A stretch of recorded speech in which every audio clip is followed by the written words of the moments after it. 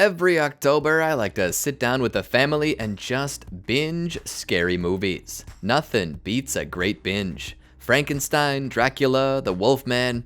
Maybe we'll take a break from scary every once in a while and just watch Abbott and Costello meet Frankenstein and the Mummy. That's the beauty about binges. You get to choose the best of the best and watch them in order. Well, it's not October yet, and these videos aren't particularly scary, though I might consider doing a spooky what if during the month of October if you'd like to see it, that is.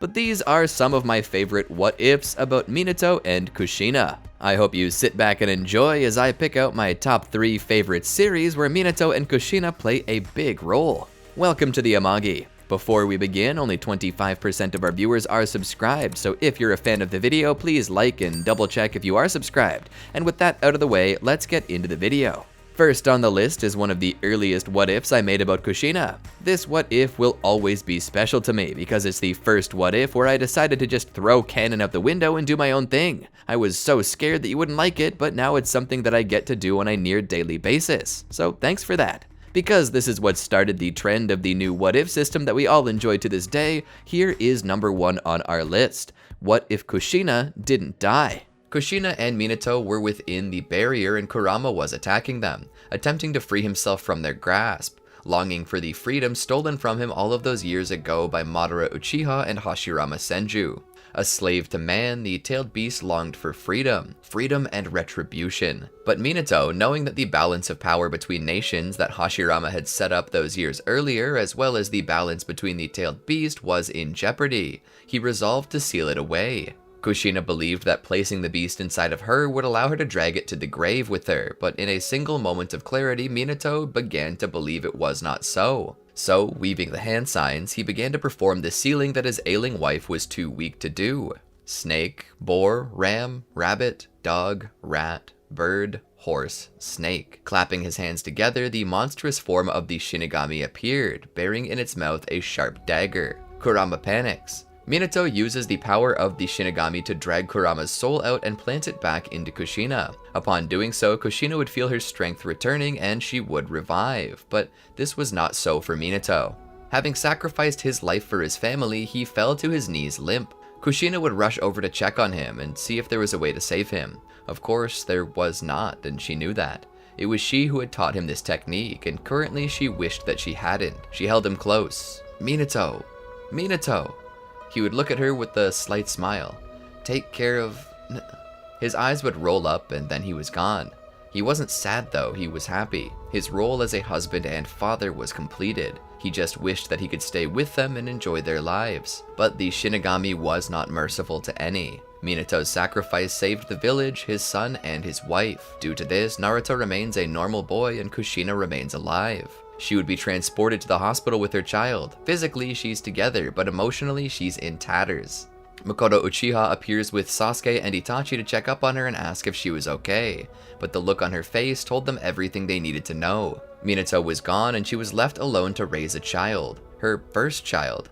Makoto would decide that the best way to help her was to be the friend that she was and help her in any time that she needed advice on child rearing or a shoulder to cry on. And that is exactly what she got. For a few years, Sasuke and Naruto grow closer together as Makoto and Kushina spend more time together. Every so often, Itachi is there and plays with them. They become a band of brothers, but this, like so many other things, doesn't last forever. The Uchiha begin planning an uprising after the blame for the deaths of so many people were pinned on them. The Sharingan left present in the eyes of the Nine Tails as the attack happened. The Uchiha were blamed, and the likes of Danzo, who viewed the Uchiha as a threat, began to push them away, isolating them from the village and leaving them to rot in a forgotten corner of Konoha. Kushina was at home with Naruto, fixing something to eat when word came out that the Uchiha had been eradicated. She was surprised, and even more surprised to hear that it was Itachi. How could he? It should have been impossible. Itachi was not a greedy boy, nor was he prideful or angry. He was the definition of sweet pea growing up. He had so much skill and potential, but he never once displayed any sign that he could slaughter his own clan, his family no less. Kushina would cry tears of sorrow upon hearing of the murders of Fugaku and Makoto. She would look back to see if there had ever been any cries for help. She remembered the last time she saw Itachi. He and a friend named Shisui were there trying to get her to contact the Konoha Council on the matters, to try and sway the opinions of both the Hokage and Itachi's father. But neither worked, and she was shut down on both occasions by those she tried to contact over it. That must have been the turning point for Itachi. Had he killed the Uchiha to protect the village? She would storm into the Hokage's office and demand if Hiruzen had commanded Itachi to kill the Uchiha. Hiruzen, in the middle of a meeting, would have to wave out the entourage and silently wait to answer. His lack of words spoke volumes though. Kushina was angered and sorrowful and disgusted. She couldn't pin it down to one emotion. You did it. You ordered him to, didn't you? Hiruzen would respond by telling her that he didn't know until it was far too late. Military action was considered, but that he hadn't made any definite decision. He then reveals to her as a friend that someone else on the council commanded it to happen. Danzo Shimura, the leader, or former leader of Root. He would say that Danzo commanded it to happen and that Itachi was indeed acting under orders, attempting to save the world from a new war. Kushina couldn't believe it. She said that there had to be another way. Hiruzen would admit it was handled poorly, and due to such a thing, Danzo was removed as leader of Root and the entire organization was shut down. Kushina asked if that was all that happened, if there was more coming. Hiruzen shook his head. Kushina asked where Itachi was now, and Hiruzen stated that he had left in exile, going to the Akatsuki as a mission to spy on them for Konoha. Kushina was awestruck, wondering how, after this, they could ask even more of him.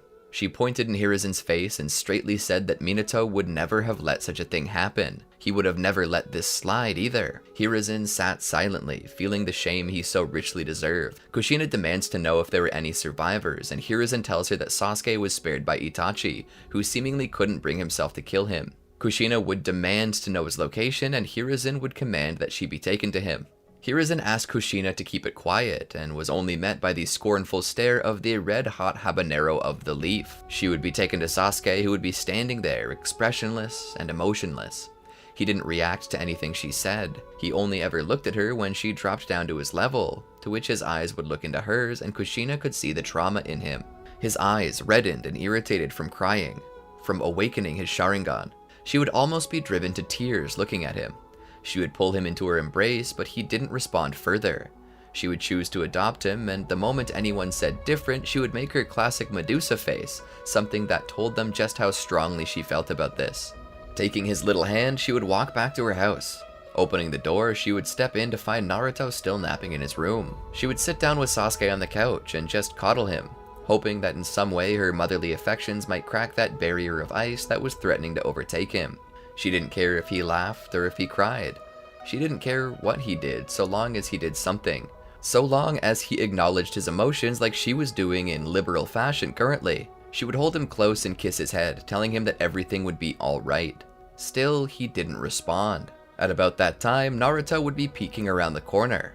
"Sasuke's here," he would say with wonder, as he rarely saw him at this point in the day, and never without Mikoto.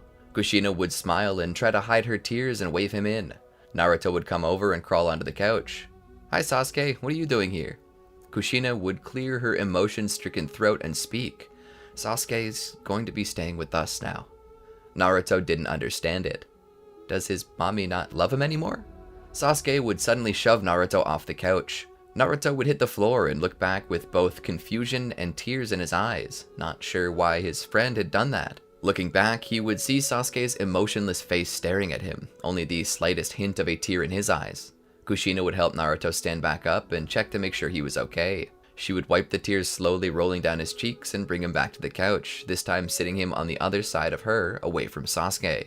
Kushina would state that Sasuke was staying with them now because she loved him and his mom couldn't take care of him anymore because of an accident. Naruto seemed to understand at this point that something bad had happened and that Sasuke was sad. Naruto would crawl over Kushina just to give Sasuke a hug and apologize for whatever happened that he didn't know about. Kushina would pull them both into her embrace, hearing the muffled groanings of Sasuke as he attempted to deny his quivering lip. She would tell him it was okay to cry and that she was sad too. From that point, Sasuke broke down. He wailed and cried, shattering whatever was left of Kushina's heart into even smaller shards. Naruto was not yet as emotionally conscious, so he wasn't crying at all, but his hug conveyed a warmth and stability that Sasuke needed, a way of telling him that there was no need to cry because everything would be better. This didn't stop Sasuke though. The rest of the day was hard. Sasuke wasn't hungry and didn't eat.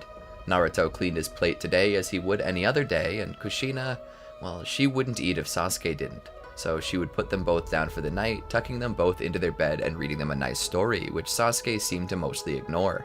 She would dim the lights. Naruto conked out almost immediately, but Sasuke didn't even close his eyes, just picking his nails and staring at the wall. Kushina would wait there as long as she needed. She would stroke his head until drowsiness seemed to take over. Once he was asleep too, she would leave the room, closing the door behind her. Moving to her room, she would change out of her dress that she'd been wearing, but instead of changing into her pajamas as she normally would this time of night, she changed into a set of dark clothes before slipping on her sandals and zipping up an old flak jacket.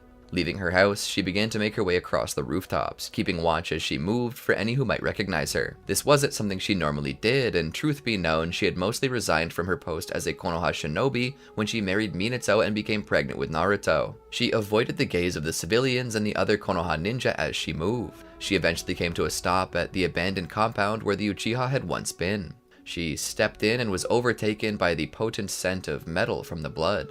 While the bodies were gone, the stains left from the wounds were still there in the dirt, awaiting a summer rain to wash them away. She stayed on guard, but didn't bother being too cautious, as she was a member of the Leaf and still technically a shinobi, meaning she had every right to be there. She wanted to investigate. It wasn't about figuring out why or who anymore, but how. She wanted to know how they did it, and further, where they were. Her good friends lived in this village, and she had watched over Sasuke for many years after his birth, as Makoto wanted to continue her shinobi career alongside Fugaku. They were basically family to her, and they'd been ripped from her in a cruel and gruesome way. Even if there was a coup planned, there was no reason to target non-combatants, women, and children while pacifying the revolt. That was tantamount to a war crime, and had been committed by the village's own leadership. She wanted to expose this to the village and force accountability by the government. The Uchiha, Itachi, and even little Sasuke all deserved that much. As she skulked through the streets, she'd find herself before the home of Fugaku, the clan head. She would enter the building. It was dark and cool as the summer night's wind blew through the open shoji screen doors. Looking about, she saw a set of footprints, shinobi footwear tracking blood down the stairs. Itachi's shoes. The stairs creaked as she went up them. Reaching the top, she found a hall with many rooms. She entered one and found so much blood that it looked like a butcher's shop. The smell of blood was so thick that it nearly choked her. Making it to Fugaku's desk, she began to look through his papers. Invoices, reports, anything that a clan head would normally have. But what she was really searching for was anything on the Anbu Black Ops, specifically the Root Division. She wouldn't find too much in the way of info on Root. They were good. Too good. But she would also check Itachi's room. He would have zero information on Anbu, as anything he was given to read was required to be destroyed after he had finished reading it. At a loss, she attempted to remember her husband's connections and would make her way back home for the night, where she would rest and consider her next plan. Not long thereafter, she would take the next chance she received to go out on the town and speak with those she knew about the Anbu. The first person she would go to contact being Kakashi Hatake, who had recently been released from the Anbu by Hiruzen. She would contact him and invite him out for lunch. Kakashi would show up, cautious but intrigued. Kushina would begin by making small talk and trying to seem as if she were attempting to just catch up with an old friend, but Kakashi wasn't buying it. He had never been close with Kushina. Why would she want to see him? He would ask her directly what she wanted, and Kushina, feeling as if his Sharingan were peering straight into her mind, would speak frankly. I want information on Root. Kakashi would ask why she was looking for Root, and she would state that she had hoped to learn the truth behind the Uchiha massacre. Kakashi would state that the simple truth was that Itachi had killed them. Kushina would state that she knows it isn't true and would like to know where there's a base. Since Root is disbanded, she wants to find their base of operations and take a look through their papers and scrolls. Kakashi states that even if Root is disbanded, they're still part of the Anbu, and as such, everything they did was classified on the highest level. It wasn't something that she, even the widow of the former Hokage, could just get her hands on. He would tell her to just forget about it and go home, but Kushina would stand. They made him do it, she would say. They forced Itachi to kill them. Kakashi would look back. What did you say? She would continue. There was a coup planned. Hiruzen was making plans to deal with it peacefully, and Root commanded Itachi to slaughter them all, including the women and children. Only Sasuke survives, and he needs to know this. He needs closure. He, Itachi, and the Uchiha deserve justice. I won't abandon them, not now. Kakashi would think about it. Her dedication to her friends was admirable, and maybe he was just growing soft. Perhaps it had to do with what Obito had said. He had no clue why, but the moment that she said she wouldn't abandon them, it resonated with Kakashi's own personal nindo. And so he decided to help her by telling her of a single location where she should be able to find mission reports and various other documents based around what happened that day. He would point out an abandoned facility and tell her to try there as well. So one night, after putting the children to bed, she snuck out of the house and began to make her way there. The facility was in the mountains outside the village. Kakashi had advised her to be careful just in case there were traps. She needed to pay attention to tripwires, pressure plates, proximity-activated paper bombs, and various other traps. She was making her way through and at the time wondering why she couldn't have been born half Hyuga. She could really benefit from that right now. As she drew closer, she was astounded to find that this facility wasn't actually abandoned. In fact, there were Anbu there. No, they didn't possess any tattoo on their shoulder. These weren't Anbu, these were Root. She considered turning around and leaving, but suddenly she was gripped by two shinobi around her arms. They dragged her down the mountainside towards the facility where they brought her in. There they would find the masked members of Root slowly combing the facility. They would take her to Danzo, who would look down on her, his eyes squinted to the point that it looked closed. She sat there for a while, looking up at him before he finally broke the silence. What is the red-hot habanero of the leaf doing this far from the village? She would smirk. Just a leisurely nature scroll. Danzo would take her kunai holster. A leisurely nature scroll, in full armor with weapons. She would shrug. It's dangerous these days. Never know when you're going to run into a genocidal maniac. Danzo would smile at this. So that's what you're after. Information on the Uchiha clan downfall. Why do you need that? It's already known what happened. Itachi Uchiha, having been offered a better deal by another village or party, decided to kill the Uchiha to weaken Konoha. She shook her head and spoke through her teeth, spitting each syllable. I know what you did. Danzo's smile faded as he listened to her continue. I know you killed the Uchiha. I know you ordered Itachi to do it. Hiruzen confirmed that much. Danzo would roll his head on his neck. That old fool can't keep his mouth shut. That's why someone like me needs to exist, and why someone like him shouldn't be Hokage anymore. Kushina, in her anger, asked why the women and children had to die in the attack, and Danzo would then tell her that he needed to be sure that not a single Uchiha remained. So long as they stuck around, Konoha would never know peace. He would command the men to raise her to her feet. Still, he would say, I can't let you leave here with the information you seek. Kushina would growl, You plan to kill me then? Danzo would laugh. Heavens, no. If you were able to find this place, then someone must have told you where it was. If we kill you now, your partner will simply expose your business and thusly expose us as your murderers. I had something else in mind. He would hold out his hand and receive from one of his underlings a dossier on the Uchiha clan downfall. He would hold it in his hands and look to Kushina. This is the only copy of the event. Everything in here is the raw, unredacted form. With this single folder, you could ruin the entire village's trust in its leadership. Suddenly, he lit it with fire-style chakra and dropped the dossier on the floor and let it burn to ashes. Kushina would watch as it burned, seeing her only hope of getting justice for the Uchiha go up in smoke. They would then take her out of the facility and let her go. Kushina would make a long trek home where she'd collapse on her bed without even changing out of her gear. She would look up to the ceiling. Minato, what am I supposed to do now? She would wait as if ready to receive an answer, but when none came, she would turn over in the bed, take up the pillow that used to belong to her husband and pull it into her embrace, burying her face into it before falling asleep. The day after, she would get up and make breakfast for Naruto and Sasuke before sending them off to the academy. While they were gone, she would go about her day normally, buying groceries, cleaning the home, all while thinking deeply on the lost cause that was the Uchiha massacre case.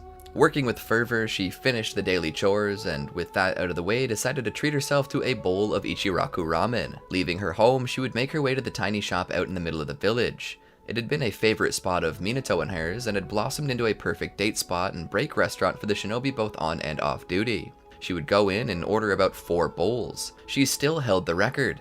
Every time she ate the Naruto maki in the middle of the soup, she couldn't help but think of her family and any possible universe in which they were all still together. As she silently ate her bowl, another figure would walk in and sit down next to her, ordering 1 bowl of whatever she was having. The masked figure would look at her, his silver hair standing at a strange angle. Did you find what you were looking for? Kushina would look to Kakashi. No, the abandoned facility wasn't as abandoned as we thought. Danzo burned the Uchiha downfall dossier right in front of me. The only written record of those true events. Gone. Kakashi would scoff. So? Kushina would look at him out of the corner of her eye and gesture with her shoulders. What am I supposed to do then? The evidence is gone. Kakashi would lay his head back on his shoulders and sigh. You were the Hokage's wife. You should know the answer to this. What is it? She asked. Kakashi would look to her. There are always 2 sets of documents whenever the Anbu perform a mission, especially if it was high profile like this one. Hiruzen heard about it and began shutting down Root. You think he isn't going to have a file on it to base his decision on? Danzo is bluffing, trying to make you take your eye off the ball. This evidence you want still exists, you just gotta find it. Kushina was floored by this new information.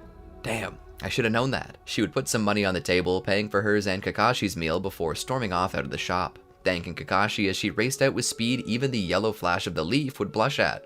Returning home, she would wait until Naruto and Sasuke fell asleep before making her way out. Her next stop was the Hokage's residence. As night fell, she waded into the deepest part of the night when she knew Hiruzen would be asleep. She would sneak in through a window, and there sat the scroll of seals, right out in the open. Kushina would scoff at how loose security was. Why, any down-on-their-luck academy student could just waltz in here under orders of a shifty Chunin and take it. If this was any indication of how easy it would be, she shouldn't have any issue taking the dossier. She began by looking in the Hokage's office, careful of any traps. Doubtless nothing could be this easy. She would notice in the drawer as she planned to open it a magnetic alarm device designed to activate the alarm the moment the metal plate on the drawer were moved away from the magnet. She would pull a knife from her belt and wedge it into the drawer to keep the magnet from activating the alarm. She would then search the drawer but would find nothing pertaining to the Uchiha. She would then check the other drawers, also finding nothing whatsoever. But Kakashi was adamant that it would be here, so where would it have been? She then decided to check the records room. She would sneak through. This is where it got a little rough. There were armed guards walking through the halls, and she needed to avoid them to get to the records room. Sneaking her way through, she would see two guards coming from either direction, leaving her nowhere to go. Instinctively, she jumped and wedged herself between the two walls just below the ceiling. She looked down, struggling to keep herself up, realizing that her lack of training had indeed left her weaker than she'd like to admit. A bead of sweat rolled down her nose, and she silently prayed that it didn't fall as she watched it. The guards stopped underneath her, and to her horror, they began to talk about their day, the news, and one particularly about his new girlfriend who he just found out was pregnant with their first child. Normally, she'd be happy to hear this, but this was not the right situation for her to congratulate them. She needed to find a way out. She began looking around. Suddenly, that bead of sweat dropped from her nose. As the shinobi talked below, the drop of sweat landed down atop his shaved head. He would wipe it off with his hand and look up but see nothing there. Must have a leak. He hadn't noticed the vent's face closing. She made her way through the vent, which she felt was a better way to navigate as it was unpatrolled and led everywhere. She would need to remember this the next time she had to infiltrate somewhere, which she hoped might be never. Making her way into the records room, she quickly began looking through the records for anything pertaining to the Uchiha. She would find a file. Opening it up, she would find a full report on Root's actions and the massacre. Beyond the contents of the dossier, she also had the report on the investigation, as well as Konoha's attempts to cover it up. Hearing footsteps approaching, she would close the file cabinet, perhaps a little too loudly, and jump back up into the vents.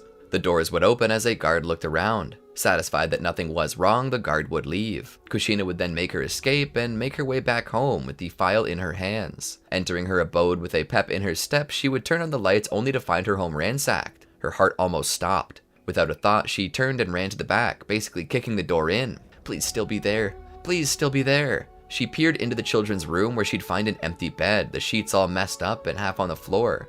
She grunted in worry and frustration as she would catch a glimpse of a masked man outside the window. She would basically jump out after him, kunai in hand. The man would jump up on the wall. I have a message for you from Danzo. If you ever want to see the children again, bring the dossier to the Will of Fire monument, or there'll be 2 fresh bodies in the waterways by sunrise. The man would disappear. Kushina, in her rage, would kick a bucket so hard that it would smash into 1,000 pieces, tearing into the wall and ripping off part of the stone. She would look at the dossier. Sasuke can't use justice if he's dead. She would sigh and begin to make her way to the discussed location. There, she would find Danzo flanked by 2 guards, as well as a single root shinobi holding both a struggling Sasuke and a crying Naruto. She reassured them. It's okay. Mama's here. Danzo would step forward. Yes, no worries. Mama is here, and so should be the dossier if she has even half the brain the 4th had. Kushina held up the file and threw it to the ground in front of him. He would pick it up and put it into his robe. He would turn around to leave, raising a hand into the air. Kill them. Kushina would raise her hands and throw 6 shuriken at the shinobi holding Naruto and Sasuke, taking them out. She ran toward them and they towards her. One of the guards threw their own shuriken at the group. Kushina saw it coming, and it was as if the world were moving in slow motion. She cried out for them as their hands raised up to take hers. Suddenly, those shuriken were knocked out of the air by a flurry of kunai. Kushina took the children into her embrace and covered them with her body while looking around. Standing in the distance was a single man with glowing red eyes and a black coat bearing crimson cloud patterns on it. She would exclaim in shock, "Itachi!" He would jump down. More root shinobi came out of the woodwork to attack Itachi, giving Kushina time to get Sasuke and Naruto to safety. She would tell them to wait nearby for her, but to take cover. Naruto and Sasuke would nod and wait. She would turn and rush back out to help Itachi. There she'd be stopped by Danzo. "You could have left this alone, Kushina. None of you would have had to die." Kushina would angrily call out to him that Mikoto and the other women and children of the Uchiha didn't have to die either. Danzo would reply that they were a danger to the village, as is she, Naruto, Sasuke, and now Itachi. They all must perish. Kushina, utterly enraged by this man's lack of morality to the point of threatening and killing children, unleashes a power deep within her. Her hair stands up and begins to flow like 1,000 snakes as thick whisker-like lines form on her cheeks. Her pupils take on the slits of a fox's eyes as her fingernails become more like claws. She rushes at Danzo, but Danzo is ready with his wind-style chakra blade. He cuts her to ribbons, but the Nine-Tails chakra begins to regenerate her wounds. Danzo removes the wrappings from his arm and displays an arm embedded with Sharingan. He would begin to use them one by one to survive fatal wounds, something Itachi notices as he joins the fight. He would see Kushina struggling and would work on his last resort. He would flip over Danzo, kicking his leg out from under him before stabbing him in the heart. Danzo would simply disappear and reappear somewhere else and continue his assault. Itachi would turn and continue to fight with him, dishing out attack after attack, and taking it before jumping over Danzo, sweeping his legs again and stabbing him in the heart once more. Danzo would disappear and begin attacking again, but by this time it's too late. He's already caught in Itachi's grasp. Itachi explains that Danzo's greatest boon had just become his greatest weakness. As the Izanagi was created to escape fate, Izanami was created to enforce it, and Danzo had just been cast under it, forced to relive the moment forever until he accepts his fate, which he likely never will. So as time on his many Izanagi runs out, he would finish him off as he remains trapped in the Genjutsu. Itachi's eye would go dark as he turns back. He sees Sasuke and stops, ready to leave. Kushina would stop him and bring him over. Sasuke is mixed between sad and angry, his face displaying fear as he steps back, but Kushina reassures him by informing him that bad people made Itachi do bad things. Itachi would embrace his little brother. From this point on, Kushina reveals to the public the truth, and the citizens of Konoha aren't happy about it. And with the wife of the 4th Hokage, they know that her words carry weight. She would not lie about something like this. And even if her words weren't as trustworthy as the people believed, she carried enough proof to sway them. This is a worst-case scenario for Hiruzen and the council. All through the day, the people gather at the gates of the Hokage's residence and demonstrate. At night, they riot in the streets, the Anbu being called upon to keep them out. Hiruzen sits in his chair by the window, watching this happen. He realizes the simple fact that perhaps Tobirama chose wrong when he chose him to be 3rd Hokage. He was the only Hokage in history to ever be driven out by the people he served, and he was about to be driven out again. As he sat there and watched, a voice came from behind. "I know you didn't mean to." Hiruzen didn't even turn around. "Whether I meant to do it or not is irrelevant. I was incapable of protecting those within my village. I have failed them, Kushina." She would then step out of the shadows. She couldn't disagree with Hiruzen, but to a point she respected the man. She respected him like a great uncle. She knew Hiruzen's heart. He wasn't a bad man, nor was he evil. He was just, for lack of a better term, weak. Not physically, but emotionally, spiritually.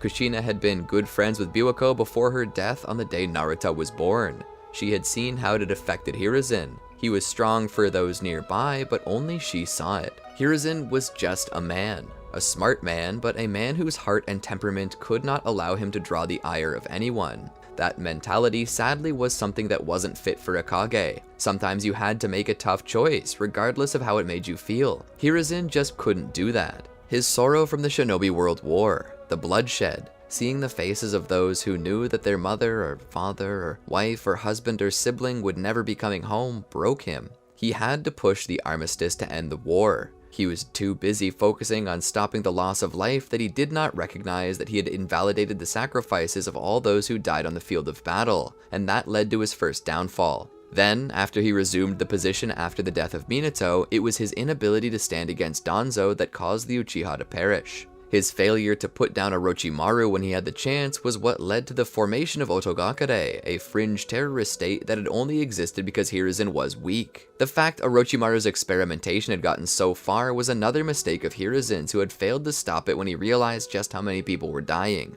Hiruzen was not a bad man, he was just a bad leader. That Kushina could accept. Despite everything, despite the failures and screw-ups on a massive scale that he was guilty of, the complete and utter negligence on his part as Kage, she still respected the man and cared for him. But as it stood, it was time for him to step down. "Your time has come. You know that, right?" she asked him gently from across the table. He would nod. "The time has come and long gone. It should be Minato running this village right now. Perhaps if I had been stronger, he still would be here." She shook her head.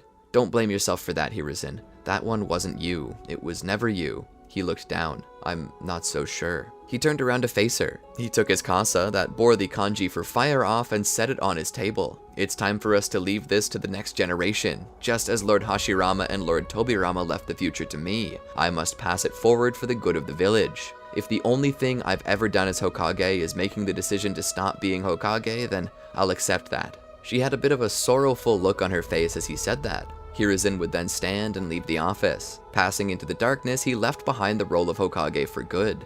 The day after, news was spreading across the village that Hiruzen had stepped down from his position as Hokage. He and the other elders had also retired from their positions of leadership and council for fear of revolt. The people were pleased. Some continued to seek justice, but the head of the Anbu and the senior Jonin would take control of the village until such a time as a new leader could be decided. "Kushina!" the crowds cried out. "Kushina will lead us!" She had mused upon her childhood, her dreams of becoming Hokage, the first woman Hokage in the history of the village hidden in the leaves. But by this time, her interest in the position had waned considerably. She had seen the work a Kage must do, and she didn't know if she could handle that right now. Not now that she was a mother raising 2 children on her own. But the crowd called out for her all the more. Kakashi, one of the trusted members of the Anbu who was helping run the village, would come to Kushina at Ichiraku, as was their usual meeting spot. There, he would talk to her. "What you did was incredible. You single-handedly turned the whole village on its head. It is to be as expected from the wife of Lord Forth, though." Kushina, between slurps of noodles, would deny this, stating that she could have done nothing without Kakashi and his guidance. Kakashi would remain modest, telling her that he merely provided her with the information she should already know. As time continued, Kakashi would turn to her. "You should consider becoming Hokage," he would tell her. She would look at him out of the corner of her eye with a half-sarcastic smirk. "You know I can't do that. I'm raising 2 children now. I don't have time to balance." Kakashi would nod and continue. "The village is going through upheaval. Everything is changing. With the genocide of the Uchiha as well as the Hyuga affair, the greatest clans of the Leaf are faltering, and even some of the other clans are whispering worries that Konoha can no longer protect them, or worse, could be a threat to them. The Nara clan and the Yamanaka clan are 2 of our strongest outside of the Uchiha and Hyuga, and they're considering splitting off. The people are scared of what the future will bring. What they need right now is something from the past, something they can trust. What they need right now, for better or worse, is a mother's touch." She thinks about this carefully.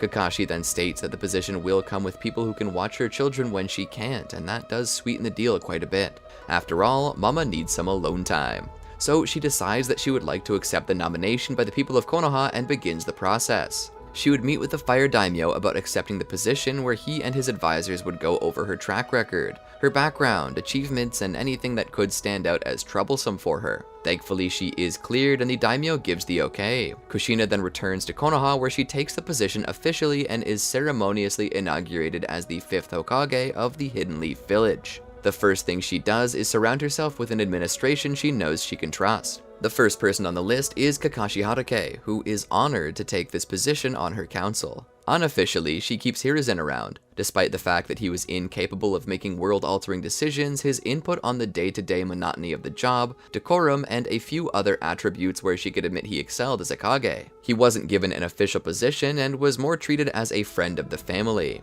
However, she was sure to delegate resources in such a way that he was paid as if he were a full member of staff. She still cared about Hiruzen and knew that with the death of Biwako, he had nothing else in his life. She wanted to at least give him purpose and make him feel like he was aiding Konoha in a capacity that fit his mentality, and he did.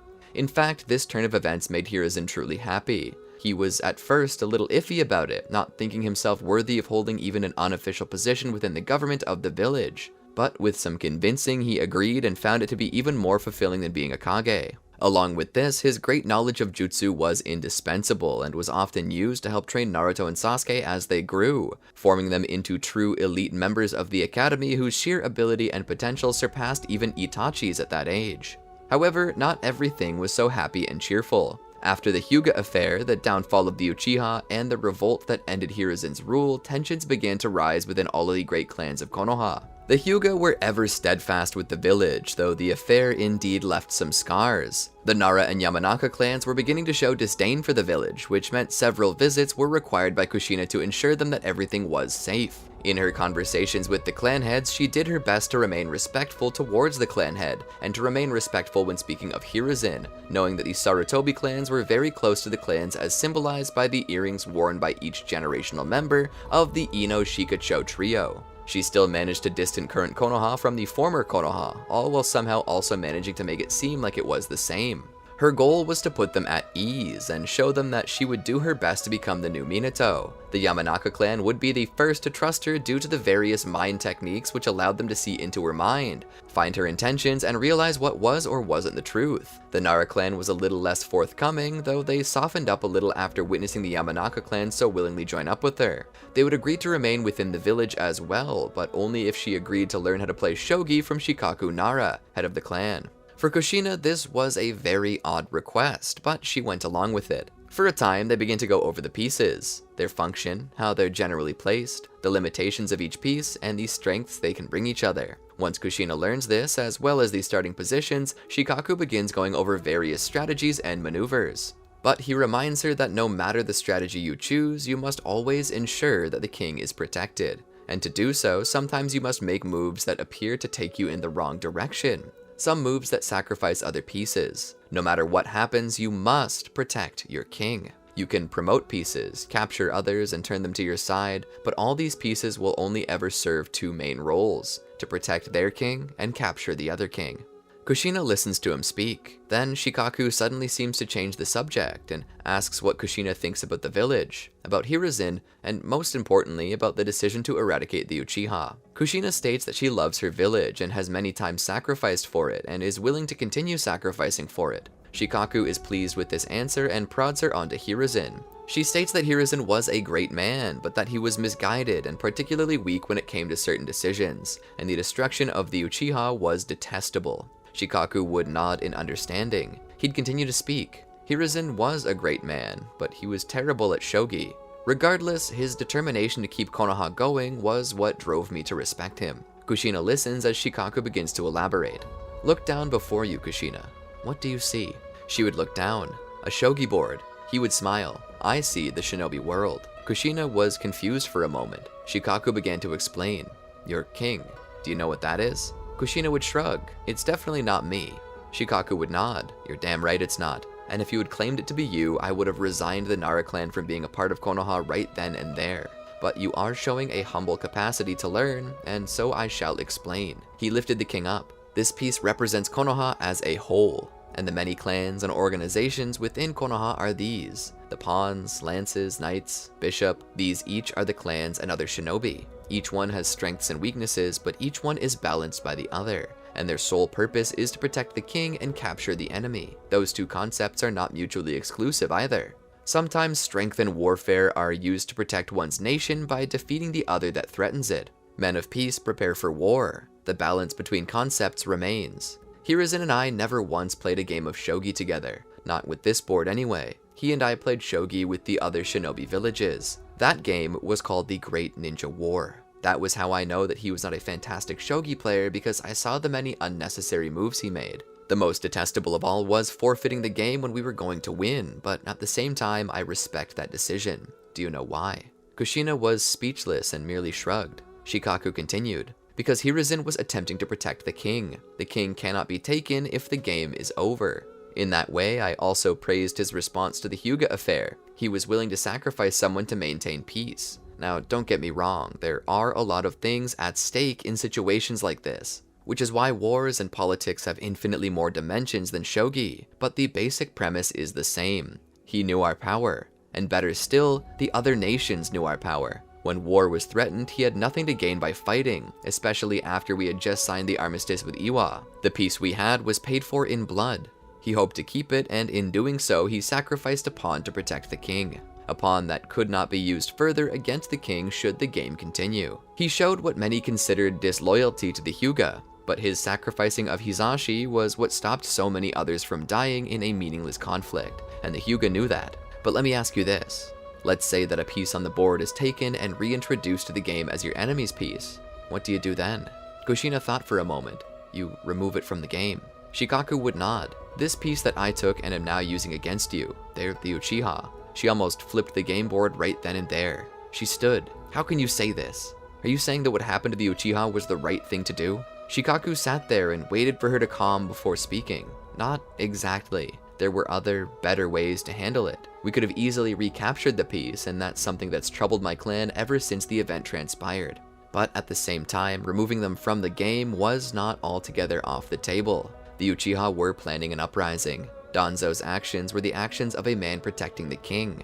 You should know that the age we live in is one of deterrence. One sword keeps another in its sheath. The Uchiha were strong, but they did not make up the entirety of Konoha's power. If they had succeeded in their coup, it would have weakened the village to a point of a complete loss of balance on all boards, and would have spiraled into war. What happened to the Uchiha should have been the last resort, but at the same time, never forget that it was still something we could have easily resorted to. I'm upset because a piece was wasted and worry that our clan could be easily wasted as well. Not that I hold a grudge for the disposal of a treasonous clan. Kushina's blood was boiling, but she was maintaining herself for many reasons. The first was because she didn't want to destroy any hope of bringing the Nara clan back into the fold. But the second was because Shikaku was making a lot of sense, and she hated it. Shikaku would sit. What I'm trying to do here, Lord Fifth, is teach you, remind you of the responsibility before you. If any clan ever becomes a threat to you, balance the choice as well, weigh the risks and rewards, but never hesitate to sacrifice a piece to protect the king, especially if there is no choice. It's equally possible that the Uchiha could have resisted all attempts to bring them back into the fold, then they should have been destroyed.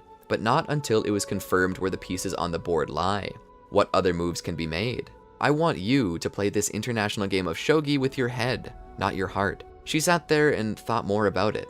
She nodded. It was then that Shikaku claimed the clan would continue with Konoha so long as she kept true to his words. And to prove that she would do so, she invited not only him, but Inoichi Yamanaka, Choza Akamichi, and Hiyashi Hyuga to all be a part of her council, to which their words would help her make proper choices.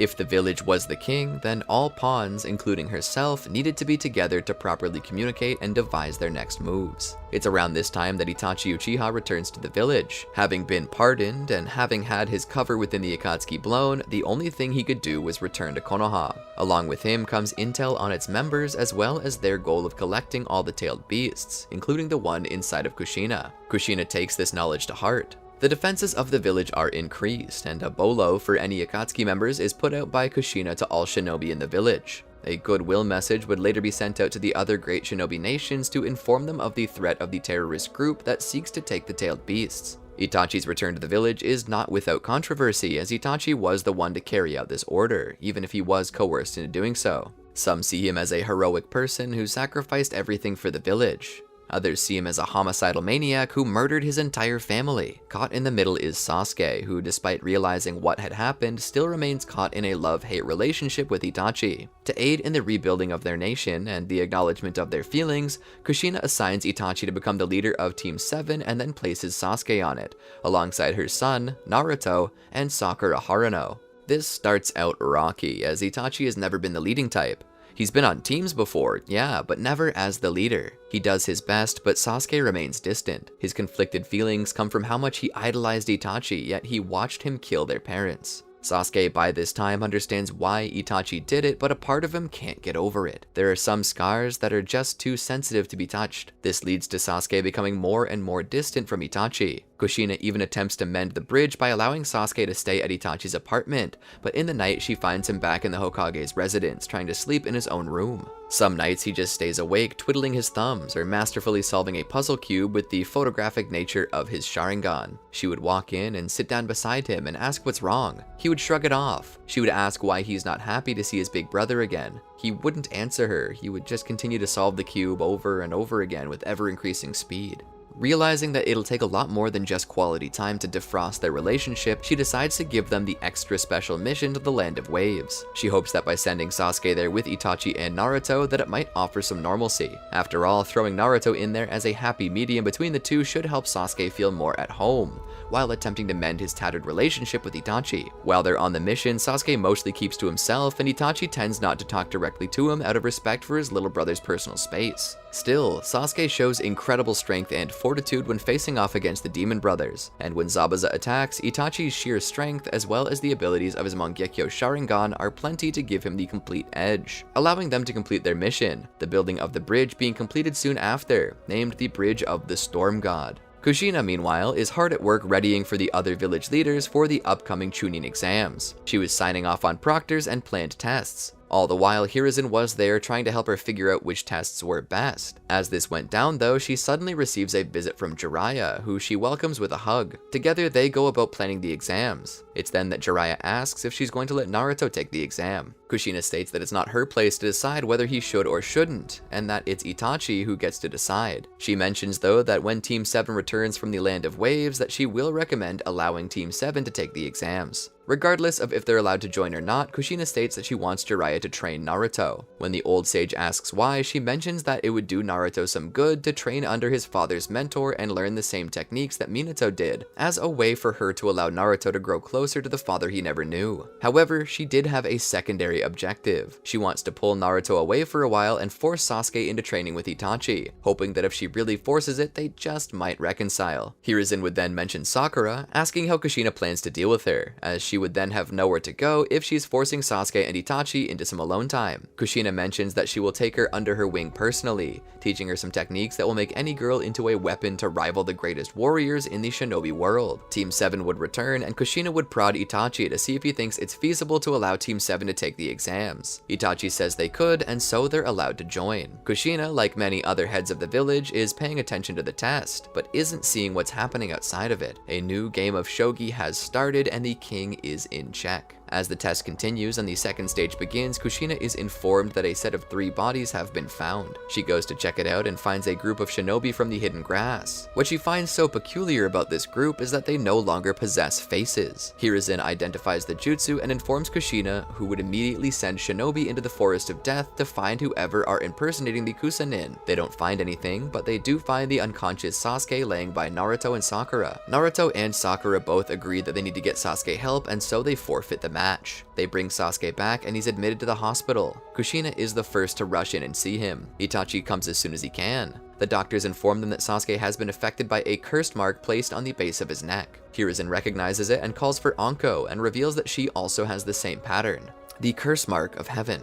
Hiruzen informs her that the jutsu he has witnessed leads him to believe that Orochimaru is in the village and that he's up to no good. Hiruzen would mention that Sasuke bearing the curse mark would mean that Orochimaru is hoping to take his body. Itachi confirms that this is likely the case. He informs both Hiruzen and Kushina that Orochimaru had been within the Akatsuki for a time, but had left the organization without honor and only one of his hands after trying to take Itachi's body over the Sharingan, which now only he had. He mentions how he fought Orochimaru off and that now he may be going after Sasuke, as he is the only Uchiha left with a natural Sharingan to Itachi's knowledge. Well, besides the masked man that he believed to be Madara, or someone using that name as a guise. Hiruzen tells them that they need to be very careful, and so for a time they put Sasuke under surveillance to protect him. Itachi eventually decides to use his little brother's visage as bait, but using the transformation jutsu to become an exact replica of him. The Chunin exams continue on without a hitch, and eventually a month comes for training. By this time, Naruto has already left with Jiraiya to do some training of his own. At the moment, Naruto is learning Rasengan and Sage Mode. Sasuke, though, has had the evil sealing jutsu placed on him and is recovering far from the sight of anyone but those trusted within Konoha. As time passes, Itachi would return to Sasuke to check up on him, but Sasuke seems as distant as ever. Itachi feels unworthy to actually interact with him, but Kushina is tired of watching this, so she basically commands Itachi to go in and talk to Sasuke. Itachi obliges and goes in to speak with his brother. For a time, they sit in silence, with Itachi breaking it with small talk only to receive the cold shoulder. Itachi would try to work through it and speak of something else, something maybe they had in common. Itachi, despite everything, is actually beginning to feel affected by this. He thought he was willing to take on any burden, any pain to keep Sasuke safe. But now that he no longer needed to play the villain anymore, Sasuke still hated him, and that stung a lot more than he could admit. In an effort to connect, he asks Sasuke for a sign, anything that proves he still loves him no matter how small. But Sasuke doesn't speak, merely keeping his back turned. Itachi would wait a moment, and upon receiving no answer, he would nod and say that he probably deserves it anyway before standing up to leave. But before he leaves the room, a voice speaks. Why did you kill them? Itachi would stop and look back. What was that? Itachi would wait a moment before another response. Why did you kill Mom and Dad? Itachi closed his eyes as he thought back. It was my orders. Sasuke didn't seem to take that as an answer. But why did you decide to follow them? Itachi would come back into the room and slowly sit down. It was to protect you. Sasuke's head raised, but remained facing away from Itachi. Protect me? Itachi would continue. Danzo threatened your life, saying that we could all die together or that I could save your life by killing them myself. Sasuke would sit for a moment longer. We could have just run away, he said, with the slightest bit of emotion in his voice. Itachi shook his head. That wouldn't have been feasible. The Anbu would have found us. That was if I could even get father to leave the village with us all. Sasuke remained silent as Itachi continued. It was the only thing I could think to do. I had to save your life. If I hadn't chosen to kill the Uchiha, you would have died. I did it for you. Sasuke shook his head. I needed you, he said, his emotions boiling to the top, revealing without looking that he had lost his composure, that he was crying. If you wanted to save me, then why did you abandon me? Why did you insult me, torture me, and then leave me if you loved me so much? Itachi's heart was struck by that. Sasuke, I always loved you. I left you here because I wanted you to be safe. Where I was going, what I was doing, you didn't need to be exposed to that. Sasuke snapped. I didn't need to be exposed to my parents' death. Itachi was silent. Sasuke didn't respond either. A silence fell upon the room for about 60 seconds. Itachi broke that silence. I wanted you to hate me. I wanted you to grow stronger, to find me, to make me pay for what I had done and return to Konoha as a hero. Sasuke would sniffle a little. I didn't need to be a hero. I needed my brother. I was alone and needed my brother, but you left me, called me weak, said that I wasn't worth killing. You forced me to witness the death of my parents through your genjutsu. If you had explained it to me, I would have listened. I might not have understood, but I would have trusted you. I worshipped you, Itachi. You were everything I wanted to be. I would have stuck with you. We could have left the village together and stayed together, but you abandoned me. You killed to save me and then you abandoned me. Itachi would shake his head and kneel beside Sasuke's bed. I didn't want to abandon you, Sasuke. I wanted you to be safe. Sasuke looked back at him. I don't care. I lost my parents and ended up dumped onto Kushina. If she hadn't taken me in, there's no telling where I would have ended up. I didn't care where I was. I didn't care that you were in a dangerous place. I wanted to be with you. Itachi would sit by the bed and hug Sasuke as he cried into his shoulder. Outside the door, Kushina was listening all along and was fighting tears of her own. This was the pain that Sasuke was carrying with him for so long. The pain of abandonment. Kushina was like a mother to him, but she could never replace his real mother. And Naruto would never replace Itachi. She had known that all along, too. She then collected herself and moved on to let the two brothers have their moment. She wiped tears from her eyes and smiled, knowing that this was the first step to them reconciling. As the month came to an end, the Chunin exams began again, but there was no sign of Orochimaru. Speaking with Hiruzen, she would ask why Orochimaru would come back besides for Sasuke, and Hiruzen would tell her that he was here to kill him and challenge the might of Konoha. Kushina, hearing this, would command Kakashi to remain with Hiruzen, to which he agreed. As the semi-finals began, it was down to Neji and Gaara, but in the middle of the fight, Gaara put himself to sleep and awakens Shukaku. Shukaku begins to devastate the arena. At that point, a smoke bomb goes off in the Kage's viewing box. Kushina would end up trying to stop Gaara while Orochimaru and Hiruzen fought. Kushina would enter the arena as the One Tail would begin to focus attacks on her, recognizing her as the host of Kurama. She would attempt to capture the beast with her adamantine chains, but this fails as Shukaku breaks through them. The people are scrambling to get out of the stadium as members of the Anbu rush out of the woodwork to aid her. Speaking of woodwork, guess who shows up?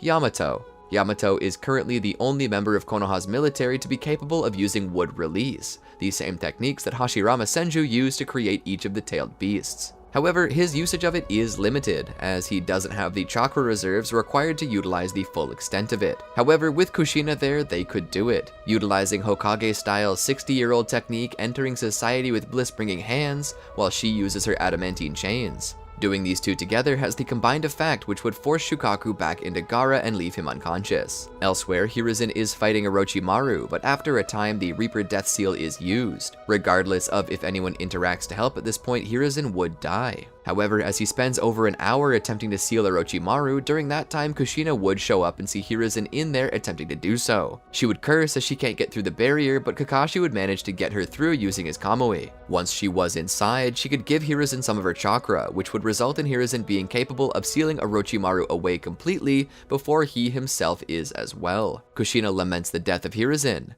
She had not only been robbed of an advisor, but of a friend. However, with the threat of Orochimaru out of the way, they must now focus on the Akatsuki. Kushina knows that this plot, while devised by Orochimaru, was likely a plot by the Akatsuki to get rid of her and steal the Nine Tails, something Itachi confirms as likely being the case. So Kushina asks Jiraiya to join her council, but he says that it's not really his style, and instead recommends Tsunade. Sending for her, she would recruit Tsunade into the council. Now Konoha has captured Gaara, but they can't keep him. After all, the Kazekage was murdered on his way to the exams, and for fear of a war breaking out, the Sand siblings are sent home to Sunagakure. From here, a 3-year time skip occurs in which Konoha begins to prepare for war. The sound of the rain pitter-pattering off the dry ground filled the air as the sound of thunder roared over the trees above. Again, Kushina demanded. Standing before her was the pink-haired Kunoichi who had basically become a daughter to her. Sakura stood there, drenched in sweat and the deluge of water falling from the sky. Her hands were together as she tried again. Kushina looked her over and began to wonder if she had enough chakra for this. "You've been studying with Lady Tsunade, have you not?" The mark on Sakura's forehead told her everything she needed to know. Kushina nodded. That mark is the strength of 100 seal. It is the personal jutsu of Lady Tsunade and increases your chakra reserves incredibly. Because of that, you should have no issue learning this technique. So prove to me and Lady Tsunade that all those months we spent training you didn't go to waste. Kushina was a kind woman, but a brutal taskmaster. She was called the red-hot habanero of the leaf for a reason, and Sakura was seeing that side of her now. Sakura would let out a cry of exhaustion as she strained harder. Suddenly, from her back shot chains. Kushina, a little too giddy, clapped, her gaping smile taking over much of her face as her eyes went wide with joy. "You got it! You got it! The adamantine chains!" Now, a small note. I know many of you will question this and say that Sakura can't learn adamantine chains because she isn't an Uzumaki. Well, technically that's not true. Adamantine chains have never been identified as a Kekkei Genkai to any capacity. The Uzumaki have never been stated to have a Kekkei Genkai, with their sealing techniques and incredible life force being what they're known for the most. However, their sealing techniques can be taught to others, just as Minato learned the Reaper Death Seal, as did Hiruzen. The Reaper Death Seal is actually an Uzumaki original, as they were the only clan capable of freeing the souls inside the Shinigami due to their possession of the mask that they kept locked away in their shrine. In a similar manner, adamantine chains are technically not considered a Kekkei Genkai, and instead are known as a secret technique. Given that they're a secret technique, it should stand to reason that anybody might be capable of using them. The only reason why I could think that Sakura wouldn't be able to was because of her chakra reserves. However, with the strength of 100 seal, this should be no big feat for her. So, I think that Sakura would be able to make use of the adamantine chains. So this is my explanation as to why I think it would work. Anyway, back to the story. Kushina claps as Sakura has brought her own adamantine chains to bear. She seems a little confused at first, but upon noticing them, she yells in excitement at having done it. Kushina would hug her and tell her how proud she is of her. After a brief moment more, she and Sakura calm down. She leads the girl back to the Hokage's residence after this training session and passes her a towel. She looks around. There were people bustling about, but there was a sound that was missing: Naruto and Sasuke's voices. For a couple of years now, both were gone. They had left the village to train with their respective mentors, Naruto with Jiraiya and Sasuke with Itachi. That left poor Sakura all alone. With her team gone off training, Sakura felt a little useless, and we can't have that. Alternating between training under Lady Tsunade and Kushina herself, Sakura had shown great growth. Not only had her chakra reserves and overall strength increased, but she had developed many critical techniques that made her a true threat to anyone who would stand in her way. Not to mention, it was just nice having another girl to hang around. Kushina had spent most of her life surrounded by boys, with the only girls she could consider friends being Biwako Sarutobi and Makoto Uchiha, both deceased at the moment. So to say that Kushina felt like a teenager again was an understatement. Time spent with Tsunade and Sakura had done her some good. Tsunade was a real party animal when she wasn't working, and boy could she drink Kushina under the table. She felt like she and Tsunade were practically family, and to a point they were. Tsunade was quarter Uzumaki and quarter Senju, both of which were cousins to each other and therefore cousins to Kushina. And while Sakura had hardly any connection to them familially, she could party with the best of them. Of course, they didn't let her drink or gamble for real, but Tsunade was surprised how easily she could hold a bluff, and she easily wiped the house when playing koi koi. Tsunade couldn't wait for her to reach legal age. She wanted to see what she could do in a real gambling joint. As much as Kushina enjoyed the moment, she still missed Naruto and Sasuke. However, she could feel better some days as she wrote them weekly. Their letters would come in as well, and even if they never signed, she could tell who sent what. Naruto looked like he was writing with his left hand and used informal characters and bad grammar at times. Sasuke, on the other hand, actually was writing with his left hand, but that's because his left hand was his dominant hand. His letters always used honorifics, always spoke with respect, and his characters looked like they were straight from a stamp or typewriter. They were always so uniform and straight, all while Naruto's letters had him writing up the sides of the paper when he ran out of room on a line. But regardless of how perfect or imperfect the letters were, she cherished them all and kept them in boxes by her bedside. After drying off for a while, Sakura would declare to her mentors that she was going home, much to their disappointment, but she promised to be back soon for another girls' night. Tsunade let out a woot woot, and Kushina giggled and waved goodbye to her protege. She then made her way to the shower to clean off. She actually had a meeting this afternoon. The weather was bad, and she wondered if it could be an omen. After considering that she was meeting with the 5th Kazekage, she expected it to be about as bad as it seemed to be. She quickly finished cleaning herself off and began to dry, and had many a servant girl helping her with her hair and makeup to ensure her appearance demanded respect. She never really focused on this, but Tsunade told her that it was important to project power in front of an unruly nation like Suna. Getting ready, she put on her best outfit and grabbed her most intimidating weapon and strapped it to her side, to show strength as well as grace. Upon readying herself, she made her way into the meeting chamber and sat down, Tsunade standing beside her. "It's been a while since I've last seen Gaara. Last time he was here, he nearly killed us all. I would have him up and under the jail to this day if its father Rasa had not been murdered on the way there." Tsunade nodded. "Indeed. Be certain not to grow agitated in front of him, but also be sure not to take any crap from him either." Kushina nodded. The door then opened and Gaara strode in, wearing the standard robes of a Kage. He was followed by his siblings, Kankuro and Tamari. Stepping in, they offered the slightest bow, so lightly that one might think they hadn't even bowed at all.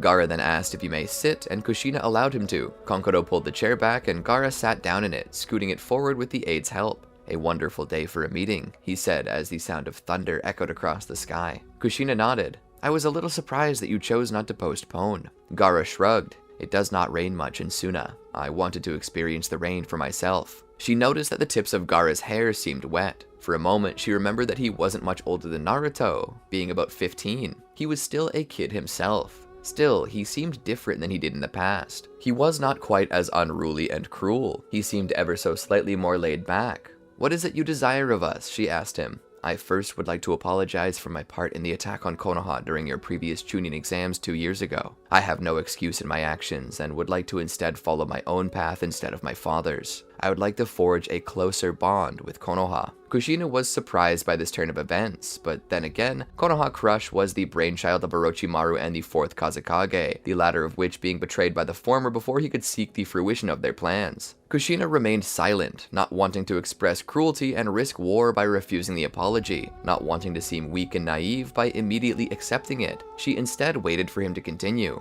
"I would like to form a pact with you." Her ears perked up. "Oh, a pact?" Gaara continued. "A second Chunin exams. A joint exams hosted by both Suna and Konoha." Kushina looked to Tsunade, who looked down at her. They then looked back to Gaara, Kushina speaking.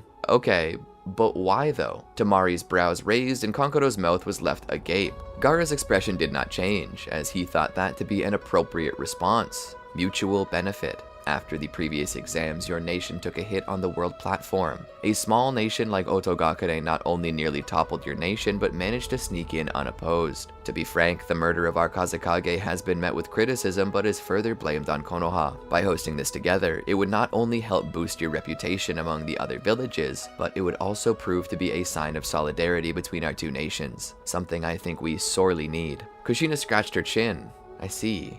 But what do you get out of it? So far, everything you've said benefits us. What's the benefit to you?" Gaara then spoke. "Solidarity is one benefit. Our nation is falling on hard times, but I feel you should know the simple truth. I am using you for bait." Tsunade slammed the table. "Now wait a damn minute." Gaara did not flinch, but Kushina certainly did. She held out her hand. Wait for just a moment, Lady Tsunade. Let's hear what he has to say instead of flat out rejecting him. She turned her eyes to Gaara and continued. There's always time to reject him after he's finished. Gaara cleared his throat and then continued. You are the Nine-Tails Jinchuriki. You, like me, are possessed by a demon beast that craves only destruction. In times past, your first Hokage distributed these beasts to each nation for pay in hopes of forming a bond of friendship and balancing world power, leading to peace through deterrence. That peace was ruined by the First Shinobi World War, and now the fragile peace between all 5 great nations is under threat once more by the Akatsuki. They're attempting to take the tailed beasts, just as you've said. If nothing happens, these tuning exams would be good for our relations and future as independent nations. But if all goes according to plan, we may draw out the Akatsuki and put an end to this threat right here and now. Kushina thought about it.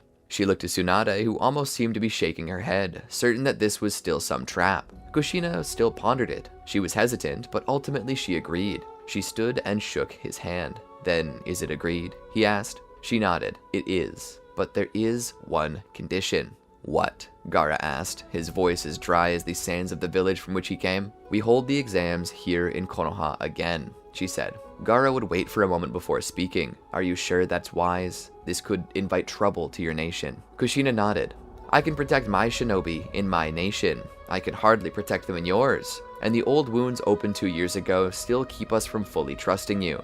For us to go along with this, all the cards would need to be in our deck. Agreed? Gaara would struggle to find words, but eventually would just nod his head. Agreed. He would then turn to leave. I will have my people contact yours. I'll see you soon. He would leave.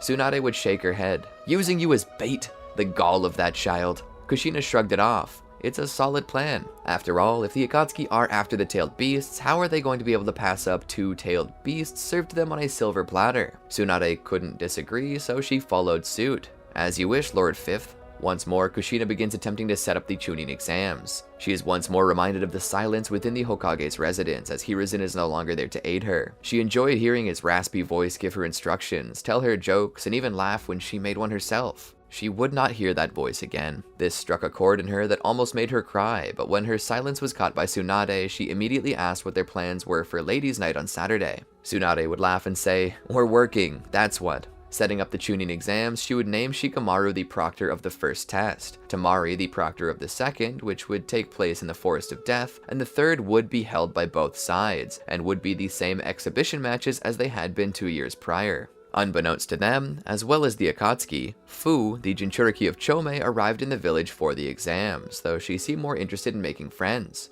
The more Kushina saw of Fu, the more she began to wish that Naruto was here to meet her. Kushina thought Fu was very similar to Naruto. Tsunade would scold Kushina for trying to set up her son with girls, saying that he would choose for himself. But she's perfect, Kushina would shout. Tsunade would scoff through a laugh. She does remind me of him, if not a little less rambunctious. Deep down within Kushina, though, her tailed beast rumbled, knowing that more tailed beasts were nearby. As the test got underway, Kushina had Kakashi keep his eyes peeled for more trouble. Gaara had Kankuro doing the same. There were many entrants from different villages, but sadly none of these villages were of the 5 shinobi villages save Konoha and Suna. As the tests went on, though, the shadows came alive, moving with the presence of Hidan and Kakuzu. Konan had ordered them to come to the village as there were going to be 2 tailed beasts to take. However, it was a pleasant surprise to the Akatsuki to learn that there were 3 tailed beasts here. They couldn't have been luckier. To that end, they signaled for help to come, and such help was fulfilled by Deidara and Kisame. Deidara had specifically chosen to leave Tobi at home, as Tobi's eccentric actions and inability to control himself would ultimately lead to their downfall as soon as he saw some mochi or a toad wallet that he wanted.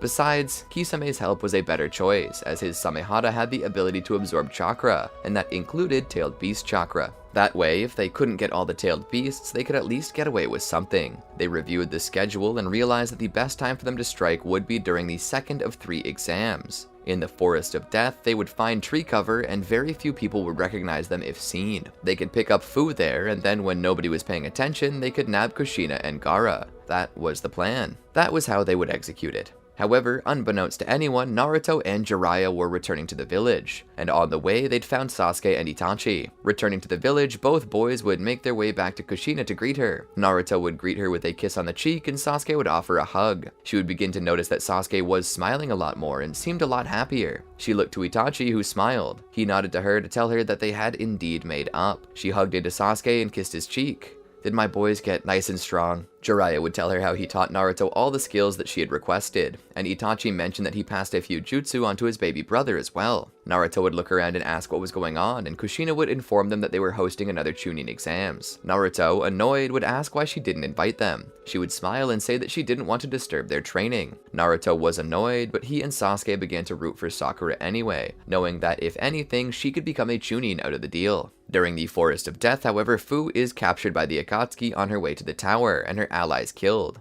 Konoha does not learn of this, however, as nobody would be sent in until it was too late. During transition to the third stage, the Kazekage and Hokage's entourage would be attacked by the Akatsuki. Itachi would engage with them, as would Jiraiya and Kakashi. Kisame would face his old partner and cross his arms. "It's been a while, Itachi. The Akatsuki have grown dull without you around." Itachi would glare at his former partner and speak.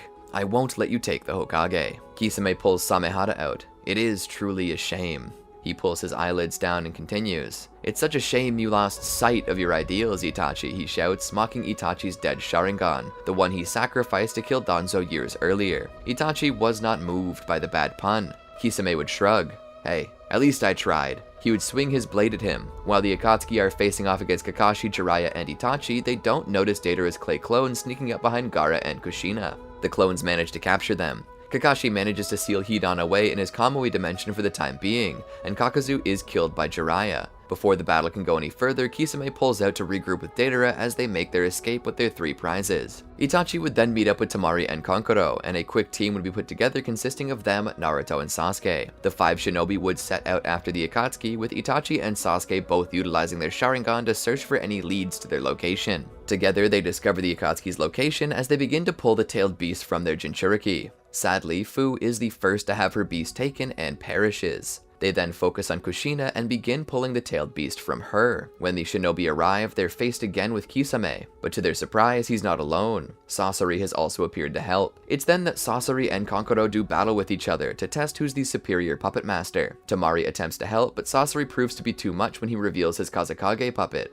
Hiroko also gives Sasori quite a bit of protection from the attacks of Temari, and the scorpion tail was enough to strike back at her. With neither capable of gaining purchase over Sasori, Sasuke joins the fray. Itachi wants Sasuke to be careful as Sasori possesses powerful poison. Itachi and Naruto fight vigorously to defeat Kisame, and upon a double-sided attack, they seem to have killed him. Breaking through, Naruto and Itachi ambush Datara right as he has pulled out the Nine Tails. With a quick strike, it's over. However, Kisame is revealed to not really be dead as he emerges from his blade. He manages to ambush them to rescue Datara, but it is too late for the explosive master, so he just makes off with his body. Kushina lays on the ground and Itachi fears the worst. Gaara tells them that without her tailed beast, she will die. Outside, they manage to break through Hiroko and the real Sasori emerges. Even he is revealed to be a puppet though, and despite all of their attacks, he continues to fight. Utilizing his Sharingan, Sasuke notices that most chakra is flowing through the puppet to an area on its right pec.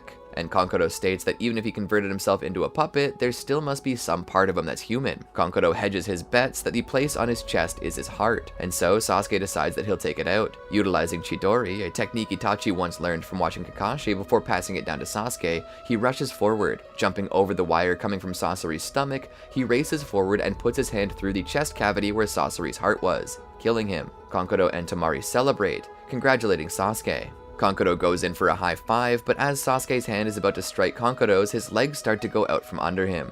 What? He looks down to see a little bit of blood. Just a hint on his knee. Even if it was ever so slightly, Sasori's wire had cut Sasuke and the deadly poison was getting in. They grabbed Sasuke and dragged him into a cave where they were trying to save Kushina. They lay him down too. Itachi turned to Sasuke and checked on him. He didn't have the antidote, so he did the best he could and created a tourniquet, hoping that it might at least buy them some time. Utilizing the sand in Gaara's gourd, they flew both Kushina and Sasuke back to Konoha. Itachi sent his crow ahead with a message, hoping that it might be able to get Tsunade ready. As soon as they get to the Konoha hospital, Kushina and Sasuke are rolled in. The doctors take Sasuke on and Tsunade focuses on Kushina. She does everything she can to save her life, but isn't sure what they can do. Meanwhile, the doctors are trying every antidote in the book to save Sasuke, but nothing's working. It's then that Sakura comes in and takes command. She's startled to see Sasuke in such condition, but Tsunade had taught her that the worst thing you can do when someone is hurt is to be panicking. So she attempts to maintain her composure and gets to work. Extracting some of the poison, she manages to craft an antidote that would deal with the poison. She administers it to him and stays by his side until he awakens. Time passes, and amazingly, Kushina makes a recovery. Naruto thanks Tsunade, but Tsunade says that she didn't do anything. They question Kushina about this, and Kushina explains. She says that when the masked man came and removed the Nine Tails from her the first time, she learned from it. And when Itachi told her that the Akatsuki were hunting-tailed beasts, she took it to heart. That night, she split the Nine Tails into two halves, a yin half and a yang half. She states that the Akatsuki did not know it, but they only pulled out the yin half. The yang half of the Nine Tails was buried deep within her and away from the other. When Deidara removed half of it, he may have suspected that she split it, but they killed him before he could tell anyone, and as such, they only took half. She does state, though, that this gives them the advantage, as the Akatsuki don't know Kushina possesses a tailed beast anymore, which they could use to retaliate when the time is right. Sasuke eventually wakes up in the hospital, and by his side is Sakura, who is sleeping by his bedside, his hand in hers. At first he blushes and considers taking it back, but one of the nurses sees this and smiles at him. She saved your life. If she hadn't shown up and found the antidote, you would be worm chow, bud. The nurse walks out. Sasuke looks down at her and suddenly feels a jolt through his solar plexus as a chill runs down his spine. He doesn't pull his hand away. Instead, he grips onto hers gently. Sakura seems to wake from this ever so slight action and looks up to see him sitting up in bed, smiling at her. Tears form in her eyes as she hugs him. "Sasuke," she cries out, her emotions overwhelming her. "I'm so glad you're okay," she says. He reciprocates the hug. She had never felt that before. He hugs onto her, his arms growing tighter. She holds him close. At the door, Itachi watches with a big grin on his face. As soon as Sasuke looks to him, Itachi's eyes show a light of understanding within them, as he shushes himself and closes the door to let them have their moment. Kushina and Tsunade begin to discuss their next moves. An emergency 5 Kage summit is called, and while there, Kushina meets with the other Kage, each which are slightly suspicious of her, save Gaara, who vouches for her. That doesn't mean much coming from the Kage of Tsunagakure, but then again, Kirigakure, aka Blood Mist Village, couldn't judge them, and it was still fresh on everyone's mind, and the Hyuga affair that Kumo had partaken in was still fresh in everyone's mind. Everyone had blood on their hands, and things they wished they hadn't done, Kushina said, but she reminded them that the Akatsuki were a legitimate threat, not only to Konoha, but to every shinobi nation. They were gathering up tailed beasts, and attempting to use them for some nefarious plot that they had yet to uncover. Disagreements continued, as well as accusations, after it was pointed out that Kiri had utilized the Akatsuki in the past. However, Meitarumi, the 5th Mizukage, bucked back by reminding him that the Akatsuki were utilized under Yagura, and that she had been trying to undo all the damage he had done to the village. Their bickering was cut short by the arrival of a certain man who appeared out of nowhere. Kushina turned around and her heart almost stopped. The messy hair, the black cloak, the orange mask. She gulped as suddenly every emotion struck her at once and her tongue went dumb. He looked down at her, his Sharingan staring straight into her soul. My. If it isn't Kushina Uzumaki. It's been a while, Jinchuriki of the Nine Tails. Or should I say, former Jinchuriki. How did you survive that? She couldn't move. She couldn't look away. In that moment, she was back there, feeling the pain of just having given birth, all while having her body chained to that rock, feeling as if her insides were being shredded as the Nine Tails chakra was ripped out of the open seal in her stomach. She had never felt so sick until then, and never since. Not until now, when all the symptoms were returning. Was this a genjutsu? She saw Minato's face. She felt his life leave him. All those wounds reopened. She almost collapsed, hitting the chair. "Oh, are we feeling a little woozy?" he laughed at her. The Raikage stood, his fist striking the table. "What do you want? Have you come here just to die?" Toby sat there, his legs swinging off his perch. "No, I've come to make an ultimatum. Present to me the 1 tail and the 8 tails, and your lives will be spared." "And if we refuse?" Onoki, the Tsuchikage, asked. Toby would smile under his mask. "You don't want to refuse." In a flash, A was in front of Toby, attempting to strike him. However, his fist passed clean through without a mark. "What?" Toby would waggle his finger. "Tisk, tisk, tisk. I suppose it's war then. I will have those tailed beasts." Then he disappeared. Kushina sat in the chair, breathing deeply, hyperventilating. She almost puked. Tsunade rushed to her side. "Lady Kushina!" Kushina gripped Tsunade's shoulder as Tsunade helped her sit straight. Kushina looked to Tsunade. "What is this? Poison? Genjutsu?" Tsunade looked at her. "No, I believe it's post-traumatic stress boiling to the surface." Kushina looked at her. "What? I'm scared?" Suddenly she puked. Gaara offered her some respect by looking away. The other Kage were not so respectful. At that moment, the question of whether or not they wanted to work together had already passed. They had to. The new question was who should lead them. All the other Kage automatically nominated themselves. They began to question and accuse each other, trying to gain reason. In the end, the Raikage pounded the table with his fist again. "It should be me." He pointed around the table. "I dare any of you to disagree." He pointed to Onoki. "He's too old to make an effective leader. His back will give out before he issues the first order." He pointed to Gaara. "He's too young. His inexperience will get us all killed the moment the first battle begins." He pointed at Mei. "Not a single one of us trust her. Rumors fly around that the Akatsuki was originated from Kirigakure." And lastly, he pointed at Kushina. "Need I say the reason why she shouldn't lead us against the orange-masked man?" He looked around the table. "I am the only one of us that actually took initiative to attack that man." Onoki would reply to him.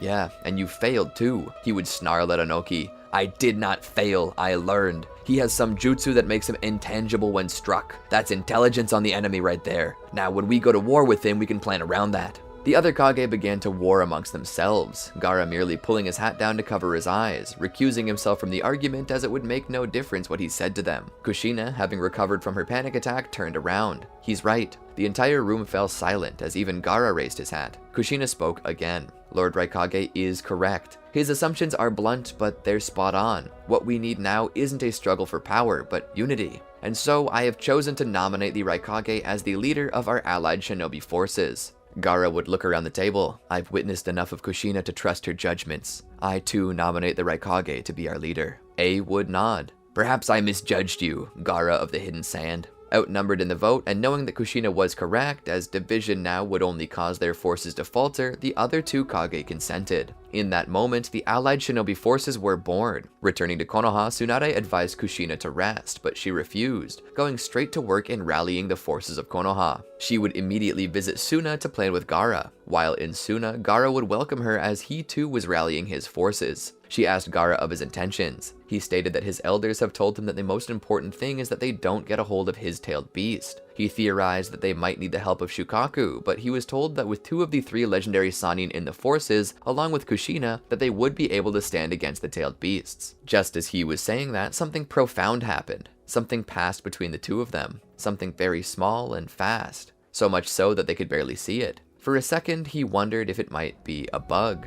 Looking down, they noticed that there was a pure splat on the ground. "Where did that come from?" Gaara asked. 3 more splats landed there as well. Gaara looked up to the skies as clouds rolled in. Holding out his hand, he felt another drop hit him. Rain? He found this peculiar as the skies had been clear but a moment earlier. It never rains in Suna. Suddenly, Kushina and Gaara's eyes met.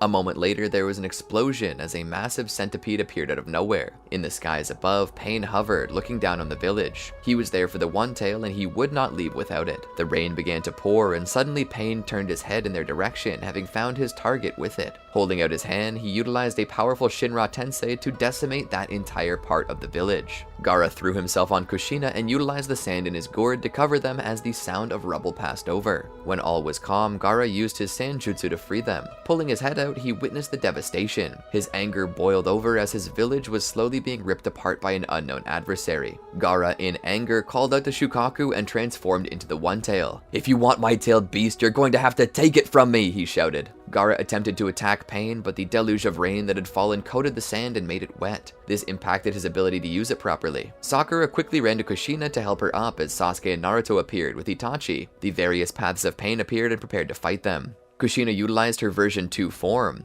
Getting down on all fours, 4 tails appeared behind her back as her hair spiked outward. She rushed Pain, crawling up Shukaku and using him as a perch. Gaara was still present in the forehead of the tailed beast and he looked to her. "Kushina, are you still in there?" She looked over at Gaara and nodded. Once close enough, she attempted to jump out at Pain, but the Diva Path pushed her back. She landed once more on Shukaku as it raised its hand to fire ball after ball of sand at Pain. He destroyed 1, then he destroyed 2, but suddenly Kushina had been thrown at him. She struck him, pulling him out of the sky and onto the ground. Naruto utilizing Sage Mode and Itachi with his dead eye replaced with Shisui's would engage the enemy, as Sasuke would follow in his brother's footsteps. However, the Animal Path attempted to use Fuinjutsu to rip the tailed beast out of Gaara. Sakura, however, utilized her adamantine chains to grip Shukaku as well. Both Sakura and the Animal Path were fighting over the same thing, and though he was strong, Sakura could easily match with her strength of 100 seal. Pulling together, the tailed beast chakra was shredded in two, not too unlike how Kushina had shredded Kurama into a yin and yang half. Animal Path took one of the halves while the other remained with Gaara. He thanked Sakura for saving his life. She told him it was no issue. Rejoining the battle, they easily had these 6 paths of pain matched. Kushina, however, was having issues facing pain.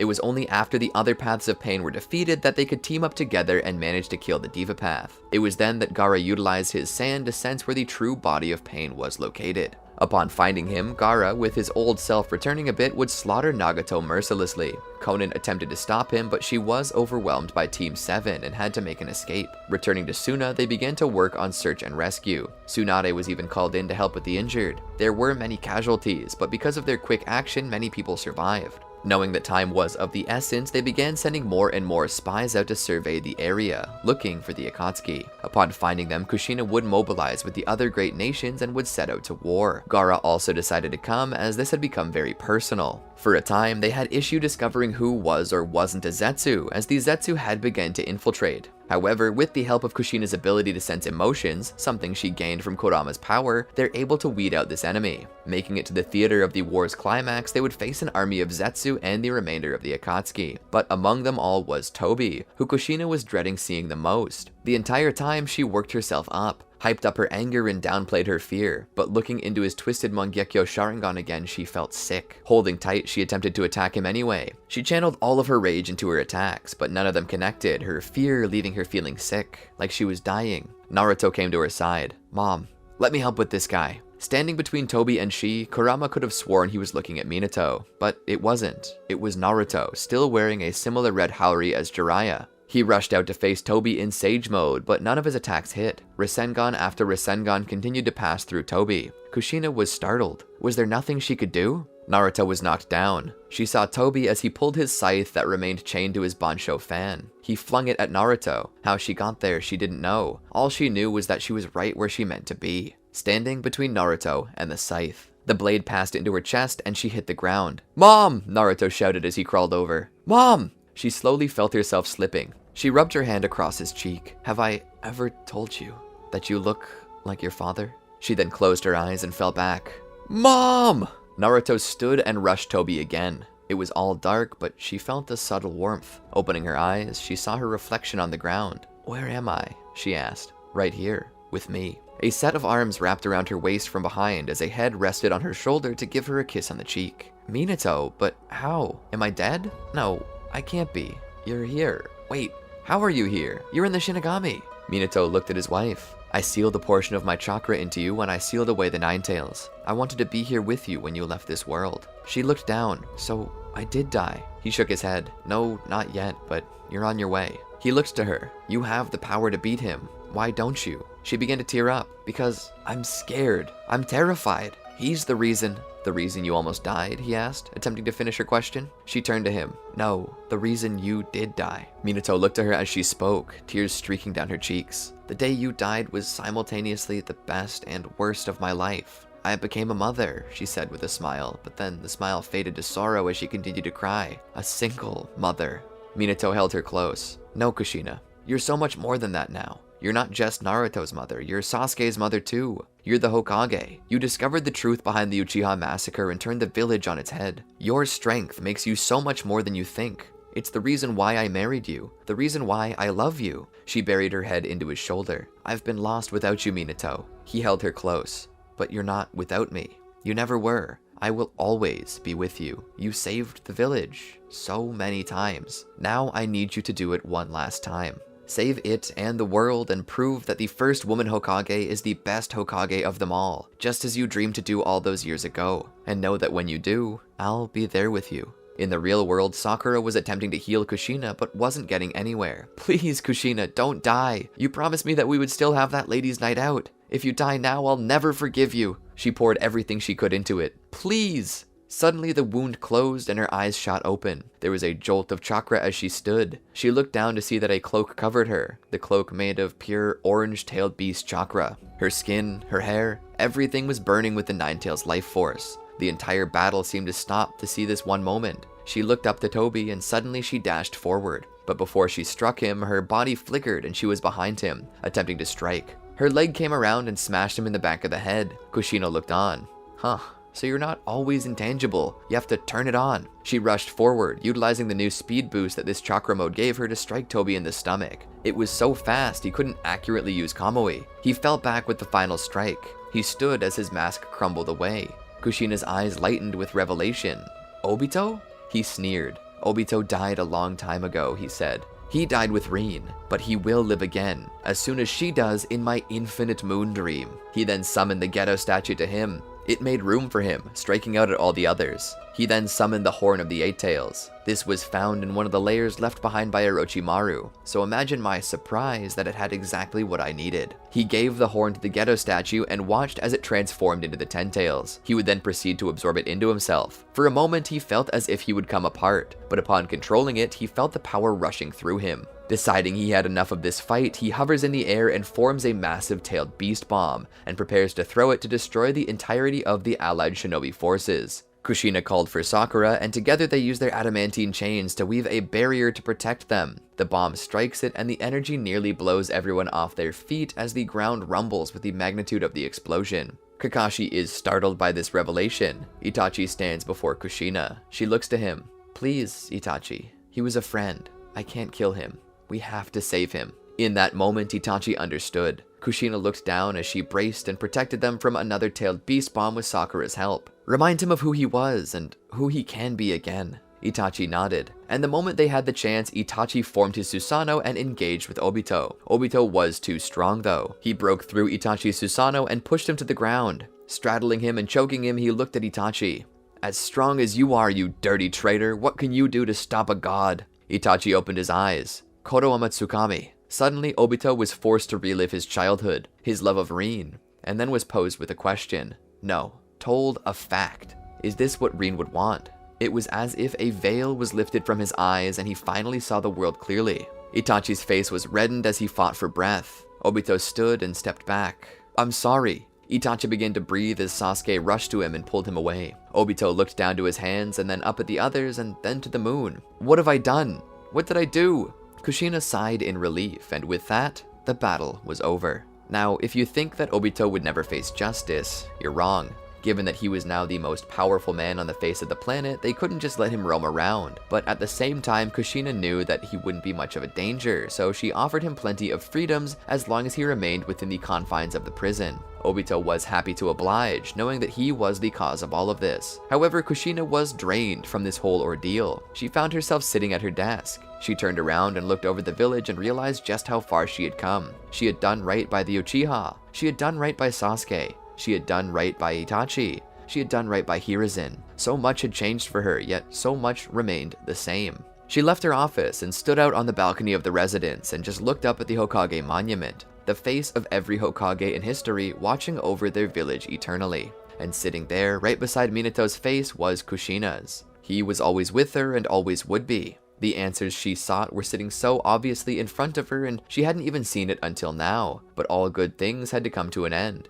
To be frank, she was tired. Everything she had done, experienced, it was all getting to be so much. She was beginning to long for that time that she was just a simple housewife, dreaming of motherhood. She began to think that it was time to go back to that. She looked out over the village once more. Minato, I hope you see this. I hope you're proud. I love you. After this, she passed the Hokage title to Tsunade. She wasn't super interested in it, but she knew that Kushina deserved her rest, so she promised to hold the position until Naruto could take it. She also commanded that her face on the monument be beside Hashirama, so that the place beside Kushina could be open for Naruto. She believed that family should remain together no matter where they were, and that went for herself and her grandfather, Hashirama, too. Kushina would still have those ladies' nights out with Tsunade and Sakura. And eventually, when she came of age, Tsunade made good on her promise and took her to the largest casino in all of the Land of Fire. Sakura swept the house. It made for a good nest egg now that she and Sasuke were getting married. Kushina couldn't be happier being the bridesmaid of such a beautiful young woman. She cried more than a little on their marriage day. She remembered back to that scared, closed-off boy that Sasuke used to be, and then looked at the smiling, laughing man he had become and could see a very clear difference. It didn't take Naruto long to find love either. He found it with the daughter of Hiyashi Hyuga, her old council member and friend. As times passed though, various issues cropped up, and Kushina would be called back to help handle it, such as the threat of Toneri, Momoshiki, and Ishiki. However, her decisions she made in the past all proved to be good ones, as Obito, ever eager to prove himself, was capable of putting down each and every one of these threats with Naruto's help. And yes, eventually Naruto did become Hokage. Kushina would also be blessed to see her grandson and granddaughters, as not only did Naruto and Hinata produce Boruto and Himawari, but Sasuke and Sakura had produced Sarada. These moments were her golden years, and they felt every ounce like gold. Witnessing the birth and lives of her children, she was blessed to get this far. If only Minato could have been there with her. But then again, he always was and always would be. And that, my friends, brings the story of Kushina as Hokage to a close. That was a great video series. So great in fact that it not long after needed to be followed up on by another great series of a similar vein. But instead of Kushina being the one to survive, it was Minato. I know I had a heck of a lot of fun making this one, and I know you all loved it too, so that's why it's number 2 on the binge list. Enjoy! The air was cold. The wind was blowing. The night had gone from tumultuous to an eerie calm in a matter of moments. Or was it hours? Time had ceased to hold any meaning for Minato Namikaze. All he knew was that the cold touch of Kushina's cheek against his arm was like liquid nitrogen to his soul, freezing it over in a solid block of ice. There was a ringing sound in his ears. The tailed beast bomb from earlier, as well as his own mental state, had seemed to leave him partly deaf. He saw Shinobi rushing in, Hiruzen rushing in. The former Hokage stopped before him, kneeling down to his level, grabbing his shoulders. "Minato! Minato!" he called out, as if there was nothing more than static over the radio. Hard to hear, harder to understand. Hiruzen shook him. "Minato!" The glazed eyes of the fourth Hokage blinked once and then looked to the man he had succeeded. "Are you okay?" Hiruzen called out. The answer was a blunt and resounding no. Physically, he was okay, but mentally, spiritually, he felt like a ghost, a shadow of himself left behind. The village was saved, but his entire world had come crashing down at once. For him, it was as if he were living in a post-apocalyptic wasteland, a wasteland covered in flowers and fresh water, none of which held the same meaning that they used to. He tried to think back on the events that led him to this moment. What was it that had brought this on? Why was he where he was now? It was as if he were having some form of selective amnesia, likely caused by whatever traumatic event left the lifeless body of Kushina in his arms. The only way to recover was to relive what had happened to him and reach some sort of closure. Closing his eyes, he began to remember. He was in an old stronghold, protected by Anbu. Various nurses, and even Biwako Sarutobi, Hiruzen's wife, was there. Kushina's water had broken. Minato was about to call it a night at the office when word came that Kushina was going into labor. He would rush to his home where Hiruzen had already sent armed guards. They loaded her up into a palanquin. Traditionally, every Hokage possessed one, but they were rarely used, as the term Hokage was more akin to a verb than a noun. However, this was one of those rare occasions that they came in handy. They began to make their way to the stronghold under cover of night. Upon reaching the location they were headed for, they helped her out and led her deeper into the stronghold. It was like a maze. There were secret rooms and dead ends everywhere, and beyond this there were traps. Most were not active currently. That's why this was the perfect place for her to give birth. It was away from the village to minimize risk should the beast escape, and the tangled web of corridors and passages was enough to confuse and possibly kill any insurgents who would do her harm. Minato could think of no safer location for his wife to bring new life into the world, their precious child. Bringing her into the room where she would give birth, they prepared her for labor. They laid her down on a flat stone slab. It was cold and comfortable. Minato by this time was already a nervous wreck. A warrior in the battlefield and a shinobi without peer, and his face was already devoid of all color. He began to make use of his excess gear though. Folding the flak jacket he wore, he wrapped it in the Hokage Haori, the symbols depicting the number 4 clearly visible. Suddenly he felt panic well up in his solar plexus, radiating out across his entire body, shaking at the kanji. The word for the number 4 was also shared with the word for death. For so many it was an omen, and so many people attempted to avoid the number 4. Minato was not one of those people. To him, a number was just a number. But at the same time, today he didn't want to take any chances. He unfolded the haori and turned it inside out, refolding it over as Biwako prodded him to get a move on. She was going to have a baby any moment here and he was just standing around. He was surprised to hear how quickly she was going. "She's already starting to give birth. Hurry, Minato, tend to that seal." He stuttered for a moment and then replied to her using honorifics, forgetting that he was the highest ranking member in the room. No, maybe he wasn't the highest ranking member in the room, and he subconsciously knew that,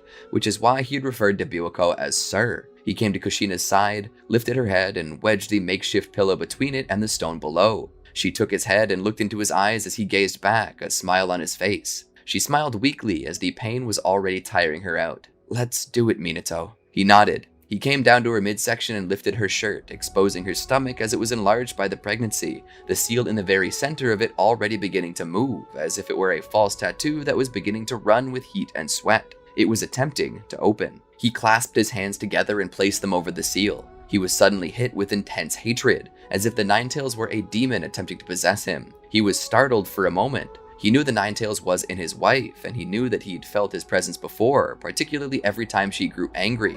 But he'd never felt it this strongly before. Was this what she'd always felt? Such a horrible feeling. Pure malice and hatred. The way she carried herself made him believe she was immune to it, but right now, as the burden was shifted to him, he began to wonder if he could truly handle this. He shook his head and slapped his cheeks and took a deep breath. He widened his stance a little and placed his hands back on the seal. He began to pour chakra in and more Fuinjutsu formula. In order to maintain concentration, he began counting down from 1,000 in increments of 7 to keep his mind sharp.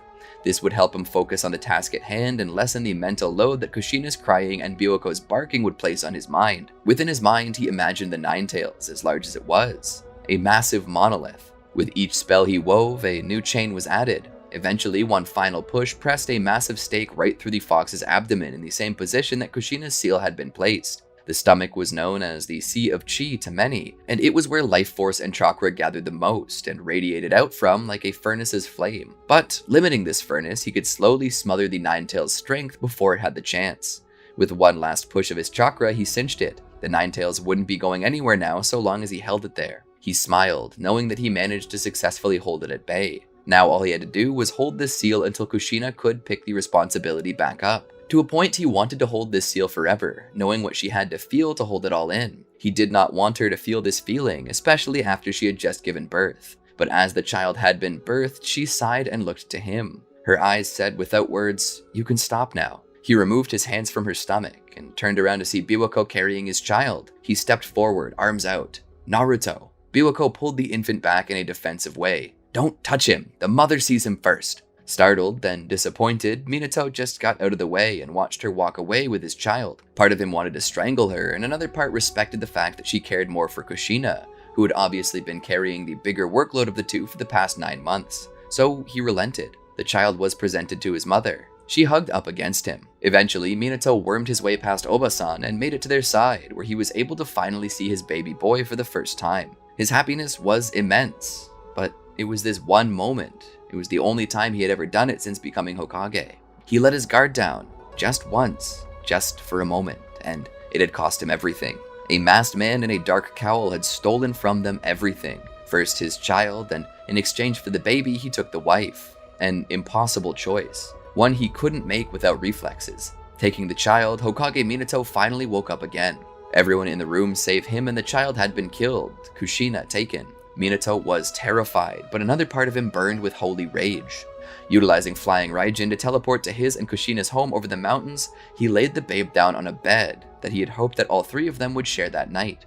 The child was sputtering and sniffing. He hated to leave him alone, but there were other things to take care of. But he would not leave his child without comfort. Even if the babe could not understand, he would say it anyway, a solemn vow to bring his mother back. He turned around and put his flak jacket on. He witnessed the marked kunai on the wall. He had left it there, not just for ease of travel, but as a reminder to his wife, to Kushina, that he would always come home no matter what. Now he was home, but he was without her. In the distance, he heard the roar of the Ninetales. The village was in trouble. With a simple movement, his haori was on, and the husband and father he once was had been replaced with the strongest shinobi the village had produced to that point. And if that was bluster, then call him a liar. But for that one night, for his son, his wife, his village, he would make it true. He stepped out into the night and raced to his wife's side.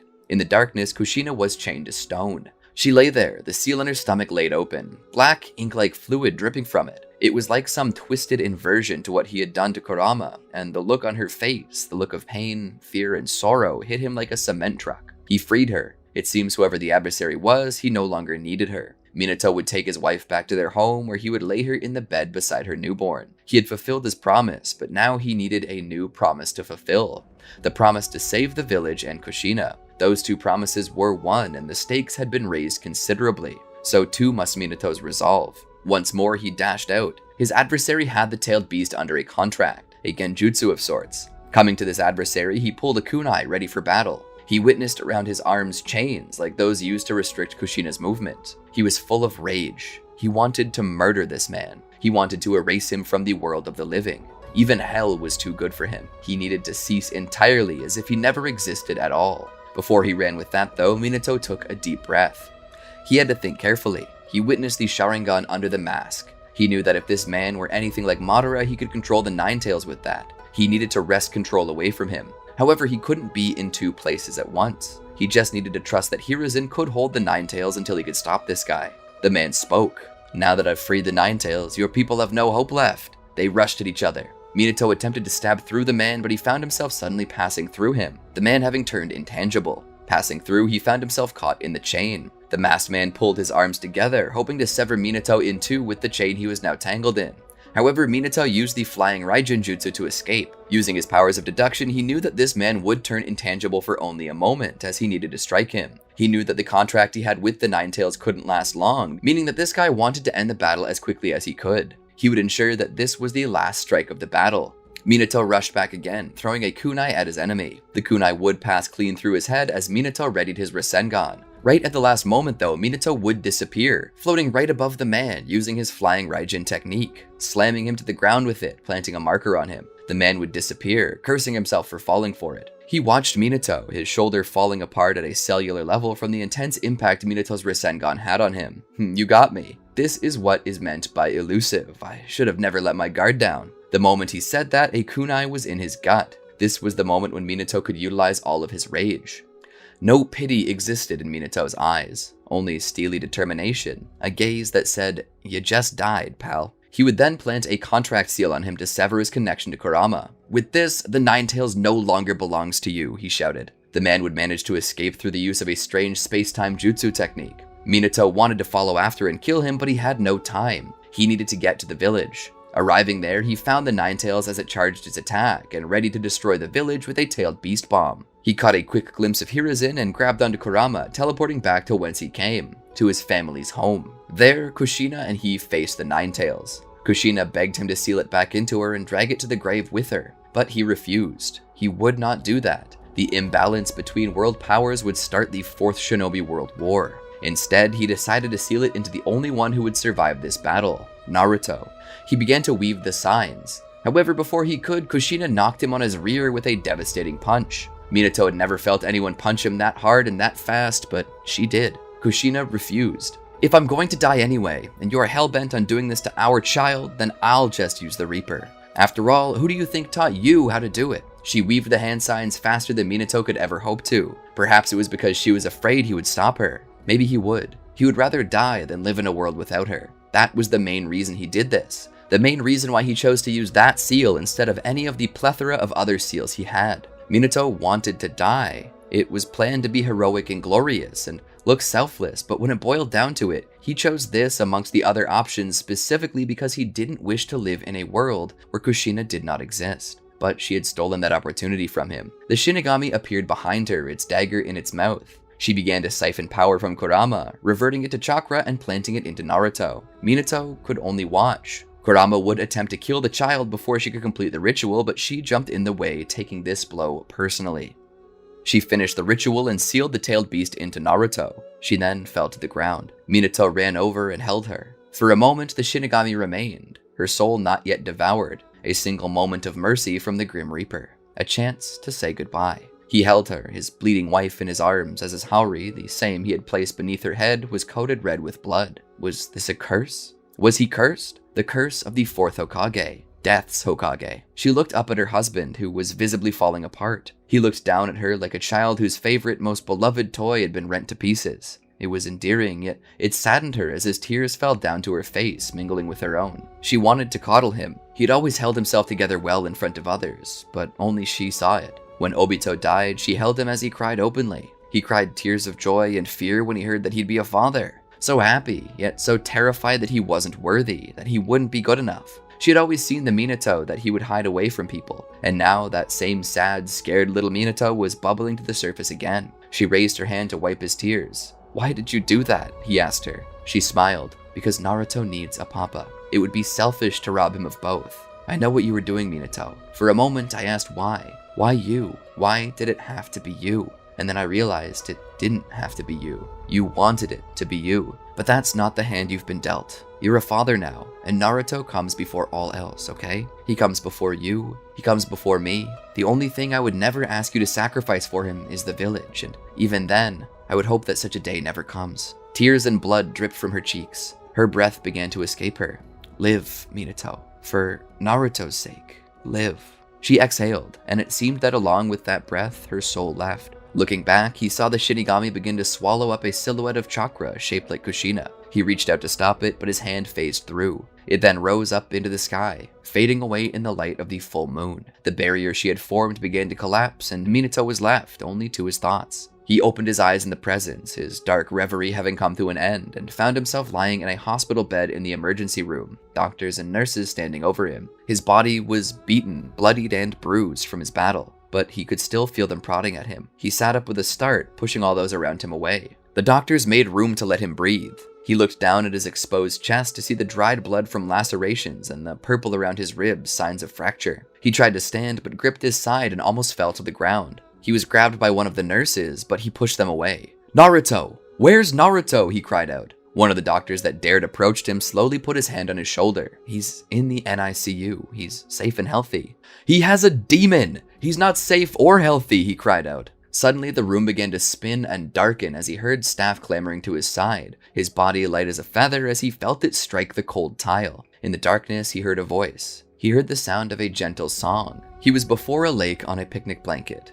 lying in Kushina's lap as she gently stroked the top of his head, uttering a sweet lullaby, helping her overworked husband find some rest. When he next awoke, he was lying flat in a hospital bed, an oxygen mask strapped to his face, his body covered in wires.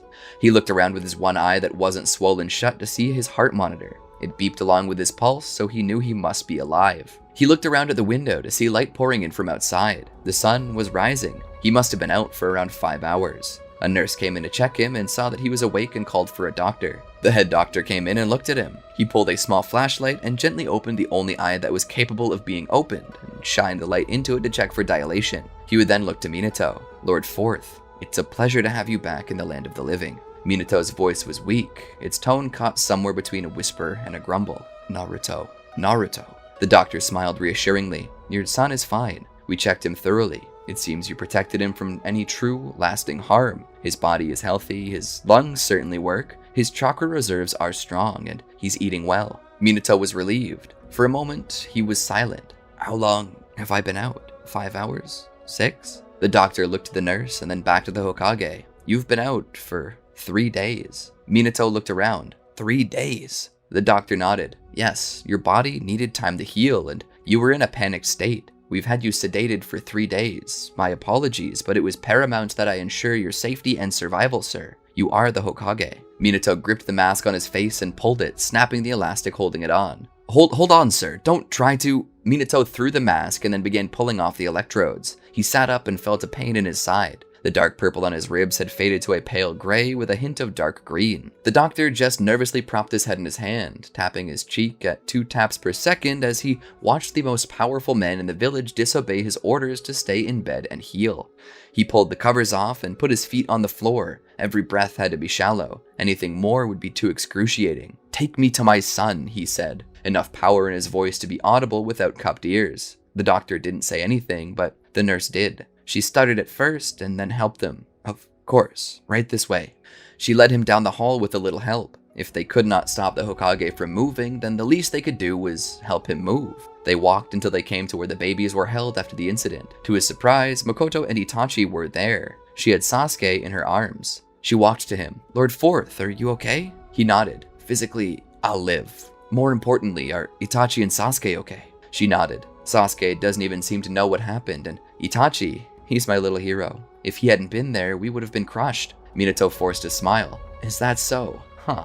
Maybe I got competition. Keep that up, and maybe you'll make Hokage one day. He pat Itachi's shoulder as he passed by him. He looked into the room to see Naruto in a small bed equal to his size, sleeping. The nurse looked on, her gaze switching between Minato and Naruto at regular intervals. She would speak up. Would you like to see him up close, Lord Forth? Minato would nod. She would gently open the door as to not disturb the rest of the babies. She would walk him over. He's completely healthy, sir, she would tell him in a light and gentle voice. He's more healthy than you are. Minato would look at his son. He would put his finger forward and stroke Naruto's hand with it. Naruto's little hand would open and grip onto Minato's finger. Minato would gasp slowly as his eyes would sparkle a little in the presence of the most adorable thing he had ever witnessed.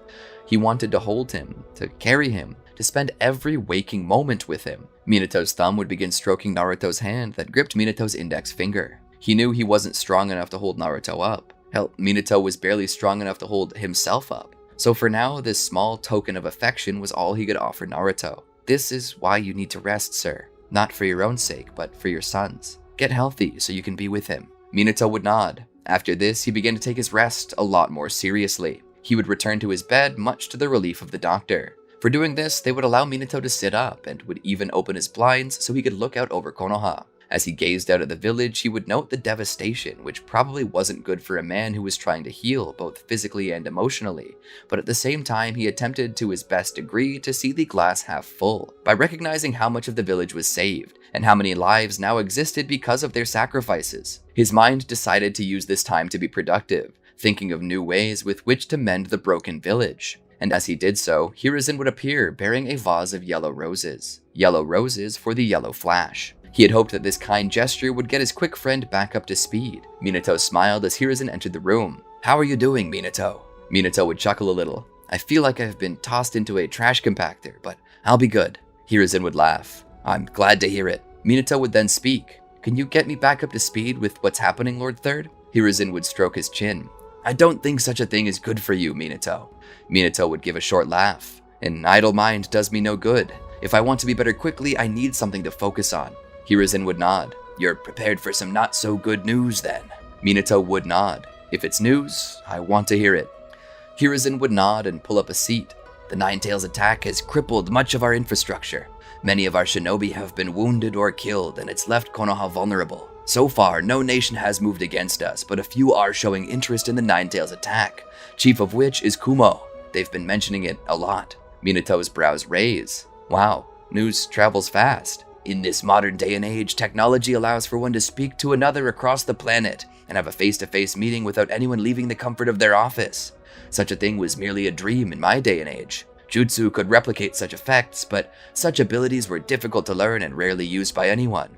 The magic lantern body technique was one such jutsu, but it was hardly reliable and little more than a talking silhouette. Minato would listen to the old man prattle. He enjoyed it when Hiruzen would lose track of the conversation and just rant about the newfangled technology all the young ninja are using these days. Sad as it was, though, Minato needed to cut him off and ask for more information.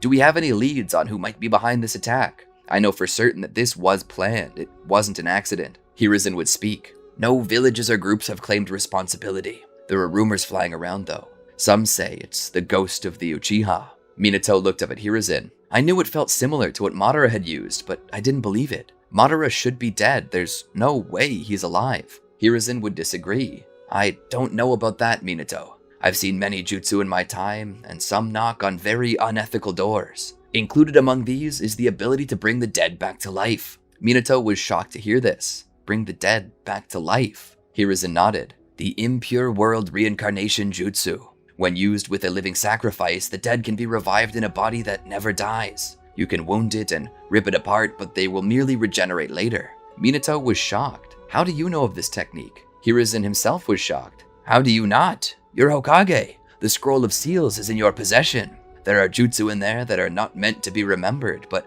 also not meant to be forgotten either. The creation of the Edo Tensei is among them. Minato was completely befuddled. He hadn't studied the scroll. Ever. Maybe now he should. And you said that their bodies would regenerate? Hiruzen nodded. Minato continued. The man I fought that night. I struck him with a Rasengan and his arm seemed to melt off. Would an Edo Tensei do that? Hiruzen thought on this. Their bodies do display some form of decay, which only gets worse the more inexperienced the caster is with the jutsu. It is possible that their bodies could be so fragile that they would fall apart. Minato's mind was set ablaze by this. If it was true, this could be Madara Uchiha. But the true question was who the caster could be. Minato asked that much to Hiruzen. Hiruzen sat back in his chair. That's the issue. There's a flaw in the impure world reincarnation jutsu. If the Edo Tensei manages to learn the proper hand signs, they can break control from their caster. The one who summoned them then can no longer control them, nor can they unsummon them. Their summon is left to the world in an immortal body, never-ending chakra reserves, incapable of dying.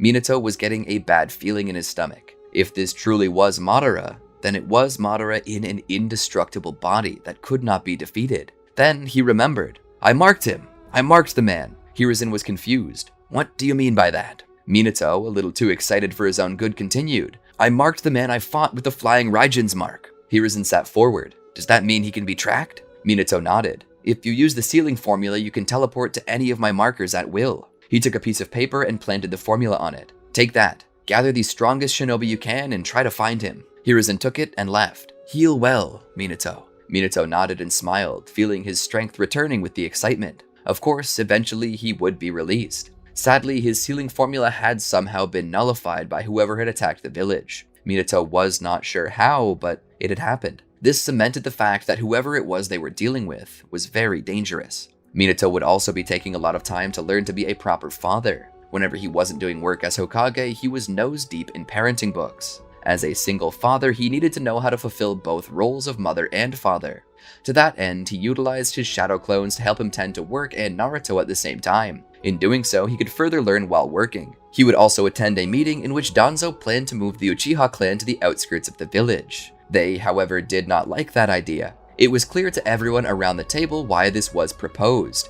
It was to keep a better eye on them. And while Minato knew his adversary was an Uchiha, or at least possessed a Sharingan, he did not distrust his Uchiha brethren. After all, just because the masked man possessed a single confirmed Sharingan didn't mean that he was even Uchiha. After all, Kakashi possessed one. Many Uchiha perished in the Third Shinobi World War, and he'd be surprised if someone didn't start collecting them from the bodies. As Minato thought that, Danzo sneezes. Minato would listen to the concerns of the Uchiha as they speak, not wanting to go to the edge of the village, and so in return he decides to give them a new location, somewhere closer to the center. After all, in the center they would feel more included, and it would be easier to keep an eye on them as they would be in the middle of the public eye. The Uchiha seem to take that a bit better, and Minato promises that as soon as the damage is repaired, if they want to return to their old compound, they were free to do so. His friendship with clan head Fugaku is able to slowly quell tensions between the Leaf and Uchiha, something Danzo seems somehow a little bitter about. When the war between Konoha and Kumo breaks out, the Leaf begins to display dominance due to quick recovery under Minato's leadership. Then the Hyuga affair happens, due to Kumo's desire to acquire the Byakugan. They use a peaceful visit by their ambassadors as a ploy to kidnap Hinata Hyuga, one of the few Hyuga that do not bear the curse mark of the caged bird, a mark designed to seal the Byakugan after death or during the process of removal. Hiyashi Hyuga is forced to kill this ambassador. Due to this, Kumo demands a bloody payment or it's war. Minato, however, refuses to allow this. Instead, he tells them firmly that Kumo snuck into Konoha to kidnap a member of one of the Leaf's most prestigious clans.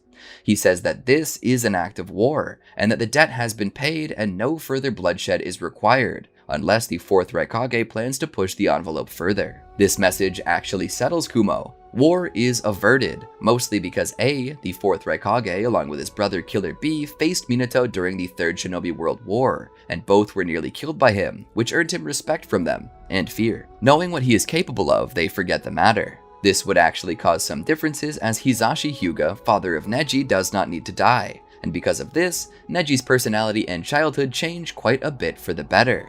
Minato sat in his office, looking over papers and forms, approving some, denying others. This was the monotonous day-to-day work he had to do. As Hokage, people looked up to him for his strength, intelligence, and wisdom, but so often he tended to use less his muscles and more his brain. The dull work he did was not like anything what he believed the Hokage's role would be. When he was younger, he thought that the Hokage spent all of his days fighting strong shinobi, gathering strength through training, and traveling on only the most dangerous and secretive of missions. Tasks so secretive that mere civilians couldn't even tell that they had been happening, let alone what they were actually about. But as it turned out, the Hokage was a paper pusher. Minato liked to keep busy. Physical tasks helped him focus on a single thing, while mental tasks such as these felt impossible as he couldn't tear his mind away from what he was thinking about. And right now, he couldn't help but feel as if his family was shattered and that it was his own fault. To be honest, Minato was tired. He barely slept since the Nine-Tails attack. The moment Naruto opened his blue eyes, they didn't shut. As an infant, he required constant attention. He cried on an hourly basis, sometimes with no break in between. And his sleep schedule was all but a tattered mess. Naruto, being a carefree baby without any responsibility, tended to sleep during the day, but at night, his wailing and need for attention really made Minato question his and Kushina's decision to have children. Not that he didn't love Naruto, but he just realized that Kushina was left vulnerable from the process, which eventually led to her demise, and now that she was gone, Minato having to raise the child himself and tend to the village, it was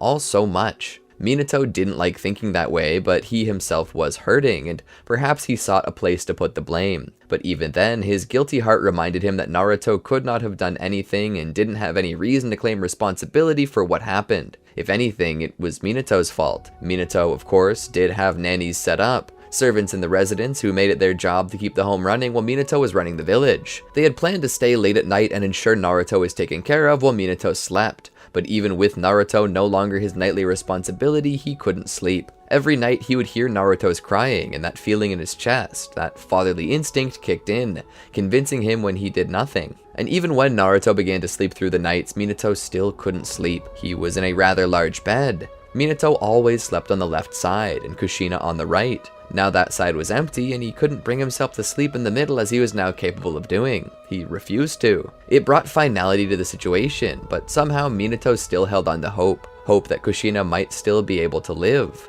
to be somehow resurrected and brought back to him.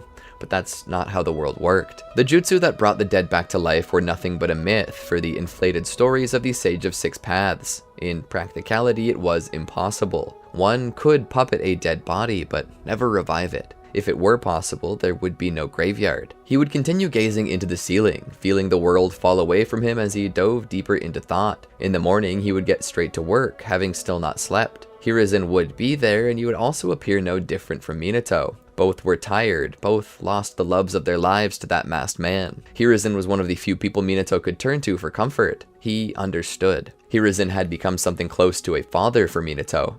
Minato had lost his parents at a young age, and so all he really had in the world was his work. That was how he became as good as he was, but Hiruzen filled that role, the role of father. Despite appearances, he was really good with babies. Minato was in awe, but Hiruzen explained that he had done it before, twice. In fact, one of his sons Minato worked with often, Asuma.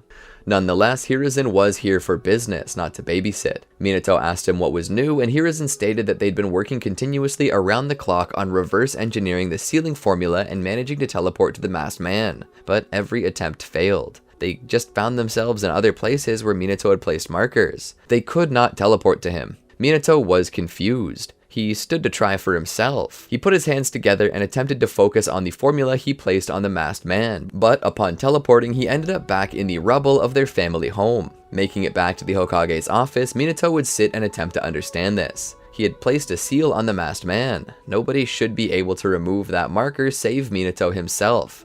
Yet for some reason, it didn't work. This had never happened before. Curse of the Fourth, he said bluntly. Hiruzen looked up at him. Surely you don't believe that old wives' tale, Minato? Minato shrugged. I don't know anymore. I didn't believe it going into it, but now that I'm the fourth Hokage, I'm seeing things happen to me that shouldn't happen to me. Surely you've seen the vandalism recently. Hiruzen had seen it. In the days following the Nine-Tails attack, a young boy, Irika Umino, had angrily vandalized Minato's face on the monument, spray painting the word Death's Shadow on the statue's forehead. Minato, since the Nine-Tails attack, had begun to be called the Shadow of Death and Death's Shadow, as on the day of Naruto's birth, everything fell apart. They forced the young academy student to clean up the mess personally, but Minato elected to forget it thereafter. Perhaps he was right. If he had changed anything that night, none of this would have happened. He could think of things he could have done. He could have chosen Kushina's safety over Naruto's. He could have gone after the Nine Tails and teleported it far away from the village to give him time to deal with the masked man. Hashirama Senju had dealt with the same situation once, yet when Hashirama had handled it, everyone but Madara, or so it seemed, had survived. He couldn't help but feel that if he were stronger, or if Hashirama had been in his place, that things would have turned out for the better. Minato felt his strength was overhyped by the people. He was not worthy of the title Hokage, and many nights he told himself, "Tomorrow I will resign." But that day never came. Time continued to pass quietly. Eventually, the attack of the Nine Tails began to fade into ancient history as life resumed.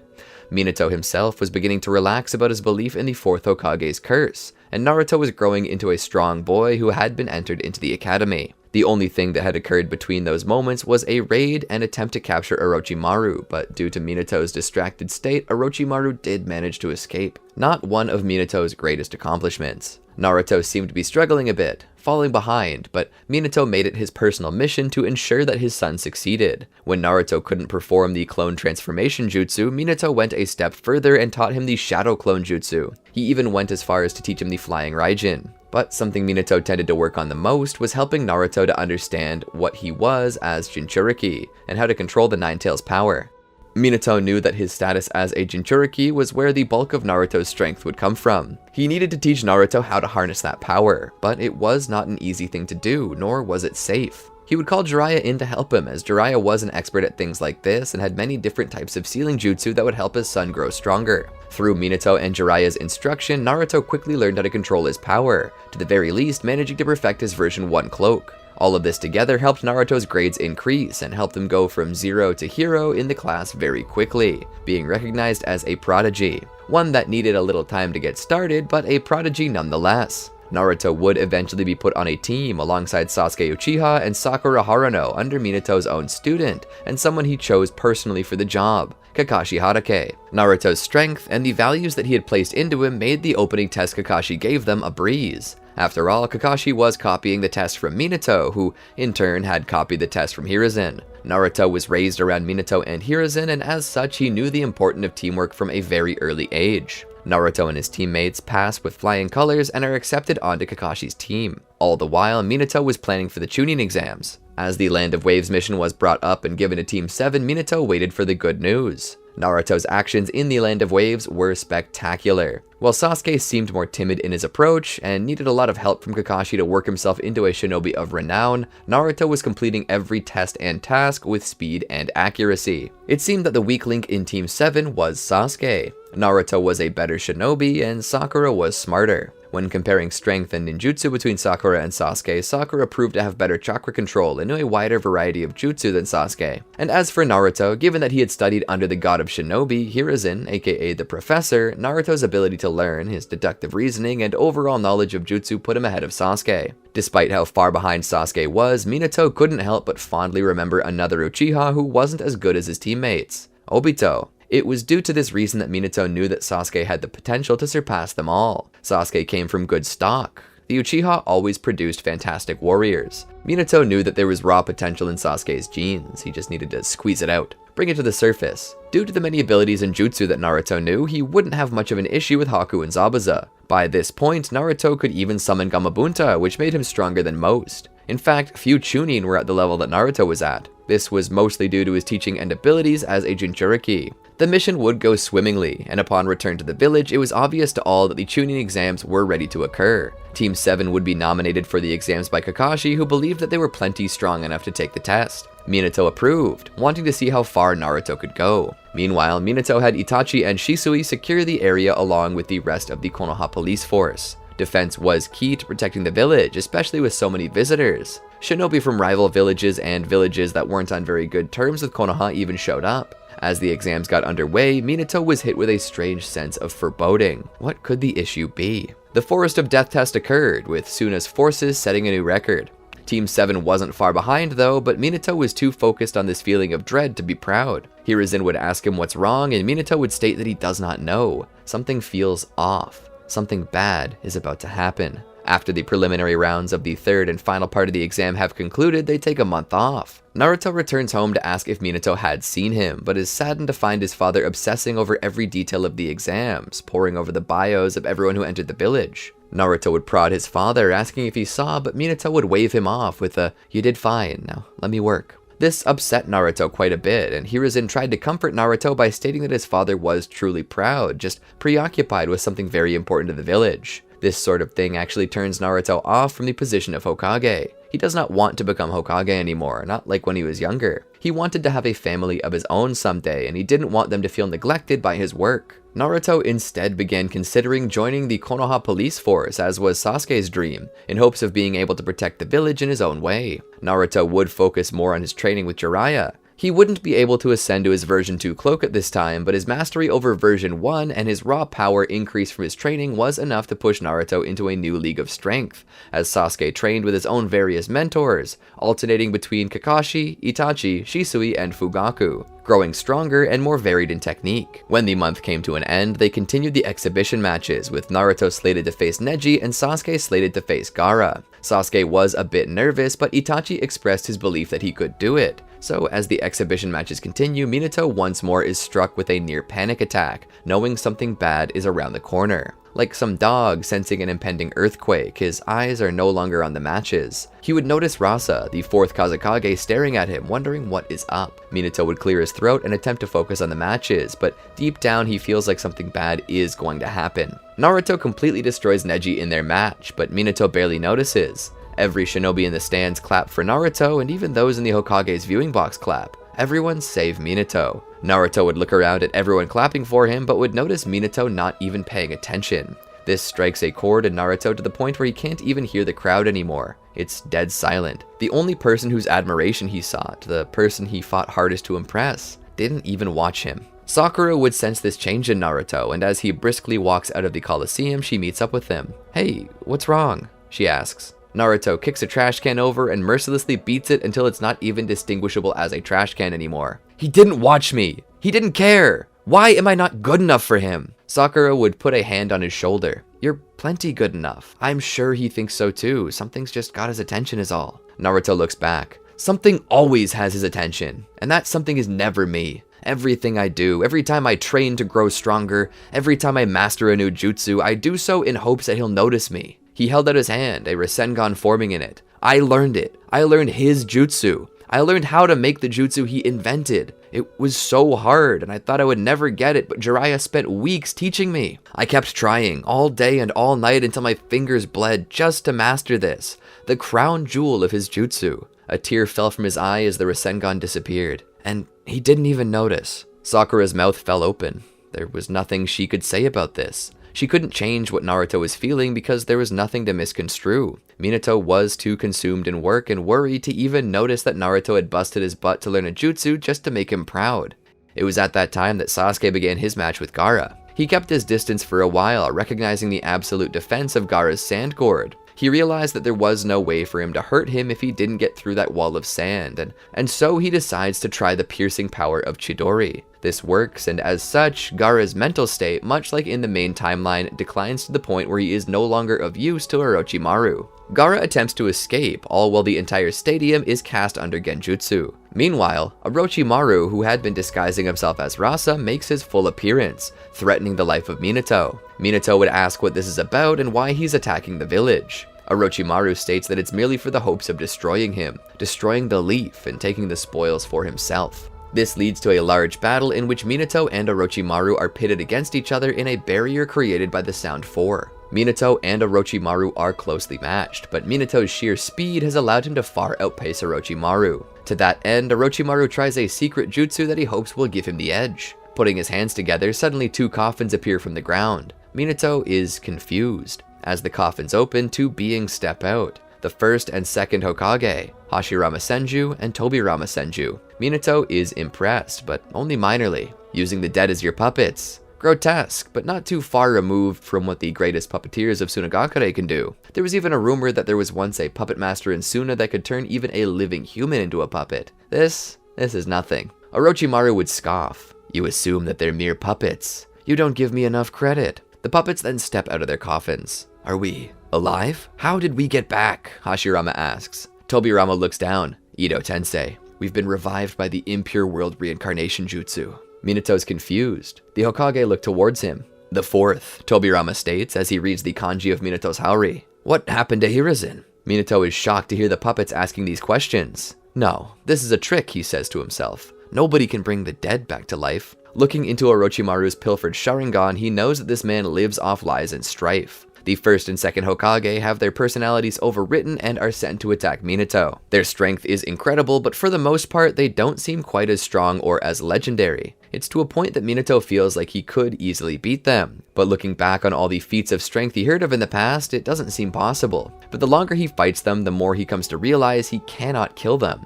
No damage lasts. Even paper bombs cause them to merely regenerate lost limbs and body parts. He doesn't know what to do, so he rushes Orochimaru anyway and grips onto him and threatens to kill him if he doesn't undo the jutsu. Orochimaru would do just that with a smile, allowing the previous Kage to return to the land of the dead. Minato would then have Orochimaru arrested. The damage done to Konoha is limited and few people were killed. With this over, Minato breathes a sigh of relief, the moment he feared having passed along with his anxiety. Minato would then meet with Hiruzen and tell him everything he saw. Hiruzen is shocked to hear this, but nods, telling Minato that Orochimaru made use of a technique known as impure world reincarnation. He tells him it was a technique invented by his mentor and previous Hokage, Tobirama Senju. However, due to the sacrifices needed to make it work, it was labeled as a kinjutsu and sealed up. It's not long after that Minato is sitting at a table with Naruto, the two eating together. It's dead silent. Nobody's talking. Naruto won't even look up at him. Minato asks what the issue is and Naruto just ignores the question. Minato presses a bit deeper and Naruto snaps at him. You didn't even notice, did you?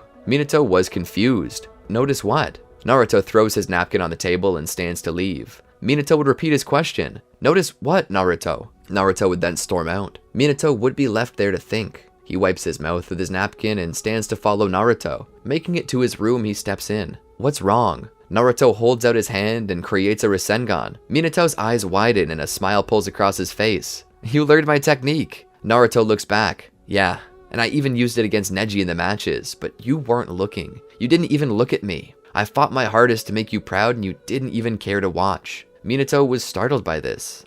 I watched. Naruto shook his head. No, you didn't. You didn't even know I could make a Rasengan. I made a Rasengan 3 times in the battle, thinking you might have missed it. Never once did you react. You weren't watching. Minato stood there, silent for a moment. I had something else to deal with. Something was wrong, and I was trying to figure out what. Naruto scoffed. What was wrong is that you couldn't even spare a second of your attention to notice my new jutsu. Minato cocked his head. That's not fair, Naruto. I can't always pay attention to you. I'm the Hokage. I have a responsibility to keep this village safe. Naruto turned back, his face reddened and his eyes full of wrath. Fair? What's not fair is that I only have a single parent. And what's worse, that parent has to be the stupid Hokage. He can't even spare a single moment of time to be my father. The only time I see you anymore is at supper before bed. We barely even talk at that moment. I've been furthering my shinobi career just so I could intrude into your world a little more and maybe bond with you over work, but that didn't work either. Minato was stunned at Naruto's outburst and left speechless as the boy continued. Hokage. I wish I wasn't the son of the Hokage. You think you've got a responsibility to protect people? You can't protect me. You have a responsibility to me, but you ignore that to play hero. Save people? How can you save an entire village when you couldn't even save mom? Minato suddenly backhanded Naruto across the room. He pushed his finger towards his son. Don't you ever talk about your mother like that again. Naruto sat against the wall holding his cheek, his shocked face once more turning to contempt. I hate you. Minato stood there just panting, his expression turning up a little more as the weight of the words Naruto had just spoken began to sink in.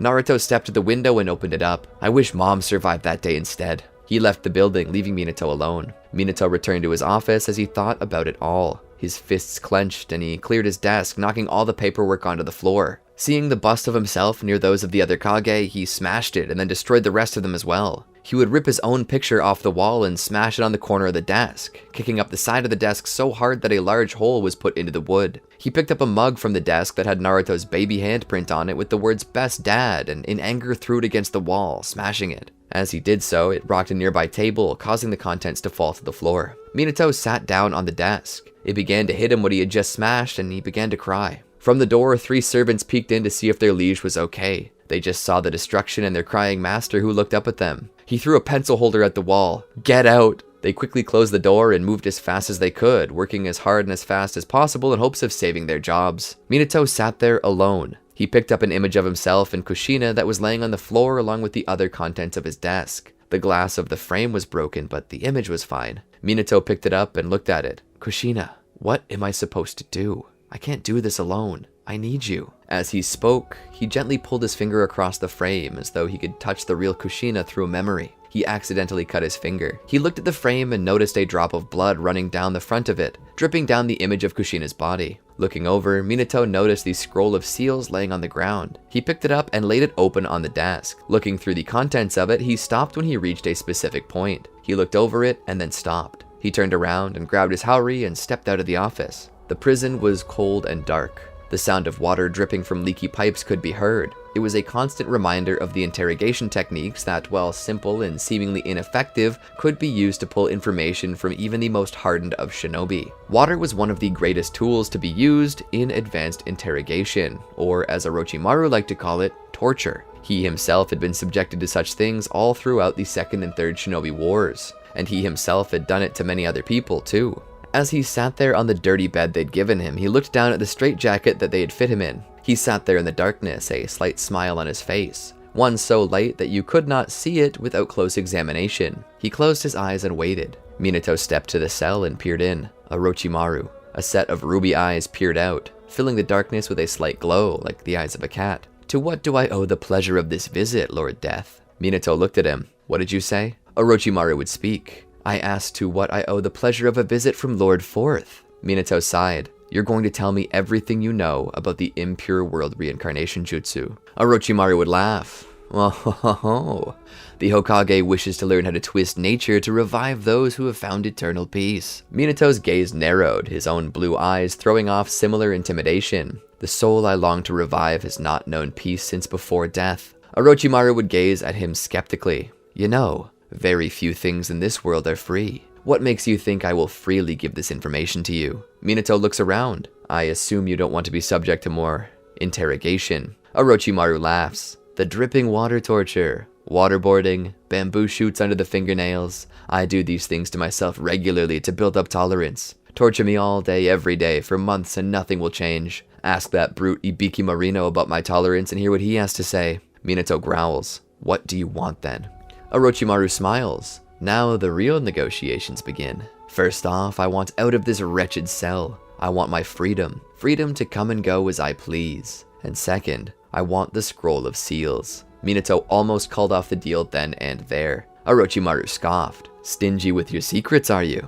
If you won't share your secrets with me, I won't share my secrets with you. Simple as that. If you were capable of deciphering the jutsu in that scroll, then you would not have come to me. And if I can't have the actual scroll, then I merely want the rights to make a copy. I don't care about the actual scroll, only the information inside. Give me that and my freedom and you'll get what you want, and you'll never hear from me again. Minato thought for a moment about it. He then had one of the Anbu near him open the cell. They removed Orochimaru's straitjacket. Orochimaru stood and followed the Hokage.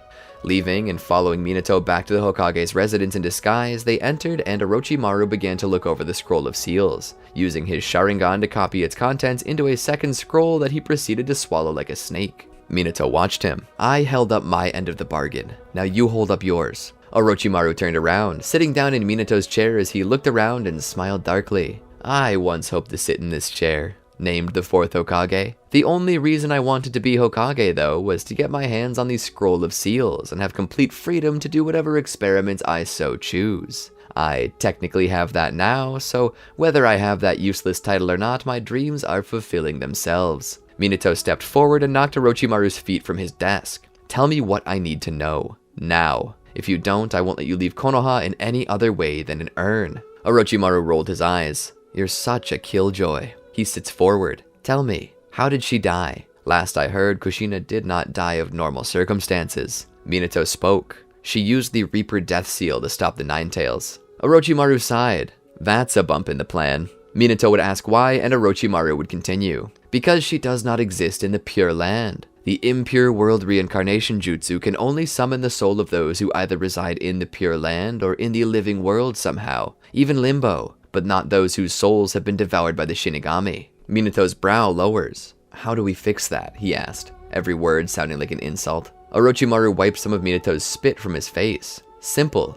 We retrieve her soul from the Shinigami. Orochimaru led Minato through the night. He summoned 2 of his own shinobi, Kimimaro and Toyuya. They greeted their master with a respectful bow. Orochimaru returned it. He led them to the Uzumaki shrine. Within were plenty of masks, many of the same make. Selecting a single Hanya mask, he gave it to Kimimaro and told him that Kimimaro would serve him better in death than in life. Kimimaro nodded and took the mask. Orochimaru explained what he had to do, and without any hesitation at all, Kimimaro pulled a bone blade and stabbed it into his stomach, slicing it open as the Shinigami behind them did the same. Kimimaro would fall to his knees after this and pass away soon after. The souls of those within the Shinigami were then allowed to leave, and that included the soul of Kushina. Meanwhile, Minato stood there and wondered what it was he was even agreeing to. This was unlike him, allowing others to sacrifice their lives to fulfill his own goals. Was it possible that he was becoming as bad as Orochimaru? Orochimaru then cast a genjutsu over Toyuya before she could understand what he was going to do. Orochimaru began to write out a formula on the ground and begin the process. Once the formula was finished, he put his fingers together and finished the ritual. Paper seemed to cover the body of Toyuya as the soul of Kushina was bonded to her. Upon completion, Orochimaru returned to Minato and made a hand sign. I released your wife. She's now no longer under my control. Do with her as you will. I've kept up my end of the bargain. Now, I am leaving. Orochimaru turned and left the area. Minato didn't stop him. He remained a man of his word. He was speechless as he watched. His wife stood there. She seemed a little different, but for better or worse, it was her. He could feel it. He ran over and lifted her above his head and hugged onto her. He began to weep on her shoulder. Kushina, I missed you so badly. She remained silent during the hug. When Minato pulled away, he looked at his wife, but she wasn't smiling at all. She just gazed into him, not even looking into his eyes. She was looking through him, into his very soul. He asked her what was wrong, and she simply responded by asking a question. Minato, what did you do? Traitor! The voices cried out in the night. Voices churning, the clinking of old farming equipment and weapons from the Third Shinobi World War. Minato looked down from his balcony and at the people below. A mob was forming. Riots were about to begin. He turned and stepped back in. He rubbed his face as he closed the blinds. Maybe if he turned out the lights, they might think he wasn't home.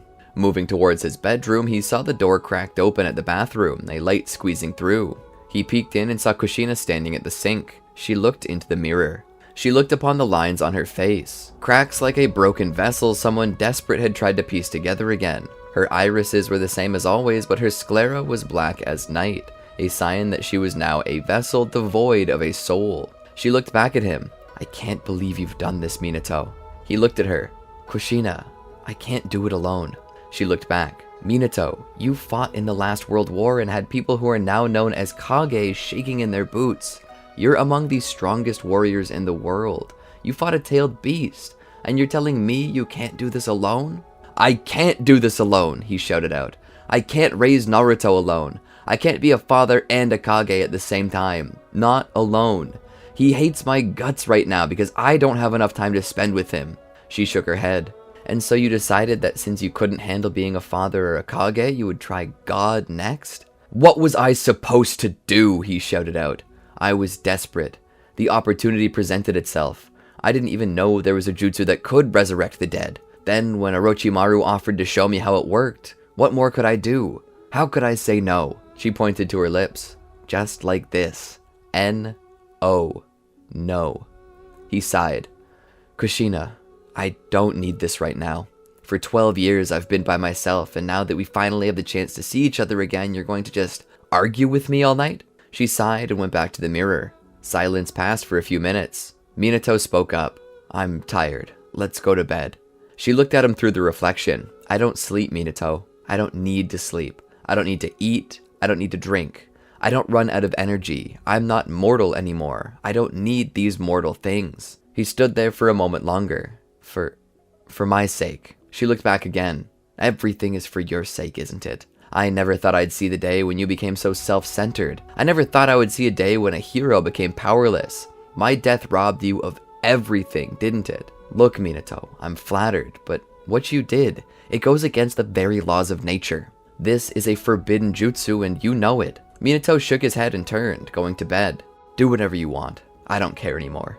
As he hit the bed, he felt more alone than he ever had. Worse than the night she died. He was beginning to see the truth. Kushina was dead, and that hadn't changed. In an attempt to bring her back to life, he merely dragged up an echo, a long-lost sound from the valley of death that reverberated within a cold shell. But he still loved her, and somewhere he hoped that maybe their love could continue. Somehow. Elsewhere, Naruto had been gone for a while. He decided to spend time with Sasuke at his house. Fugaku had attempted to send the boy home, but Makoto had told him that something was obviously bothering Naruto, so he was able to stay the night at the Uchiha clan compound in the clan head's residence. He told Sasuke everything. About the fight, about Minato's lack of care, about the feeling that he was second place to the job of Hokage. Sasuke would scoff. Welcome to my world. Itachi's the one my father hangs every ounce of pride on. I work so hard to reach the same level as him, but my father doesn't see it. All I get is an occasional good morning from the old man. You gotta understand, Naruto, what your father thinks of you doesn't mean crap. What should matter is what you think about yourself. If you think you did good, then you did good. Anyone who thinks differently can go cry about it. You're more than the Hokage's son. Naruto would agree to that, but deep down he still wanted to feel acknowledged. This wasn't about whether he worked hard or not for nothing. This was about his father. As angry as he was, he loved Minato. He idolized him. Minato was everything Naruto wanted to be. He just wanted to make him happy. As he lay there looking at the moon, he thought about his father. I can't believe I told him I hated him, he thought. I can't believe I said I wished that mom survived instead. How could I say that to him? Naruto thought deeply on that moment, and the guilt made it very hard to sleep. The day thereafter, Naruto would have breakfast with the Uchiha clan and thank them for their hospitality. He would then begin his walk home. No, he wasn't walking. He was running home. Jumping from rooftop to rooftop, he made his way back to the Hokage's residence. On his way there, he saw the mob standing in front of the gate. Naruto stopped by the mob and tapped one of the protesters on the shoulder. Hey, mister, what is going on? The man turned back. Your father, the Death Hokage. He let Orochimaru go free. Naruto was confused. What do you mean? The man scoffed. After all the damage Orochimaru did, the lives lost, your father just lets him go. And what did we gain? Nothing. No justice, no reparations, nothing. Naruto couldn't understand this. It had to be a lie. His father was a selfless man and a man of justice. He jumped over the walls and made his way in. Walking in, he found the entryway barricaded and masked shinobi standing about, weapons in hand. He dropped his backpack at the door and made his way deeper. He looked for the Hokage's office. He opened the door to find Minato just sitting there. Dad? Minato didn't even look back.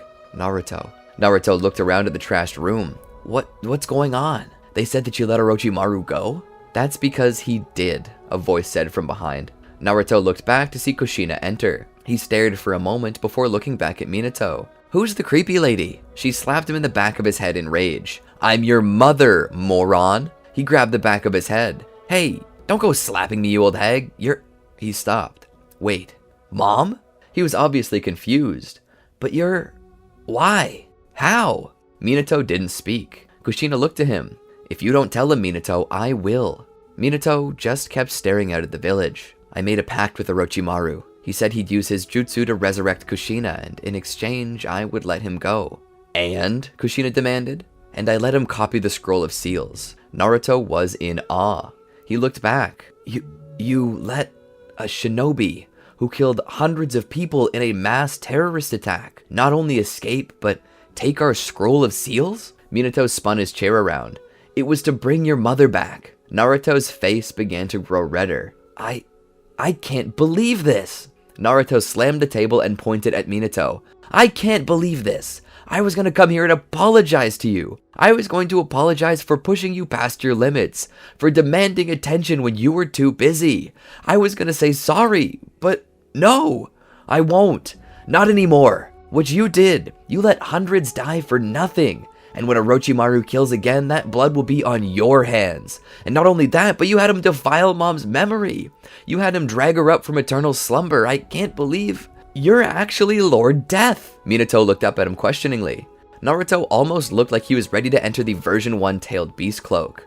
For so long, the kids at the academy, they called you that because of the Nine Tails attack. I punched them.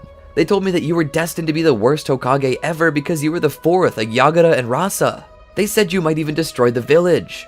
I beat them up and got beat up by them because of that. And now you're proving them right. You just let a terrorist escape. Not for the village, but for personal gain. That's power abuse. He shook his head. I never should have come back here. This was a mistake. I'm not sorry. I'm not sorry I said what I said to you the other day. It wasn't wrong. Naruto turned and left, storming out, not even taking his bag this time. Minato looked up at Kushina. Why are you doing this to me, Kushina? She looked to him. Because there are things you need to set right. She stood in front of his desk. Don't think for a moment that I don't love you anymore. I love Minato, the one I knew. The one who stood up for what was right. The one who wasn't afraid to sacrifice. The hero. Nobody likes this version of you, Minato. Everyone wants to see the hero. He looked at her. Nobody wants to see the human side of me though, do they? I'm some idealistic hero without flaws. Some legend. I'm human too. He walked around the table and sighed, caressing his cheek. She knelt down beside him. I know, Minato. I know better than anyone the pain you hide. The pain you fight through. But you have to understand, this isn't right. People have sacrificed their lives, and you're using their sacrifice to get back something you lost. If you can't be a father, and you can't be a Kage, then choose one. Focus on one and let the other go. Let the Hokage position go if you're no longer capable. It's what Hiruzen did. There's no shame in it. He listened to her speak. Even if I did, Naruto will never forgive me for what I've done. She gave a gentle smile. He will, but you have to set things right. He looked down. Will I have to lose you again? She nodded. Eventually I will have to leave this world and return to the afterlife. But I can't do it so long as my soul is burdened with worry. Worry for you. You need to resolve these problems or I can't move on. Tears rolled down his face. Do you hate me for dragging you back? Defiling your grave? She shook her head. To have one more day with you is worth all the gold in the world. But I would never sacrifice something that was someone else's. That's where you went wrong. You must set it right. You must kill Orochimaru. Outside the village proper, Naruto was stomping off. It was there that he saw Neji and Hinata. They saw his face a mile away and didn't even need to use the Byakugan's power to know that something was wrong. Hinata's face turned red and she looked like she wanted to run away. Hello, Naruto-kun. He looked to her. Hello, Hinata. Neji saw his expression. What's wrong, Naruto? Naruto looked at Neji. I just realized that my father is scum. Surely you exaggerate, Neji said. Naruto shook his head. No. I heard that my father let Orochimaru go, and as it turns out, it's true. But it doesn't end there. I had hoped that maybe, if it were true, that he had some explanation for it. You know, maybe he was having him tracked. Maybe there was a secret threat to the village. But no. I came to learn that he did it all for personal gain. Hinata gasped. Lord Minato let Orochimaru go for personal gain? Naruto nodded. Neji spoke up. What did he get in return? Orochimaru used some technique to bring my mom back to life as a zombie. Neji's eyes widened. A zombie? Naruto's fists clenched. My father. I used to think he was a man of integrity, who put the village ahead of his personal gain. But now I've come to realize that he's no better than anyone else. In fact, he may be worse. Well, I'm not going to let this stand. I'm going to fix this. How do you plan to fix this, Naruto-kun? Hinata asked. He looked at her. I'm going to kill Orochimaru. Surely you don't mean to go all by yourself, Neji said. If I have to. Neji crossed his arms. I would go as well, but I have a duty to my clan. I'll go, Hinata said. And you're coming too, Neji. He was dumbfounded. But Lady Hinata, what about our duty to the clan? She looked to him. I'm still a member of the main family, she stated. Until Hanabi takes my father's seat, I'm a member of the main branch. This means the duty you must fulfill is to protect me. I'm going with Naruto. That means that the only way for you to protect me is to come as well. Neji thought about it. Should we tell your father? She shook her head. We can leave him a message, but we can't tell him straight out or he'll try to stop us. Naruto's brows were raised. He had never known Hinata could be so crafty. Maybe we should bring some others, Naruto said. Perhaps Sasuke. Bushy brows? Neji nodded. Yes, those two definitely need to come with us. He then continued. But have you thought this through completely, Naruto? For example, how do you plan on finding Orochimaru? Naruto's fierce and excited expression suddenly turned to embarrassment. Actually, I don't know. Maybe I can help with that, a voice said from the shadows. The three turned to look. Neji stepped in front of Hinata and readied his gentle fist. A man bearing a swirling orange mask stepped out of the shadows. Who are you? Naruto demanded. The man stood there and motioned to himself. You may call me Toby, he said. I'm a member of a particular organization, a mercenary unit formed of missing nin. You can call us the Akatsuki. Naruto racked his brain trying to find out where he had heard that before. Toby continued, "We know where Orochimaru's base of operations is located. I will gladly take you there." Neji then called out, "Why would you help us? What do you have to gain from all this?" "Orochimaru is a traitor to our organization. When he escaped Konoha, we gave him a place to call home, and instead he attacked us. He maimed one of our members and stole their Kekai Genkai, a set of Sharingan. He also gathered information on us, and if that information gets out to the 5 shinobi nations, then the members of our group may be hunted and killed. In helping you find and kill Orochimaru, I can return to my ally what was lost and destroy the information before he can spread it. And you can avenge your village and reclaim the stolen knowledge he took from you. Does that not sound like a good idea?" Neji pulled Naruto to the side. "Every sense I have is telling me this is a bad idea. We can't trust this man." Naruto looked at Neji. "But what other choice do we have? We'll never find Orochimaru otherwise. We've got to take the chance. If this guy betrays us, we can just jump him." "This is ill-advised, Naruto." Naruto nodded. "I understand, but it's our only shot at cleaning up my old man's mess." He looked behind Neji. "We'll do it. We'll meet tonight at midnight, just outside the gate. I'll be bringing 2 others with me." Toby's head shifted to show he was pleased. He offered a salute to them before teleporting away. That night, the 3 of them prepared to leave. Naruto would stop by Sasuke's place as Neji went to recruit Rock Lee. Naruto looked up at him from the ground below. "We're going to find and kill Orochimaru." Sasuke scoffed. "And what makes you think that we can do this?" Naruto then revealed the plan to him. Sasuke rolled his eyes. "You really are all 7 colors of stupid, aren't you? You can't trust the Akatsuki. My brother's been watching them for months. They're a fringe terrorist organization themselves, with ties to the international political assassination." "I know," Naruto said, "but they're our only chance, and they seem adamant on killing him for maiming one of their allies and gathering sensitive information. And if we're lucky, we might learn a few things too. Stuff we can bring back to the village and use to bring them down. You assume that they'll let us live long enough to do so. Have you even asked yourself why they haven't just hunted him down personally? Why they chose to wait until someone barely Chunin level decides to kill Orochimaru to move? What was stopping them before? What about us makes them want to move now?" Naruto shrugged aggressively. "I don't know. Maybe we're elite shinobi. Maybe they're idiots. Who knows? We'll never know unless we go along with it. So are you coming or not?" Sasuke sighed and turned back to get his gear on. "Someone's got to pull your chaff out of the fire." Together they left and met up at the gate. Sasuke looked around. "Is this all? Are these seriously the only people you've put on your team, Naruto? A kid who can't use ninjutsu, a stuck-up shinobi with the ability to tickle you into submission, and a girl so cowardly that she can't even stand in front of the whole team?" Neji stepped forward, chest to chest with Sasuke, forehead to forehead. "I dare you to impugn Lady Hinata's honor again." Lee stepped between them. "Let us not fight amongst ourselves. We are all friends. We have a mission to complete, so we should all act like professionals, or we will never accomplish it." Hinata agreed with Lee's statement, pulling Neji back. "Let's just do what we came here for." Naruto agreed. "Yeah. Let's just put aside our differences for now and complete this." They opened the gate and stepped out of the village. In the trees away from them, they found the masked man waiting for them. "Shall we begin on our way then?" The group nodded. Together they began to get a move on. Back at the village, Minato was sitting in his chair. He was almost asleep. Kushina stepped into the room and saw him. She had been about to speak, but upon seeing this, her mouth closed and curled up into a small smile. She walked over and knelt down beside him. "I'm proud of you, Minato." He looked down. "I just don't know if I can lose you again." She stood. "There are few things in this world that last. It's inevitable that we'll have to say goodbye again, but when we do, I want you to promise me one thing." "What?" he asked. "Promise me you'll leave me with a smile," she said. For a moment, he was silent. "How can I smile?" "Real easy," she said. "Like this." She points to her upturned lips. "Listen, Minato. Like I said, few things in life last. That includes goodbyes. You will eventually see me again. You just gotta be patient, okay? When I return to the afterlife, don't view it as a death. View it as me going out of town.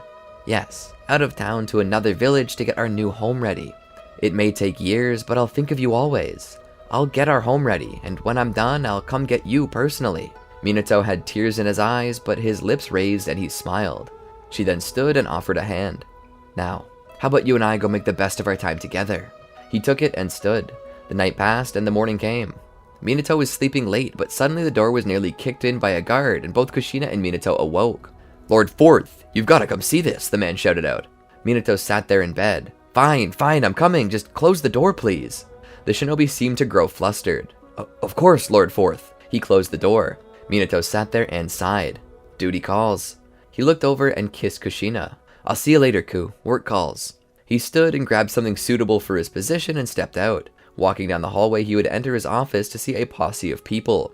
Fugaku Uchiha was here, as was Hiyashi Hyuga, Might Guy, and Kakashi. Minato fixed the positioning of his haori and stepped over to his desk and sat down. "To what do I owe this honor?" he asked. Hiyashi laid a sheet of paper down on the table.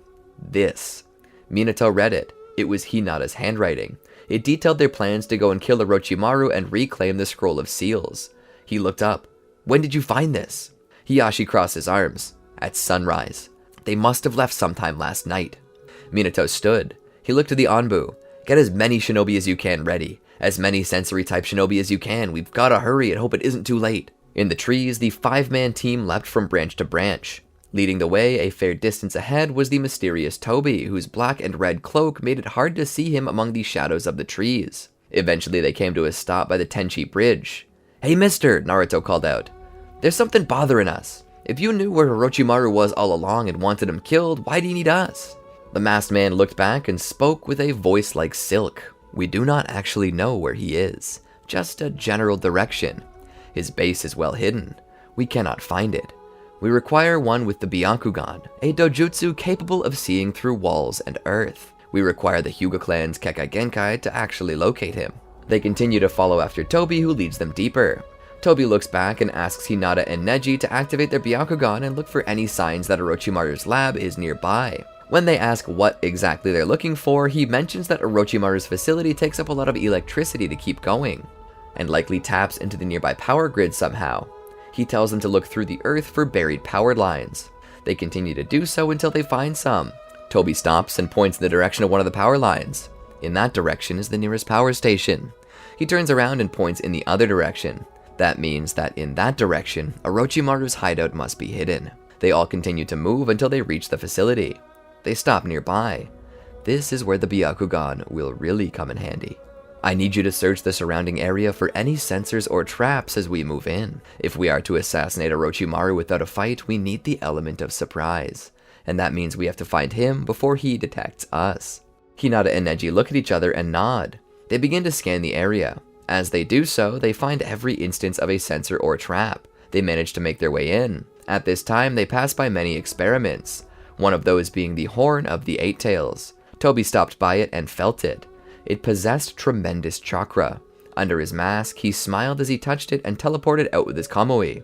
Naruto followed Hinata and Neji in deeper. The Hyuga were leading the way, their eyes and fingers pointing out everything to watch out for. "Someone is up ahead," Hinata said. Neji hugged against the wall and told them to be quiet. Right as Kabuto came around the corner, Neji struck out at him with the 8 trigram 64 palms, taking him down. They then made it deeper into the facility until Hinata mentioned that there was someone behind the door. They gathered behind it and waited. On a count of 3, Rock Lee kicked the door off its hinges and the 5 shinobi rushed in to find Orochimaru sitting on a throne, his leg crossed, his head propped up against his hand. He had a nefarious smile. He knew they were coming. "Foolish children, you managed to hide your presence from my security system, but you did not account for my ability to sense chakra." He stood. "I told your father, the Hokage, that if he fulfilled his end of the bargain, that he would never see me again.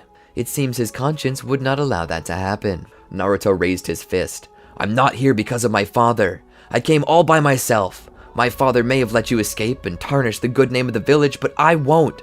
Orochimaru laughed. "So then you really are the village idiot. Kabuto told me you weren't the sharpest crayon in the box, but this? I didn't expect this level of idiocy." They suddenly rushed forward to attack Orochimaru. Sasuke had his Sharingan activated, but they were nothing compared to Orochimaru's. Orochimaru possessed a set of 3 Tomoe Sharingan, and Sasuke currently was only at 2.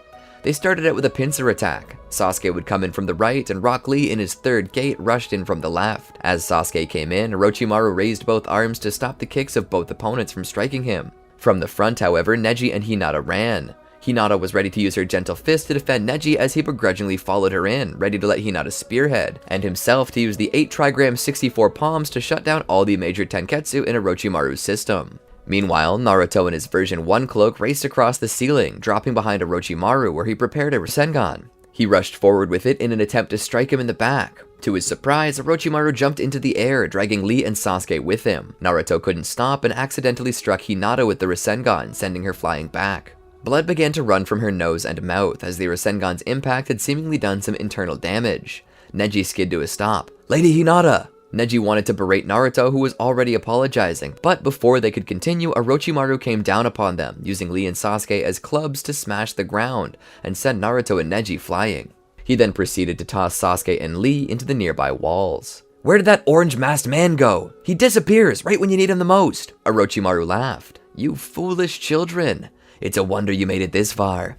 Did you just luck upon this place?" He laughed. He looked over. "You did at least bring me a prize." Naruto looked over to Hinata. Orochimaru stared at her nefariously. The Hyuga are meticulous about protecting their dojutsu, so very few cases of any Byakugan forming without the curse mark of the caged bird. Lady Hinata's are among the few that can actually be transplanted. The only dojutsu I crave more than the Sharingan. Suddenly a man appears behind him. A dojutsu more desirable than the Sharingan. I can believe it, but I highly doubt that it's the simple Byakugan. Orochimaru turns around to see him. "Who are you?" Toby clicked his tongue. "I suppose you wouldn't know now, would you? After all, I'm not one to show my face." Orochimaru noted the cloak he wore. "The Akatsuki, huh? A bunch of fools and short-sighted brutes." Toby stood there. "We're only fools and short-sighted brutes to those too short-sighted to see what we strive for." Orochimaru scoffed. "And what you strive for is anarchy. The fall of every nation and the institution of a single dictatorship that rules by fear." Toby's single visible eye narrowed behind his mask. From behind him, he dropped the chain. "You left the organization you swore your life to, and as such, you forfeited your life. Goodbye, Orochimaru." Toby ran towards the snake. Orochimaru cackled, seeing the bluntness of his attack. A head-on attack? He couldn't be this foolish. He rushed towards him as well. At a certain point, he would come to a stop and extend his hand out. Snakes shot out from them. But to Orochimaru's surprise, the masked man phased through both them and him. Suddenly, Orochimaru found himself caught in the chains. What? Suddenly, the chains were tightened, and Orochimaru was severed in two. Toby turned around and looked at Orochimaru. But Orochimaru rose from his body in the form of a snake and attempted to capture Toby. Toby would phase through the venom. "Oh, come on now. Is that really your last-ditch effort?" Toby would weave hand signs and send a fireball at Orochimaru, burning him up and turning him to ash. Naruto stood and celebrated by pumping his fist into the air with a spinning jump. "Heck yeah, we did it!" Neji was currently checking on Hinata, tending to her. Sasuke stood, gripping his shoulder. "You destroyed Orochimaru's body? Didn't you want to take his Sharingan back from him?" Naruto stopped and listened. Sasuke continued. "I haven't seen any intel on you or your organization, and the single reason you came to take back those Sharingan is now impossible. What did you really come here for?" The others perked up and looked to Toby.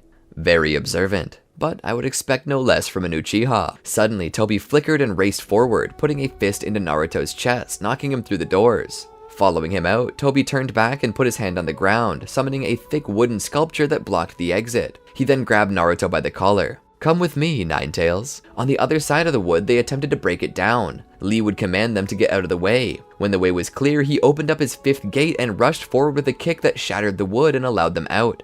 By the time they broke through, Toby was gone, and so was Naruto. Outside of the facility, a very good distance away, Naruto opened his eyes. Where? His blurry eyes cleared just enough for him to make out Toby's face. The man stood there menacingly, finally awake now. Naruto shook his head. How did you know I was the Ninetale?" Toby scoffed. "It was obvious. The way you use its power. I saw your usage of it during the exams, but I suppose that wasn't what gave it away. What really gave it away was me witnessing you gain its power on the day of your birth." Naruto's eyes widened. "Huh?" The man stood there.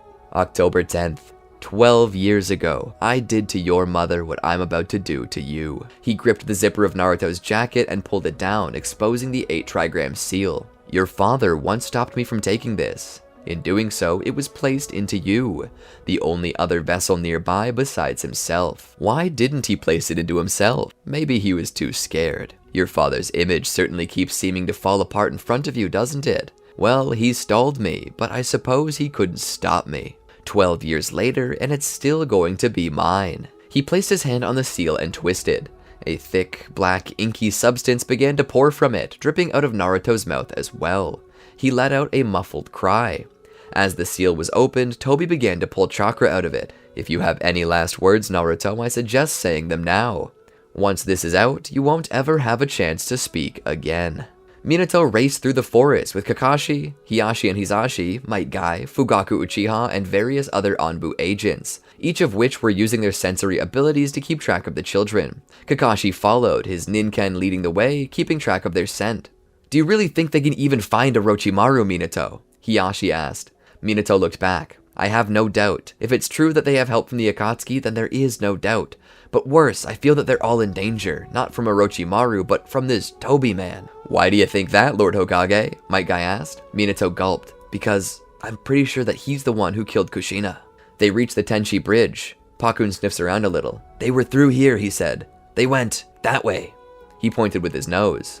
Minato stepped forward. Suddenly there was an explosion in the nearby forest and an expulsion of intense pressure and chakra. There was a loud roar. Minato looked towards the distance and saw the Ninetales. "No! Naruto!" He rushed in that direction, followed closely by his squad. Just like he was known as, the yellow flash of the leaf moved as fast as he could, pulling away from the others, his emotions driving him forward, his legs burning from the speed and intensity of his jumps. But his conviction in knowing that this entire thing was his own fault pushed him forward. "He can still be saved," he said to himself. "Naruto can still be saved. I just gotta put it back in quickly and he'll survive." Those words he used to comfort himself. He came into the clearing, created when the Ninetales appeared. Trees were blown over. In the middle was a set of rocks like Kushina had been chained to, but now dangling by his wrists was Naruto, a cruel recreation of the situation that had led him this far. Nearby, the titanic beast loomed. Minato rushed forward. "Just like last time. I just gotta sever the contract and I can save him." He put a marked kunai in his mouth and wielded two more, one in each of his hands. The masked man stood there. His attire was different, his mask nothing like it was prior, but he was still recognizable, especially by the aura he gave off. An intense hatred. A hatred of the world. Yet at the same time, there was a respect for Minato in his eyes. The man spoke. "Ah, Lord Fourth, I see you too have suffered. My apologies, but I must make you suffer again. Consider it retribution for that night in Konoha 12 years ago." The chain he wielded dropped once more behind the masked man. Minato's teeth sank into the wooden handle of the kunai in his mouth, leaving a depression in the grip. But he took a deep breath. Same battle, same outcome. He rushed forward with his kunai ready. He threw one, and it phased right through the man. It buried itself in the ground behind Toby. Minato teleported and formed a Rasengan. He attempted to rush the man from behind. The man turned and charged once more. Minato threw a second kunai at the man's head, which passed through, phasing with Kamui. Minato attempted to teleport behind and smash the Rasengan into his back, but to his horror, Toby never turned solid. A crater was formed with Minato in the middle. From above, Toby turned solid once more and sent his chain out like a whip to strike Minato, wrapping itself around his throat. Minato fell to one knee and choked as Toby stood above him. "Fool. I thought you were better than this." Trying the same method twice on a Sharingan user. Even spaced 12.5 years apart, if you can remember it, then know I surely never forgot. After all, you wounded my pride that day, and scars take a long time to heal. But know that in this one moment, I finally feel like I'm even with you. Minato grunted and used his flying Raijin technique to teleport to the kunai that missed Toby. He turned around just in time to see a tailed beast bomb rolling across the ground, coming in his direction. He just barely dodged it. He looked up to see Toby, standing atop the Ninetales' head. "Consider this day the beginning of your losses, and the golden age of your curse, Lord Death." Suddenly, the Ninetales was teleported away with Kamui, along with Toby. Minato stood. He then ran to Naruto, who was still dangling by his bonds. He cut the chains and lowered his son into his arms. "Naruto! Naruto!" Naruto was hardly breathing as he leaned against Minato. "Naruto." The boy slowly opened his eyes. "Dad." Minato sat down and pulled Naruto closer. "I'm here." Naruto couldn't even look back. "Dad, I'm sorry," he said as tears began to stream from his face. "I'm sorry that I said that I hated you and that I wish Mom survived instead. I'm sorry I said that. I was mad. I didn't mean it." Minato nodded. "I know, Naruto. I knew you didn't mean it. I forgave you the moment you said it. I could never be mad at you. You're my precious son. If I could have died to bring your mother back, and I knew it would have made you happy, I would have done it." Naruto groped around for Minato's hand. Minato took it. Naruto's breathing was quick but short. "Dad, what's gonna happen to me on the other side?" Minato held him. "You'll find your grandma and grandpa. They'll take care of you for a while, and when I help your mother overcome any regrets she possesses, I'll I'll send her to you." Naruto squeezed his father's hand. "I don't want to die."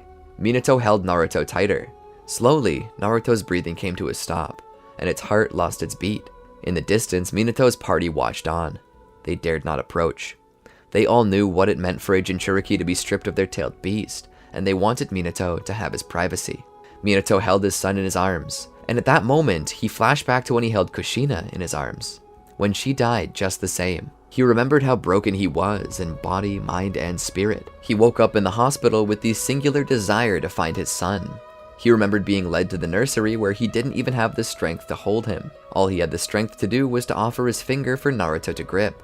And now that hand was still gripping his finger.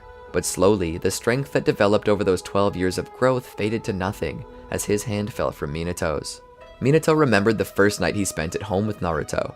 He didn't want to sleep, and Minato found himself holding him, bouncing him around. He recalled laying in bed with the babe on his chest. He had read that babies relax more easily when they're exposed to the heartbeat of their parent. At the same time, he too was being comforted by the infant's heartbeat. And now that heartbeat was gone. The body no longer held life. Minato had just lost the only member of his family left to him. This should not have been. No child should ever die before their parent. Minato sat there, his hands shaking. He looked at the inky substance in the palm of his hand. "Oh God, please. Please help me. God, please help me," he said over and over again as his breathing quickened. He didn't know what to do. He just sat there. As tears streamed down his face, he cried out to the heavens. In his heart, he wanted to kill. In his soul, he wanted to die. He cried out so loudly that the birds hovering above, circling them, began to flee. He pulled out a kunai and placed it on his chest, right above his heart. "No more. I can handle no more." Kakashi would appear by his side. When had he gotten there? Had he always been there? Kakashi gripped Minato's wrist gently but firmly. He pulled the kunai away from his mentor's chest. Minato laid over across Kakashi, who could only hug his mentor. Minato cried, and to a point, even Kakashi did.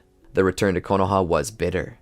A rain began to fall from the sky, as if the heavens themselves were crying over the death of Minato's only son. Hinata was taken to the hospital where they monitored her condition. Neji was there being checked out as well. His injury was in his shoulder. It was a simple dislocation that he would surely survive, but you couldn't tell just by looking at him. Sasuke stood in his room in his home. He had left his own lecture. Closing the door to his room behind him, he punched the wall. Not just once, but twice. Thrice. Multiple times, leaving marks of blood on the wall as his rage-filled knuckles dripped. Sasuke opened his eyes to reveal the presence of a Mangekyou Sharingan. Minato stood before the open grave, wearing all black. Slowly, the casket was lowered into the ground. Minato did his absolute best to hide his tears and maintain his image as strong leader, but how could he? Who would expect such anyway? He cried openly, with only Kushina there to comfort him. Tears streamed down her own cheeks, but she was more concerned about Minato, as Kushina knew that very soon she too would return to heaven to be with her child. But in doing so, she would have to leave Minato. She began to wonder if she even could cast off her regrets now, or if they would bind her to this earth like a wandering spirit. As the dirt was packed, they took one last look at the headstone before leaving. Naruto Uzumaki, born October 10th, a year and a half into the first term of the 4th Hokage, died April 27th, 13 years into the first term of the 4th Hokage. Minato looked at it. 13 was an unlucky number to many cultures, and it was on a headstone beside the number 4. He truly was cursed. The curse of Death's Hokage. Minato stood there and watched as they lowered his son into the ground. He tried his best to hold it together, to maintain his image, but how could he? How could he not cry? Who would expect that much? A man had just lost his only child. Tears streamed down his face as he lost his composure. Kushina would hug him to comfort him, tears streaming down her cheeks as well. She cried not only for the separation of herself from Naruto, knowing that soon she would too join him. She cried knowing how much pain he had to go through. The fear. She cried for Minato, the remnants of a broken man shattered by the final loss.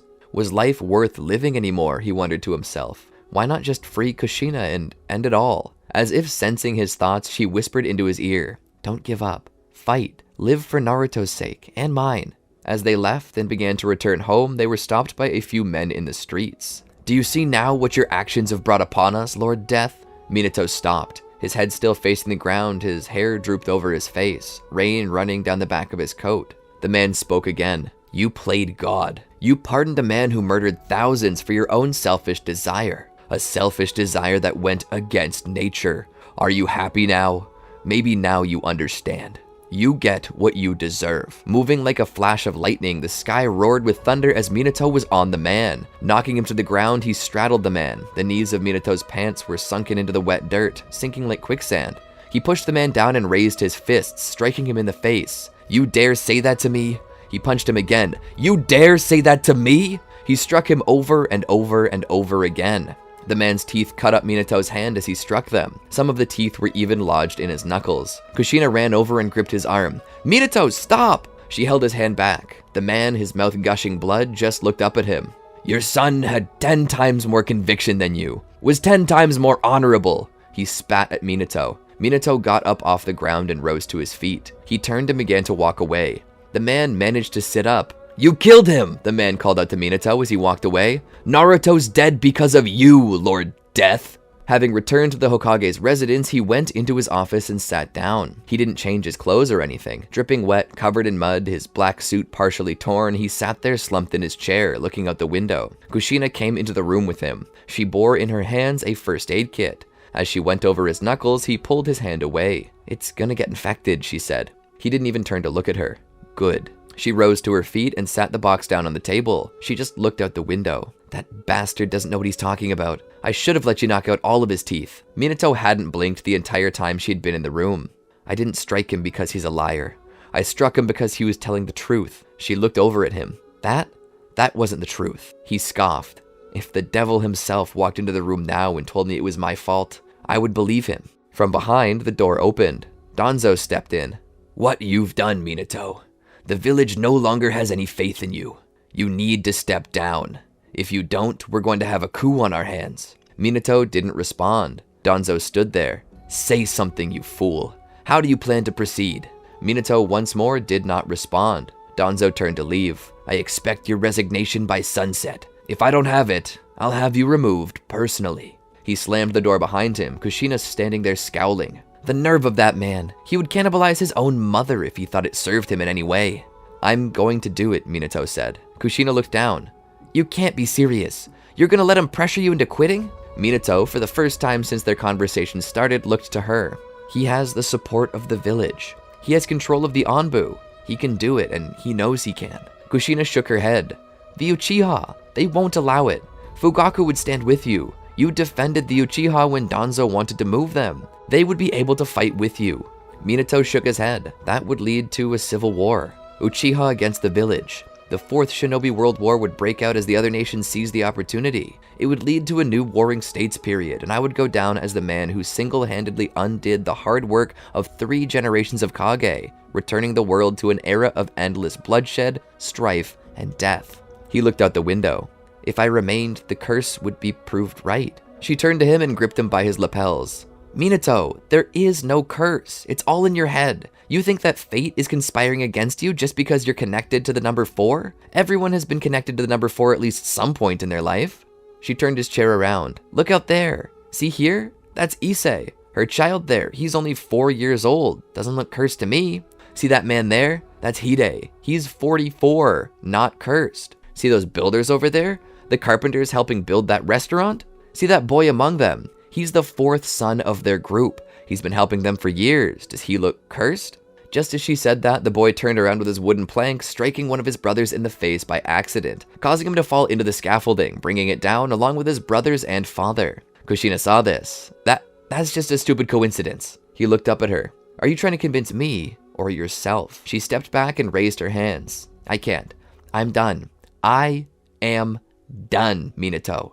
Look, I've been playing nice with you since you got back. I know the loss of Naruto broke you, but I'm sorry, Minato, but you've gotta suck it up. I'm tired of seeing this. I'm tired of seeing you sulk. I'm tired of seeing you give up. This is not the man I married. You're not the man I married. She turned to leave. Let me know when you decide to be a man again instead of this emotional little baby. He struck the table and stood. Shut up, he pointed at her. This all happened because I decided to bring your sorry ass back. I did it because I loved you and I thought I needed help. But all you've done is play against me. You turned Naruto against me. If you hadn't walked in and told him like that, he wouldn't have run off and gotten himself killed. I didn't kill Naruto. You did. She had tears in her eyes, dripping down her cheeks. Are you trying to convince me or yourself?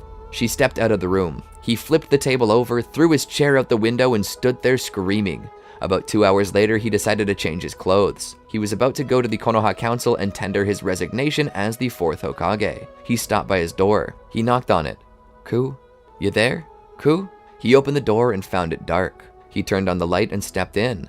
A note was lying on the bed. He picked it up and read it. Dear Minato, I'm sorry to do this to you like this, but I can't face you anymore. Not like this. I don't recognize you anymore. You've lost your will to fight, and you've lost your determination to heal. I'm starting to think that when I died, you died too. I stopped you from doing the Reaper Death Seal because I knew you were throwing your life away. I wouldn't have bothered if I knew you were just going to throw it away regardless. You, right now, are in the position to make things right, and instead of deciding to fix your mistakes, you've decided to run away. You think you're going to get me to follow you like this? If you won't clean up your mess, I will. If you ever decide to be a man again, you know where to find me. With kindest regards, Kushina. He looked at the message. He crumpled it up and dropped it. To be honest, he couldn't say he was surprised. Maybe he had changed, but it was too late to go back now. He was out of office whether he wanted it or not, and if he didn't give in, he would drag the world down with him. He walked to the end of the hall where stood a door. He opened it and stepped in. Inside, sitting at a table, there were 3 people. Homura Mitokado, Koharu Utatane, and last and definitely least, Danzo Shimura. He sat there, still propped up against his cane. Everyone knew he didn't need it. Cursed the old bastard for being so spry in his old age that he could use a cane as a statement piece. Those bandages may cover what he claimed were old wounds from the First Shinobi World War, but Minato could feel his chakra. He stood there and looked at the resignation in his hand. Danzo looked at him, his eyes squinted so hard that they appeared to be closed. I assume this is your resignation. Minato nodded, but as he looked at it, he noted something. I don't talk like this. Danzo looked up. Minato looked at the piece of paper. What do you mean you don't talk like this? It's your resignation. I don't think I'm doing wrong. Danzo scoffed. You've done nothing but bring shame upon the Leaf and its people. Why shouldn't you step down? Minato looked to Danzo and showed him the letter. At the very end, the letter said, Forgive me. I have done nothing but bring shame upon the Leaf and its people. For that, I must step down. The other council members looked at the letters and then back at Danzo. What is the meaning of this, Shimura? He shrugged. The meaning of what? I used the same words by coincidence. The point remains that Minato wrote the letter. I had nothing to do with it. Look at it and match the handwriting if you must. Minato is right-handed, and I can't even use my right hand.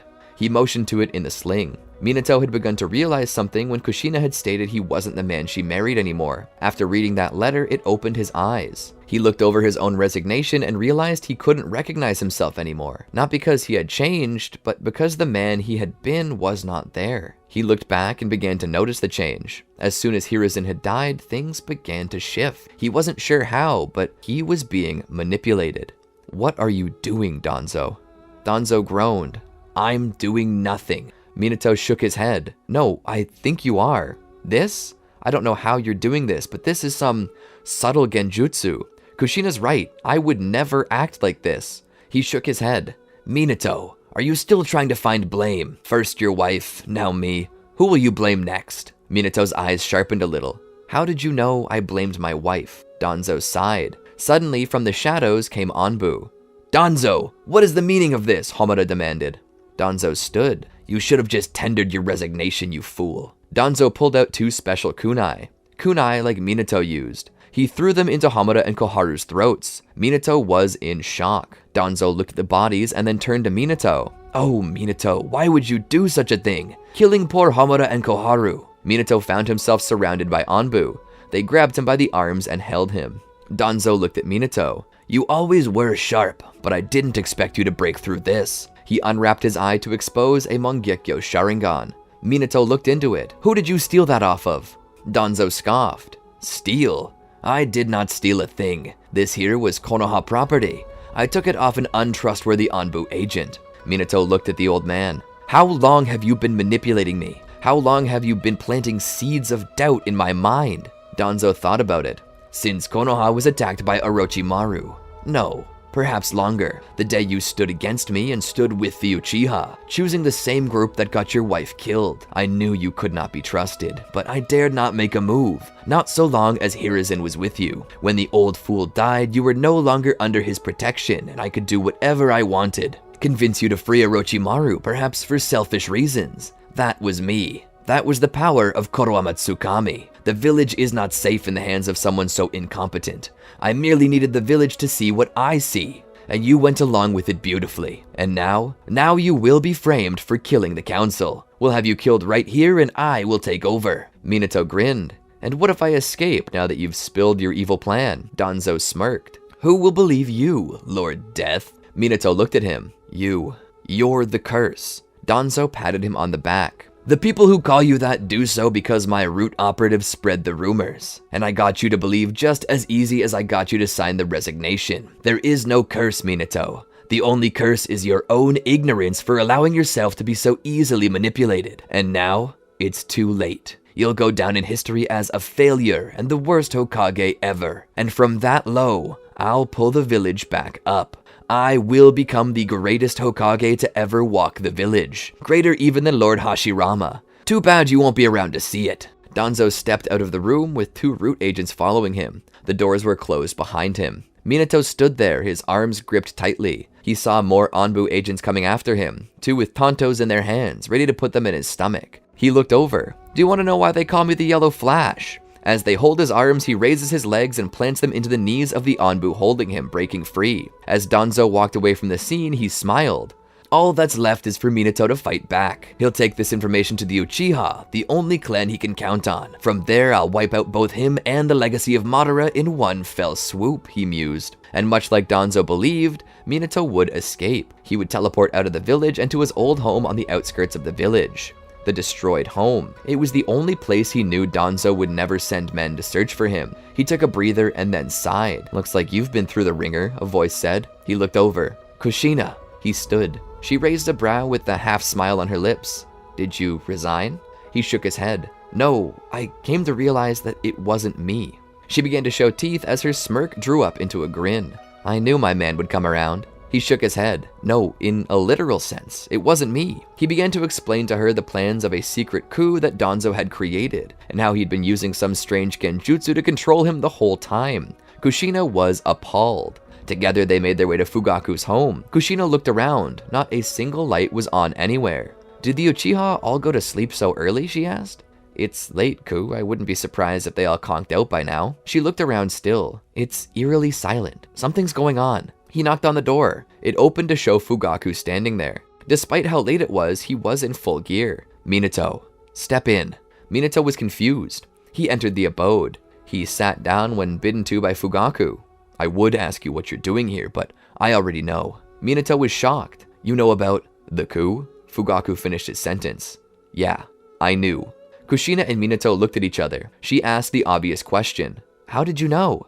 Fugaku began to explain. Many of our Uchiha brethren are in the Anbu. Among those within the ranks were Shisui Uchiha and Itachi. Not too long ago, Shisui was attacked, his eyes stolen. He plunged himself into the Naka River not long after. Itachi carried a message to us though. A message telling us of what Shisui had found. Plans to remove you from office. Ever since, we've been gathering forces, strengthening our resolve. And more recently, I informed my youngest son of the matter at hand. Danzo does not realize that through his manipulation of you, Sasuke lost his best friend. Itachi has too. My sons have learned pain and it's made them stronger. And now that they know of the love of one brother to another, the fire in their eyes will never go out. Fugaku called them down. Itachi and Sasuke stood there. They displayed their Mangekyo Sharingan. Choku Tomoe, Fugaku said. The eternal Mangekyo Sharingan. This dojutsu has not been seen since the era of Madara Uchiha, and now, 2 have cropped up. But this time, instead of attempting to tear down the village, Madara will fight to hold it up. Minato was in awe, but he turned back. I don't know if we can win. Fugaku raised his brow. You doubt the power of the Uchiha? Minato shook his head. No, Danzo possesses a Mangekyo ability to cast a genjutsu that no one can escape. He could merely just cause you all to kill each other with it. Fugaku smirks victoriously. Danzo, despite what he wants you to think, does not know everything. And those few things he doesn't know will bite him in his wrinkly old ass. Fugaku also displayed a set of Mangekyo. I too possess the Mangekyo. I've kept it a secret for as long as I've had it. You will be the first person I reveal my ability to, Minato. Minato looked at the design within the eye and let Fugaku continue. In my left eye, I can cast a sort of anti-genjutsu. It's immune to all types of genjutsu, and to those who make eye contact with me within the span of 12 hours, they too will be immune. And with my right eye, I can bounce any genjutsu cast upon me, but 100 times stronger. Danzo cannot use Shisui's Sharingan to stop us. We're ready for him. The moment word came down that you had decided to resign, we began to prepare. My men await us at the Naka Shrine. He led Minato to the shrine where the Uchiha had gathered. It was there that Fugaku explained the situation. Minato currently was still the Hokage, which meant that he may be able to disrupt the chain of command. However, he told his clansmen not to count on this, as Danzo possessed the ability to convince anyone of anything, so they needed to be prepared for the fight. Their number one goal was to pacify the Anbu and find Danzo. To that end, Sasuke and Itachi together would spearhead. With their Eternal Mangekyo Sharingan, they could utilize the Susanoo for far longer with less strain. Not to mention, they both possessed the ability to use the Eternal Flames of Amaterasu.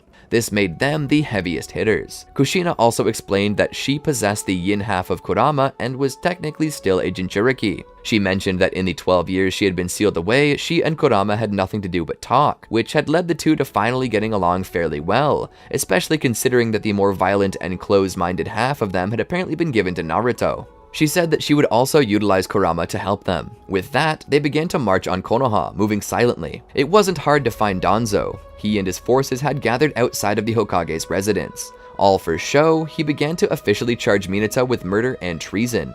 Minato struck back by saying that Danzo had been manipulating everyone and killed the council personally. Essentially, it fell into a he said, she said type situation where the victor was the one who wrote the history books. And both men knew that. Despite Danzo's confidence, Minato remained confident too. The Anbu began to face off against the Uchiha, with Sasuke and Itachi both bringing their Susanoo to bear. To their surprise, Danzo had some cards of his own to play. He summoned a creature of darkness, a beast so terrifying that its name had been written down in legends. Or perhaps this beast was inspired by those legends. It appeared through a portal to face them, Nue.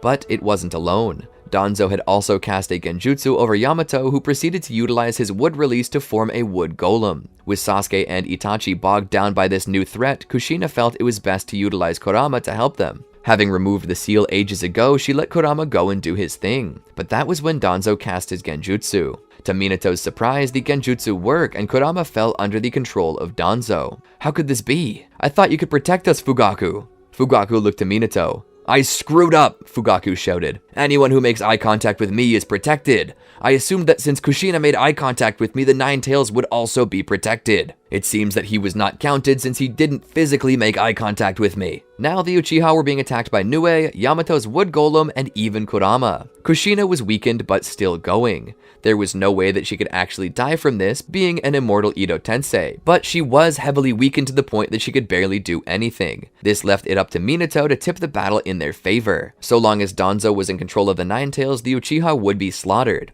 He needed to deal with this. And so he rushed up to the roof of the Hokage's residence where he faced off against the old man. Danzo stood there. Minato, by now you understand that there's no way you can win. Give up now and I promise I will not seal your wife away permanently. It would be a shame if you and Naruto never saw her again. In anger, Minato rushed forward with his Rasengan. Danzo was quick and agile for an old man. This was attributed to the Hashirama Senju cells he possessed in his arm. Speaking of which, he undid the seals on his arm, allowing the arm embedded with Sharingan to finally open. Minato felt his stomach churn with disgust. He wanted to puke, especially when one of those eyes turned to face him. Minato still held the Rasengan in his hand though. He suddenly teleported behind Danzo, using a kunai he had dropped before his first attack as a marker. Danzo was sent flying. Minato smiled. But slowly, one of the eyes on Danzo's arm closed, and he was behind Minato now. Minato felt a sharp pain as a wind-style blade was pushed through him from behind. Danzo pulled it out as Minato fell to his knees. Kushina rushed to him as blood poured from his wounds. She held him in her arms. No, please, no, don't. Just hold on, Minato. Suddenly, from behind, Fugaku appeared on the roof and challenged Danzo before he could strike further. Danzo and Fugaku clashed as Kushina held her husband in her arms. He looked up at her. Maybe we can all be a family again. He smiled and slowly his eyes began to close. Everything was dark. No, there was a light. He opened his eyes to find himself sitting before a fire, a book on his face. The Tale of the Utterly Gutsy Ninja by Jiraiya, the title cover read. He pulled it off his face and looked around. Ah, a dream. He looked over and saw Naruto roasting marshmallows over a fire. "Oh, hey Naruto, what are you up to?" Naruto smiled. "Making s'mores. Want one?" Minato nodded and sat the book down. He rose and sat on the log next to his son. Minato enjoyed it. He had always loved camping out with his son. These few short moments he had with Naruto were treasures to him. The role of Hokage was time-consuming and oftentimes miserable. These were the few brief moments in time that kept him going. Naruto had chocolate and marshmallow all over his face. He looked up. "I miss you, Dad." Minato looked down. "Why? I'm right here." Naruto shook his head. "Not always." Minato nodded. Being a Hokage can be rough, but being the son of a Hokage must be even worse. Naruto smiled. "It's not all that bad. I get to brag about you all the time." Minato smiled, his own face slightly littered with the ruins of a s'more. "I'm sorry I can't be there for you more." Naruto sighed and smiled again. "I understand, Dad. It's selfish of me to think of only myself when you have such an important job. I shouldn't try to keep you when you have work to do." Minato patted his head. "I've got time." Naruto shook his head. "You don't. Danzo's gonna kill Sasuke and Sasuke's dad, and he's gonna seal Mom up. You gotta go back." Minato began to tear up. "I don't want to go back," he whispered, as if trying to fool his emotions into letting him slide without crying. Naruto hugged him. "I was always so selfish, demanding you pay attention to me. I won't be like that anymore. The village needs you. Mom needs you. Go back. I love you." Minato smiled. "I love you too." Naruto smiled as he faded away. Suddenly, Minato heard a roar and felt something pass through him. His wound began to heal. He sat up. Kushina was fighting Danzo now, with Fugaku looking down at him. "You're alive!" Minato stood. "What happened?" Fugaku pointed out as Sasuke and Itachi were holding back Kurama and Yamato. "Kushina wanted to seal Kurama inside of you, but we couldn't break the contract Danzo had with him. So we had to find another beast to seal within you. Turns out Danzo hadn't cast Nue under his genjutsu. We sealed it up inside of you to give you a shot at using its abilities. Maybe they can help us." It was then that Minato realized. As his chakra swirled around with Nue's, he got a grasp on an instinctual level of what this thing was capable of and how far it could be pushed. Using his own experience, he honed the natural ability to push it further than it had ever been used before. Minato utilized Nue's wood release along with the natural chakra wells and experience he had to try the technique he had only read about in stories.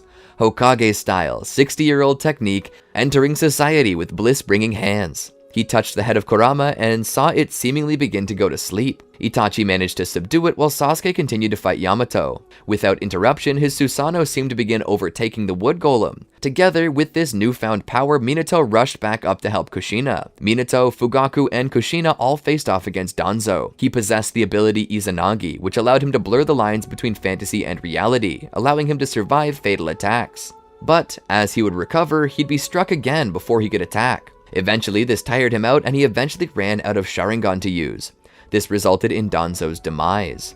With Danzo's death, the hold he possessed over Root and the various others he'd been commanding was broken, and they found themselves surrendering to the Uchiha. Of course, this didn't quite clear Minato's name. He was still called Death's Hokage and accused of treason. However, Kakashi Hatake, a former member of Anbu, and the newly awakened Yamato could help prove his innocence. Not to mention that the cursed seals placed on the tongues of all those who worked for Root had been dissolved. Minato once again took his seat as Hokage. With the truth coming to light that Danzo was the one pulling the strings all along, Minato eventually found his approval ratings rising once more. Kushina by his side would hug him, her hand grasping his newly bandaged knuckles. Minato sat forward in his chair.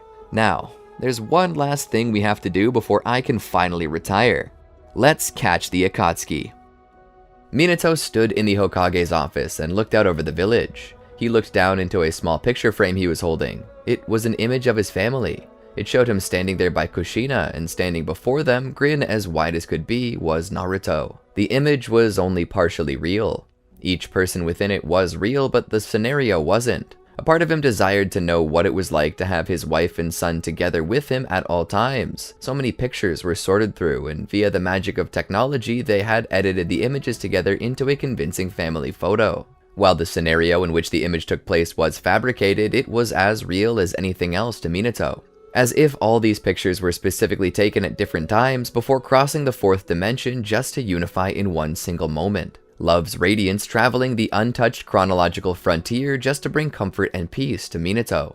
Of course, this really was nothing more than Photoshop, but it meant so much more to him. His thumb ran across the frame as he smiled. Kushina walked in. "How are you feeling?" she asked him. "Pretty good. A little frustrated though. We haven't learned anything about the Akatsuki. It's maddening. They know how to cover their tracks well. I have Jiraiya on the case. He's coordinating with the Anbu to at least put together a member list. Besides the man with the swirling mask, we've got nothing." She sighed. "You've been at this for a while. Perhaps you should take a break for a bit and let the intelligence team do its thing." Minato smiled. "I would certainly love to, but I have things that need to be made right. I need to get justice for you and Naruto." She walked up behind him and wrapped her arms around his waist as she laid her chin on his shoulder. She sighed with relief, as if this were the only rest she could have as an Ito Tensei. He leaned his head over against hers, just enjoying the embrace. He smiled with a touch of melancholy, knowing that one day that touch would go away again. He wouldn't lie. Some nights, as she attempted to sleep despite not needing it, he would watch her as the night rolled on, and he would feel the tears escape his eyes as their hands clasped, knowing that he would one day lose that touch. But he knew that she would go on to Naruto, and that the two would be happy, and would wait for him.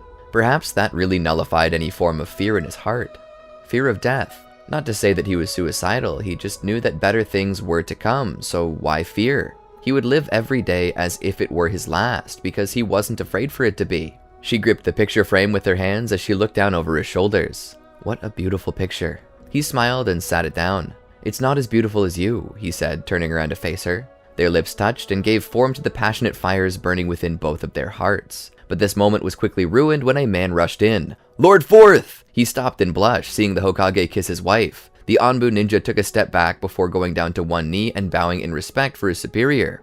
"Pardon, Lord Hokage, but I have important news." Minato turned to look. "What is it?" The Anbu agent looked up. "The fourth Kazekage, Gaara, has been kidnapped by the Akatsuki. We received word from the administration there. They're requesting help." Minato thought back on it. Gaara was a true firebrand during the Chunin exams, ruthless and uncaring. To think that he now would rule as Kazekage. Minato would have assumed that Gaara would have driven Suna into the ground, and perhaps he had, and nobody there was willing to admit it. After all, why else would the prideful shinobi of the sand beg for help from their greatest rival of all? Minato nodded. "Thank you for the update." The Anbu agent saluted and disappeared in a puff of smoke. Minato turned to Kushina. "I suppose we should get a move on. We need to rescue Gaara. It will certainly help our standing with Suna, but further, it will allow us to learn more of the Akatsuki." Kushina nodded.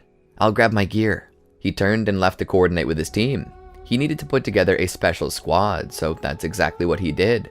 He would invite both Kakashi Hatake and Might Guy onto his team. He would further call upon Itachi Uchiha, whose Choku Tomoe Sharingan would prove invaluable. Behind him, Kushina would walk in wearing a flak jacket of her own. She would walk up and join the briefing. Once this was accomplished, they would set off for the village. They'd pass through the land of rivers before passing into the land of wind. They'd make their way to Sunagakure by passing over the dunes. Their trek brought them to Suna, where they stepped in.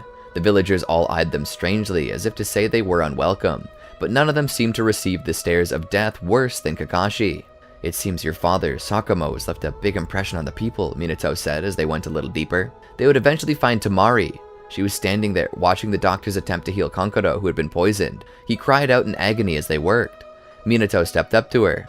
"Is he okay? What happened?" Temari would look up to Minato. "He fought to defend Gaara, but he was poisoned by another puppet master, a master of the Akatsuki. The doctors don't know what to make of it. Without a sample of the poison, it becomes impossible for us to treat him." Minato looked on. He then turned to face Temari again. "Well, we're here to rescue Gaara. It should be possible for us to get a sample of the poison and bring it back here to you. All we need is a location and we'll be on our way. Time is of the essence."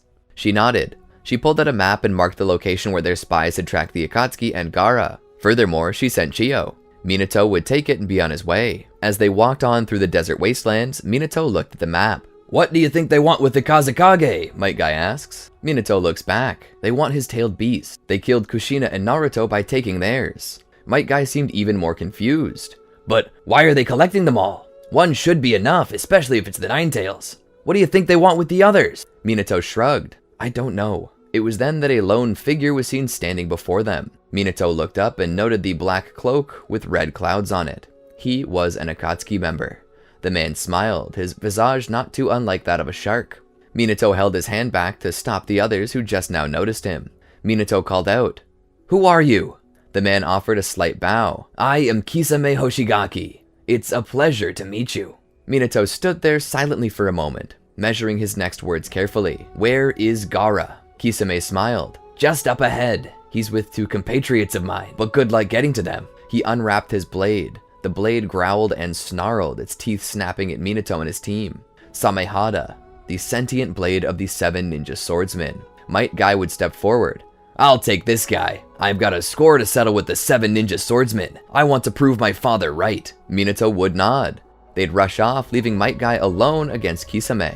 Minato and his team rushed forward, racing toward the location on their map. Reaching a cave covered by a seal, they worked to undo it before stepping in. There, they would find Deidara and Sasori standing over the corpse of Gaara, his beast already taken. Minato would grip his kunai as Kushina would speak. "His beast is already taken. Gaara is gone. But we still have a chance to stop the Akatsuki from claiming the beast. We just need to hurry."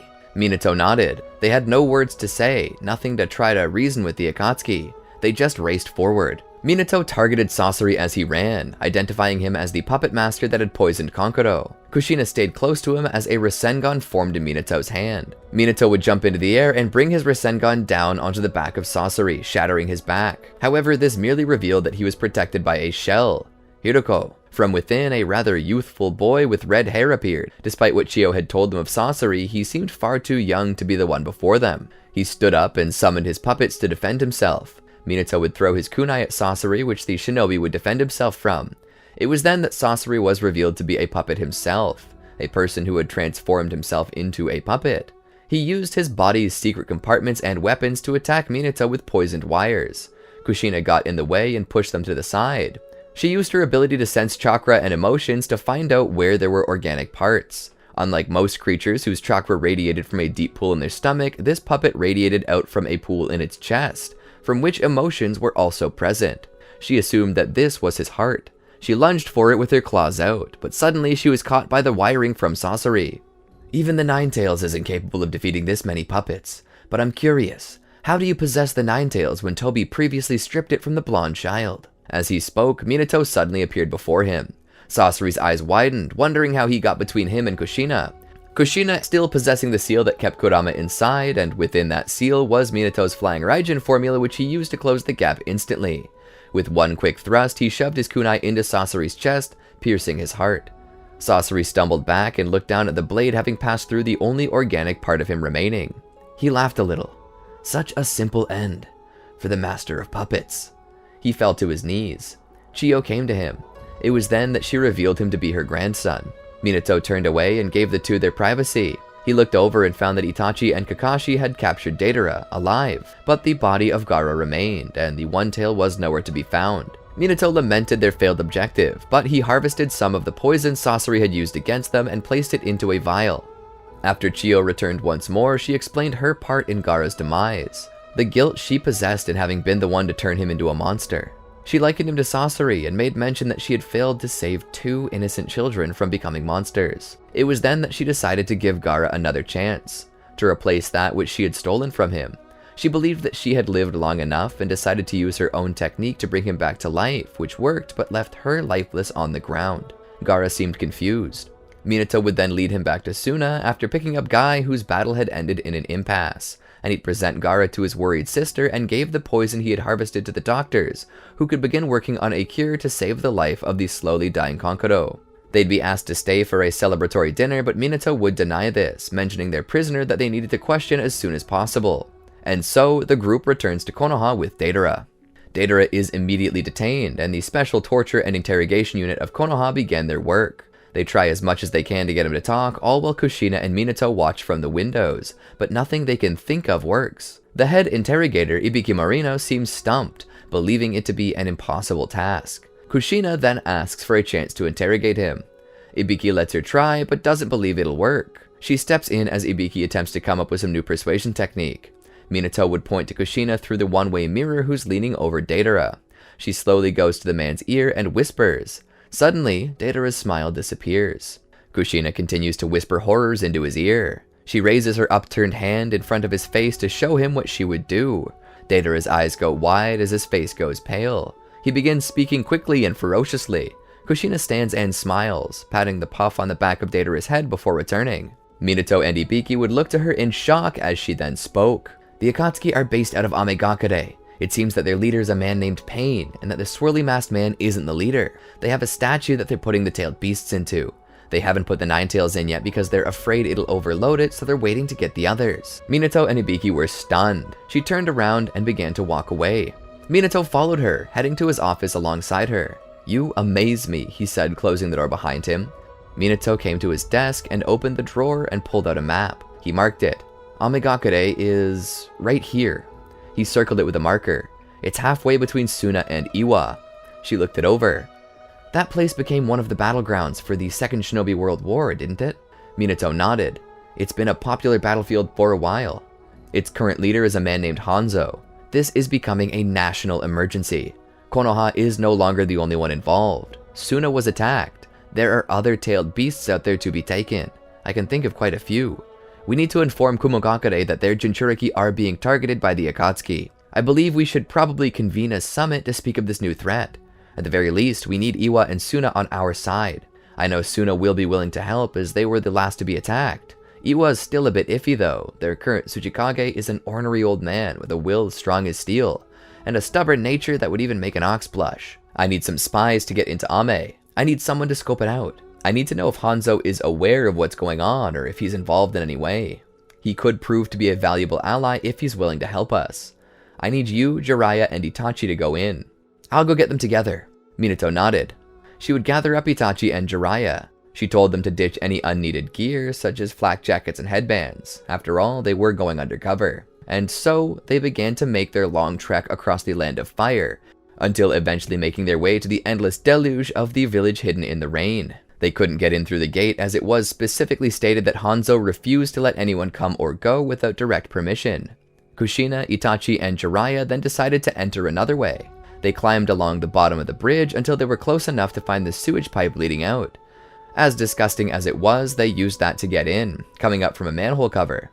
They entered the village. After quickly cleaning up, the three hit the town to see if they could find some more information. Itachi was integral to this process, as his Sharingan allowed him to invade the minds of others, and force them to tell him whatever he wanted to know, including any information on the Akatsuki or any information on anyone who would know. While Jiraiya and Itachi continued to investigate, Kushina decided to confront Hanzo personally. She found the residence where the leader of Ame was supposed to be, but instead of going in through the front, she decided to scale the building using her chakra and make her way to the top. The floor where Hanzo was located was strangely abandoned, void of any guards. She could easily make her way through there. Coming to the door, she stopped for a moment and opened it. Within was not Hanzo, but two people wearing the cloud-patterned coats. She considered fleeing, but another bearing the same coat closed the door behind her.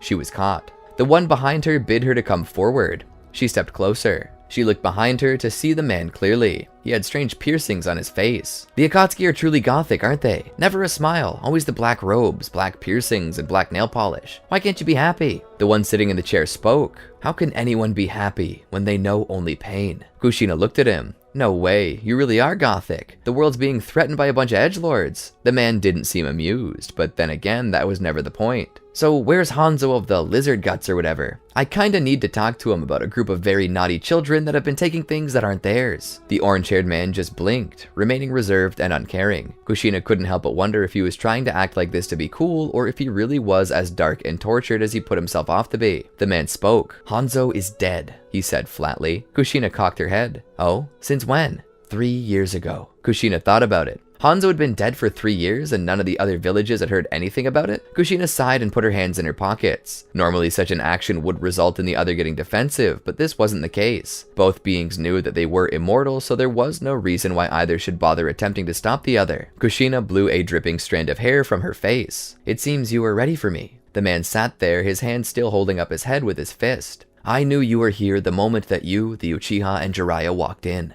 Kushina seemed startled by that, but she quickly regained her composure. Nothing happens in Ame without you knowing, does it? Pain seemed to look her up and down. You seem rather intelligent when compared to the other spies the nations have sent, but at the same time you're reckless. It seems you possess an immortal body, which could explain it. She pretended to blush. I was waiting to see if you would notice, senpai. She took a deep breath and then exhaled. Why are you doing this? What's the goal? Power? Fame? Riches? Is this the cliché conquest of the world goal that every supervillain and their mother desires? Please enlighten me with the hour-long monologue you have prepared. The man said a single word. Peace.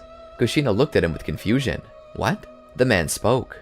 My dream is to bring peace to this world, to save lives from the terror of war. Kushina grit her teeth. Save lives, she said, faking a smile. Aren't you taking lives? A necessary cost, the man said. We take their lives to save others. He leaned forward. I can see that you have suffered a great pain as well. By my hands, no doubt. Your energy possesses a similar composition to the Ninetales in my possession. I assume you were close to the Jinchuriki we killed. Kushina attempted to hide her emotions. He was my son. Pain sat back in his chair. I see. You must hold an unbearable hatred for me in your heart. Smiling through a scowl, she spoke. I do. Pain sighed. This is what I'm using the beasts for. I want peace, but peace isn't a natural state we humans can maintain. I plan to teach them what true pain is. I want to ruin them on war. I want them to know what it is to feel pain. In that way, they'll renounce war altogether and we'll finally have peace. Kushina shook her head. You truly are so ignorant. We're going to stop you, you know.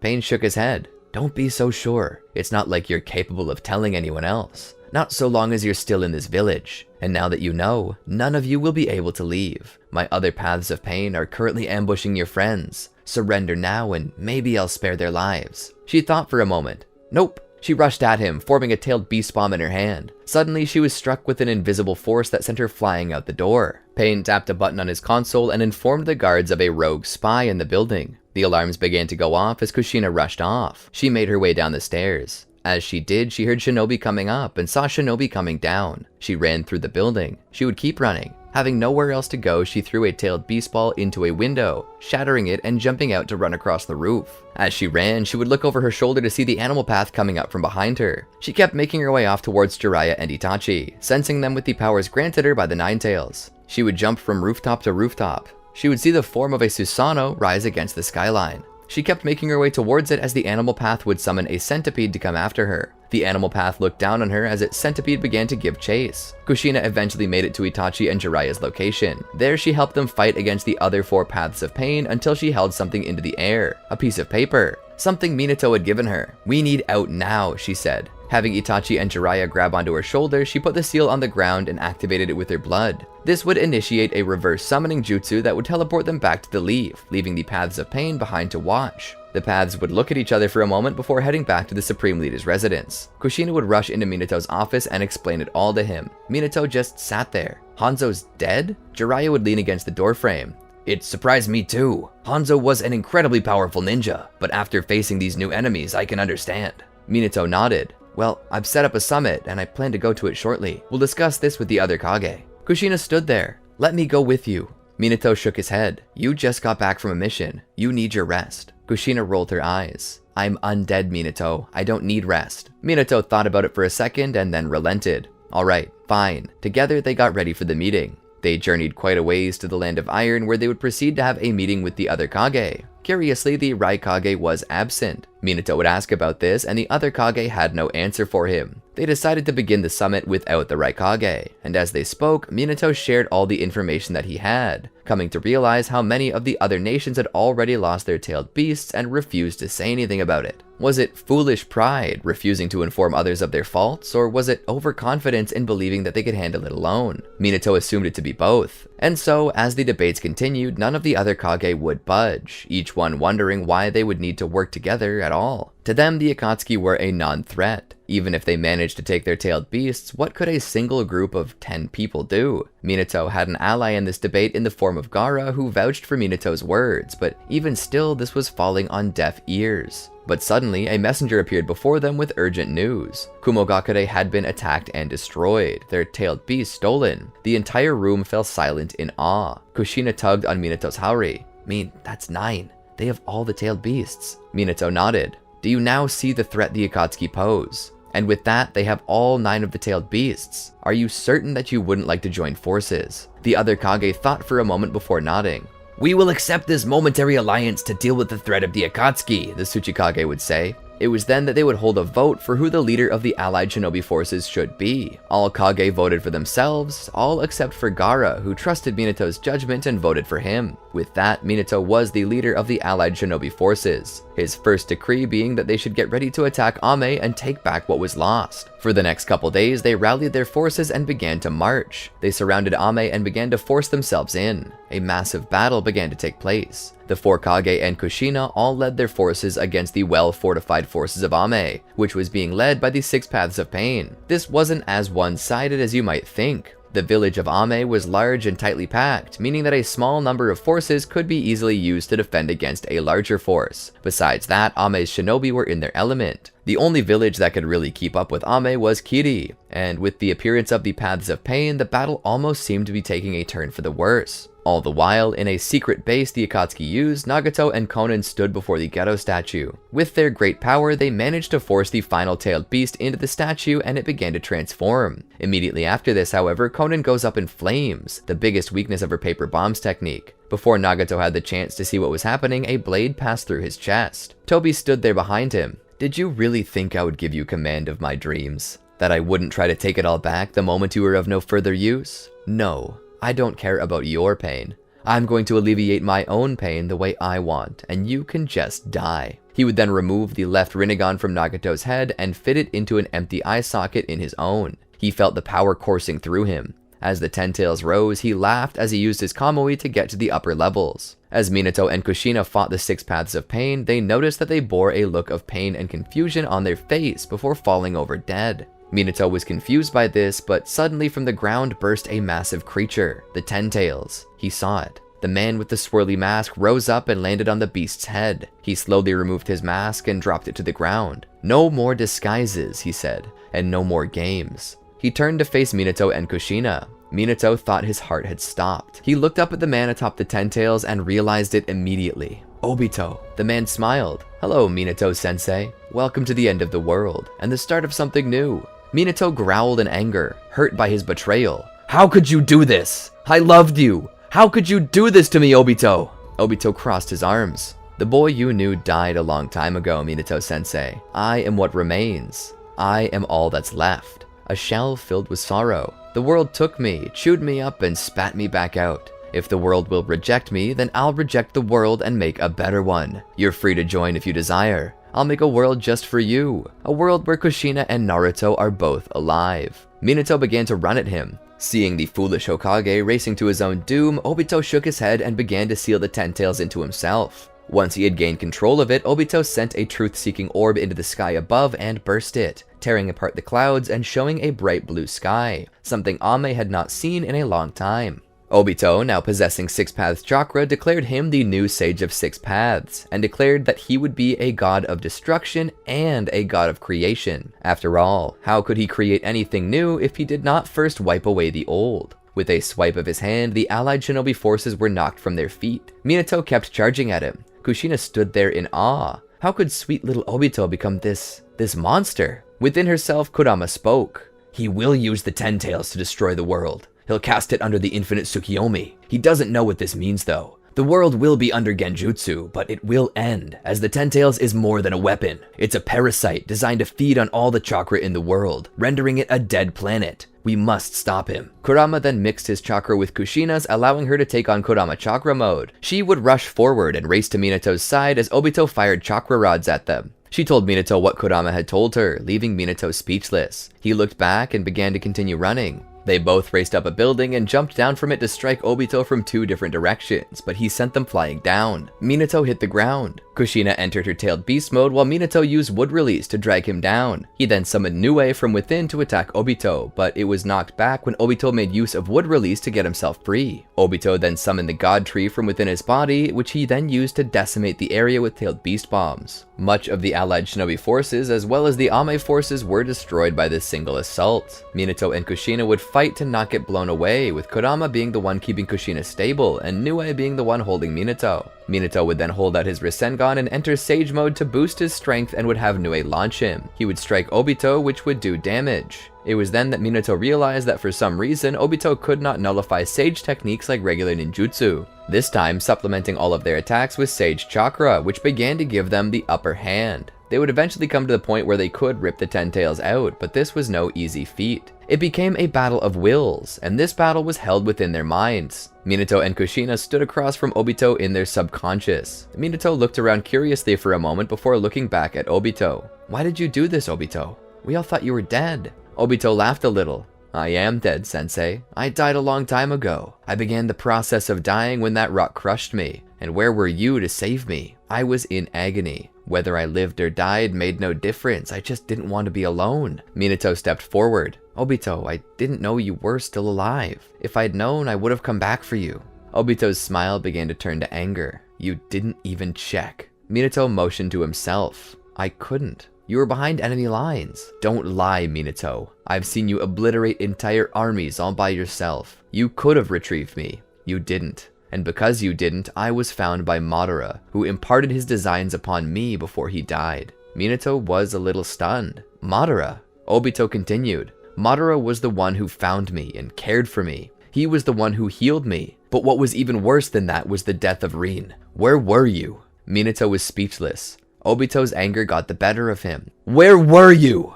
Minato looked down in shame. I was on another mission. Obito stood there. The day Rin died was the day I died too. When I needed you the most, you were never around. Why weren't you ever around? Too busy? Too busy for me? Too busy for Naruto? That last thing struck a chord in Minato. I was always too busy. I was always so fast, known as the Yellow Flash, but for those who loved me most, I was never quick enough to save them. Obito shook his head in disgust. I hated you. You were the one I looked up to the most. I would have died for you. I did die for you, and you just let it happen and forgot me. Kushina stepped forward. He never forgot about you, Obito. He looked to her as she spoke. I saw him. I saw the real Minato, the one hidden from everyone. When he told me you died, he burst into tears. He blamed himself then as you blame him now, and when Rin died, he almost collapsed with guilt. I'll never forget what he told me when he heard it. I wasn't fast enough. He carried that with him for so long. Minato stepped forward. For so long, I wanted to apologize. For being a crappy mentor. For being a horrible friend. For failing you on every possible level. I truly am sorry, Obito. What you are, what you've become, it's my fault. He stepped forward. I am so sorry. He hugged his former student. Obito was shocked by this. Minato sniffled. I wanted you to replace me one day. Obito was shocked. Me? What about Kakashi, the golden boy? Minato shook his head. Kakashi had skill, but he didn't have heart. Not like you. Kakashi's well-rounded now, but that's only because you made him so. I wanted you to be the 5th Hokage, Minato. I saw how hard you worked, how strong you were in body and mind. I knew you would one day surpass Kakashi, surpass me. I wanted to save you from the pain of loss, help you grow, but I wasn't strong enough or worthy of being your mentor. And when you cried out for me as you were being crushed, I wasn't fast enough. Kushina walked up. I was the one who delivered the news of Rin's death to her parents. I saw how they cried. It hurt. I lost my parents at a young age. I knew what it was to lose someone so close to you. I'm sorry. She hugged him. Why are you hugging me? He asked. Get off. I'm not the same person you knew. Don't you remember, Minato? I killed Kushina. I ripped the Nine Tails out of Naruto and killed him. Your son is dead because of me. Minato shook his head. No, Obito, I forgive you. Obito was confused. Forgive me? But I took away your reason to live. You should hate me. Minato squeezed tighter as a tear dripped from Obito's cheek. Hate me. Hate me, Minato-sensei. I'm a monster. A murderer. I've killed so many and plan to kill more. Just hate me. Minato instead held tighter to him. No, I forgive you. Suddenly, in reality, as Kushina and Minato stood there, gripping the tailed beasts they were trying to rip out of Obito, they looked to each other and then back to Obito and let go, letting the tailed beasts return to him. They all lowered to the ground. Obito was confused. Why? Why are you sparing me? I killed your son. Minato sighed. When Kushina died, people called me Death's Hokage. They called me Lord Death because I brought pain and suffering upon everyone I touched. But now I see that I truly had been. You and Rin were the first victims of my failures, but I don't want to be that way anymore. I won't fight you, Obito. I won't kill you. Minato took a kunai and put it into Obito's hands. If you hate me, then I don't blame you. If you need someone to blame for Rin's death, blame me, but don't hurt the world for my mistakes. He then opened his flak jacket to allow him to stab him. Obito gripped the blade tightly. Looking upon Minato, he saw Rin and her death playing over and over again in his mind. He raised the blade and screamed as he brought it down. Minato stood there, his eyes closed as this occurred, but all went silent. He opened his eyes to see Obito collapsed upon his chest. Sensei, I'm sorry. They came to their knees as Minato hugged Obito. I'm sorry. If only I had attempted to save you. I thought you were dead and didn't even dare to check. For that, I'm sorry. Kushina came down to his side and hugged him as well. Obito opened his eyes. I'm sorry. I want to make amends. I need to make amends. Obito closed his eyes and suddenly he utilized his abilities to revive all of those he'd killed during the war. But on top of that, a light surrounded Kushina as she found herself revived. She looked down at herself and then up at Minato. Minato smiled. You're alive. Suddenly, Minato felt a small set of arms wrap around him from behind. He turned to look. His eyes lit up as tears began to spill forth. Naruto! He turned around and held his son and cradled him in his arms. Is this a dream? Tell me this is a dream. Obito shook his head. No, I failed you, mentor. There's only one way for me to make amends now. Obito pulled a blade out and held it in front of his stomach. He was prepared to commit harakiri, but Kushina gripped his hand. No, if you wish to make amends, then you should do so while living. And with that, the 4th Shinobi World War came to an end. Minato reported the end, stating that the Ten Tails and Pain had been destroyed, not telling anyone that the Ten Tails and its Jinchuriki had been taken in by Konoha. Minato pardoning Obito's actions with the stipulation that he use his power and his freedom to protect the world. That being said, Minato did decide to step down. The role of Hokage had just become too much to bear. Despite his young age, his hair was already turning white, and so he would sign a resignation. He would declare to the world alongside his family that he was stepping down. In his place, he chose Itachi to replace him. Itachi became the first Uchiha Hokage, and the pride of the Uchiha clan. Meanwhile, Minato and his family moved deeper into the village where they took up a house to spend the rest of their time together. The alarm clock went off. Minato tapped it to shut off the alarm. He would then roll over to see Kushina there. He would kiss her nose to wake her up. Coo.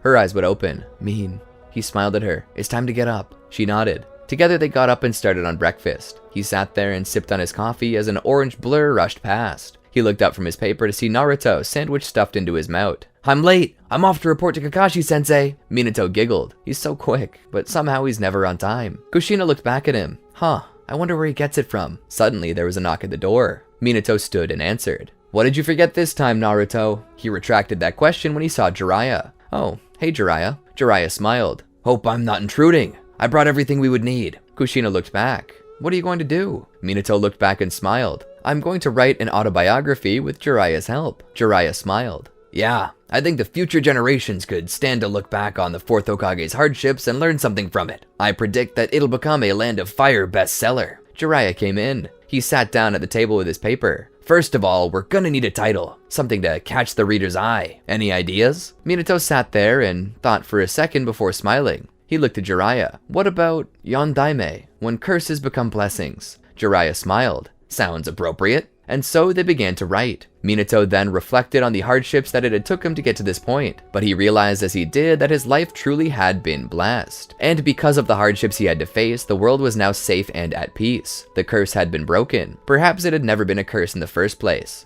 Without these things, the world would no longer be around. He took a sip of his coffee. Let's start with chapter 1. Quick, but never on time. I remember when I made that video, I was hoping to show a more human side of Minato, one where he had weaknesses. But even I began to realize about midway through the series that Minato was starting to act too far out of character, and it was beginning to become annoying. I needed to find a way to quickly save his character and retcon some of the nature that was upsetting myself as much as many of the viewers. That's when I introduced the concept of Minato being secretly under Danzo's control. It made sense and could help explain why he was acting out of character. But this wasn't the only Minato-centered what if. Not long ago, we decided to sort of reimagine what if Minato didn't die, but this time I gave Minato a Sharingan to inject just enough difference in there to affect how things could play out and to separate it from the previous video. In truth, I think this video was supposed to be the start of our Redux series. We might actually have to do that sometime. Retell a previous what if, but with enough difference that things do get changed. A sort of branch from a branch, if you will. That's what this next one was supposed to be anyway, but we felt that enough had changed that this video could become its own series. I hope you enjoy this one. What if Minato trained Naruto? The air was thick with the smell of soot and blood as it wafted through the air. Minato rushed through the woods and forests all alone. He had to leave his team behind. After all, they had to complete their mission, and given that Kakashi was now an official Jonin, he had what it took to complete that mission on his own and to lead Obito and Rin to victory. Minato so wished that he could be there with them. While he knew that his team was capable, it was hard for him to let them go. After all, it was as if a father were watching his children leave the nest for the first time. The protective side of him wanted to be with them, to watch over them and ensure that no harm could ever befall them. Minato hated the idea of letting them go, but he knew that they were all shinobi, and it wouldn't be healthy for him to hover over them for all time. But at the same time, were they ready? That was the biggest question on his mind. Were they truly ready for this? Minato had no way of really knowing. Tests and drills in Konoha brought forth favorable results, but the real world was different from a test. He knew that they had the tools, but the question was if they could make use of those tools in the real world. Would they remember what they'd been taught, or would fear take over and bring them crashing down? War was unpredictable, and there was no guarantee that anyone would survive. Not even Minato himself. Minato would rush through the smoke and craters left behind by explosions. The dropping of ordnance, having been thrown from mortars and various other forms of weapons, were exploding in the distance. Running up, he found the group of shinobi having been pinned down. One of them, Fugaku Uchiha, was kneeling over the body of an Uchiha, hand in hand. It seemed that a young man had died in the clan head's arms. Fugaku was obviously distraught. All Minato could do was place his hand on his friend's shoulder. Minato and Fugaku had been best friends for years. They met each other in the academy in a bygone era, and a rivalry began between the two of them. Fugaku possessed the Sharingan, which during his time he believed made him a superior shinobi. "I can see anything," young Fugaku said. "I can react to any attack you send my way," the small black-haired boy said. Minato was a bit of a washout himself in his earlier years. He possessed what some might call ADHD, which meant that he had a harder time paying attention in class than other kids. This left him daydreaming when he should have been learning. And then, when tests came around, he was not equipped with the knowledge to solve them.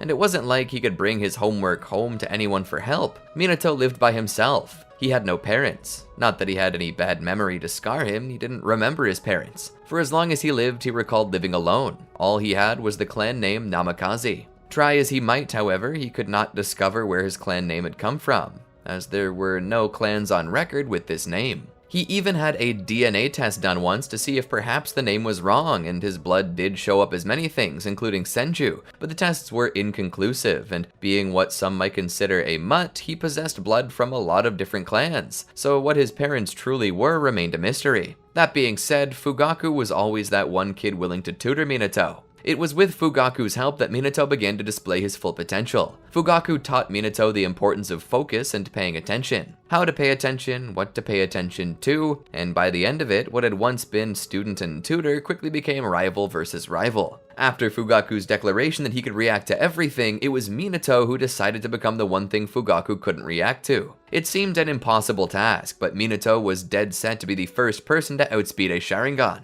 This led to Minato training his speed to levels that astounded many. Lightning release users were becoming to grow jealous even. That's what led to the Yellow Flash being named perhaps the fastest shinobi in history. His speed surpasses roughly half the speed of light without jutsu. Even still, Minato didn't feel fast enough. If he had been here earlier, maybe Fugaku's friend wouldn't have died. Fugaku looked up at Minato, obviously hiding his tears as per the shinobi code, but his Mangekyo Sharingan told him everything he needed to know. Minato put his hand on Fugaku's shoulder. "Stay here, I'll deal with the enemy." Minato would then rise from the trenches and attempt to use his speed and abilities to take out those pinning down the shinobi of Konoha. Minato's speed was something else entirely, but suddenly, out of the blue, something struck him, knocking him to the ground with such force that he made a crater. For a second, Minato laid there, believing that he had somehow not been paying attention and instead had grazed a tree or something, but he raised his eyes and saw someone there. Someone who was not an Iwanin like the shinobi he had been fighting earlier. No, this shinobi appeared to be a mercenary and a former member of Kumogakure. At that time, he realized what it was. This shinobi was adept at lightning release, and it appeared as though his speed surpassed even that of the Raikage. This man grew dangerously close to the speed of light. That was thought to be an impossible feat. It would explain why he felt like a sledgehammer. Minato managed to stand. He faced this mercenary who displayed the symbol of a lightning bolt across his eye. "Who are you?" Minato asked. The man smiled. "My name is Kusoku, and I'm the fastest shinobi alive." The two began to fight, struggling against each other. As the battle continued, however, it was becoming obvious to Minato that this man truly was faster than he was in every sense of the word.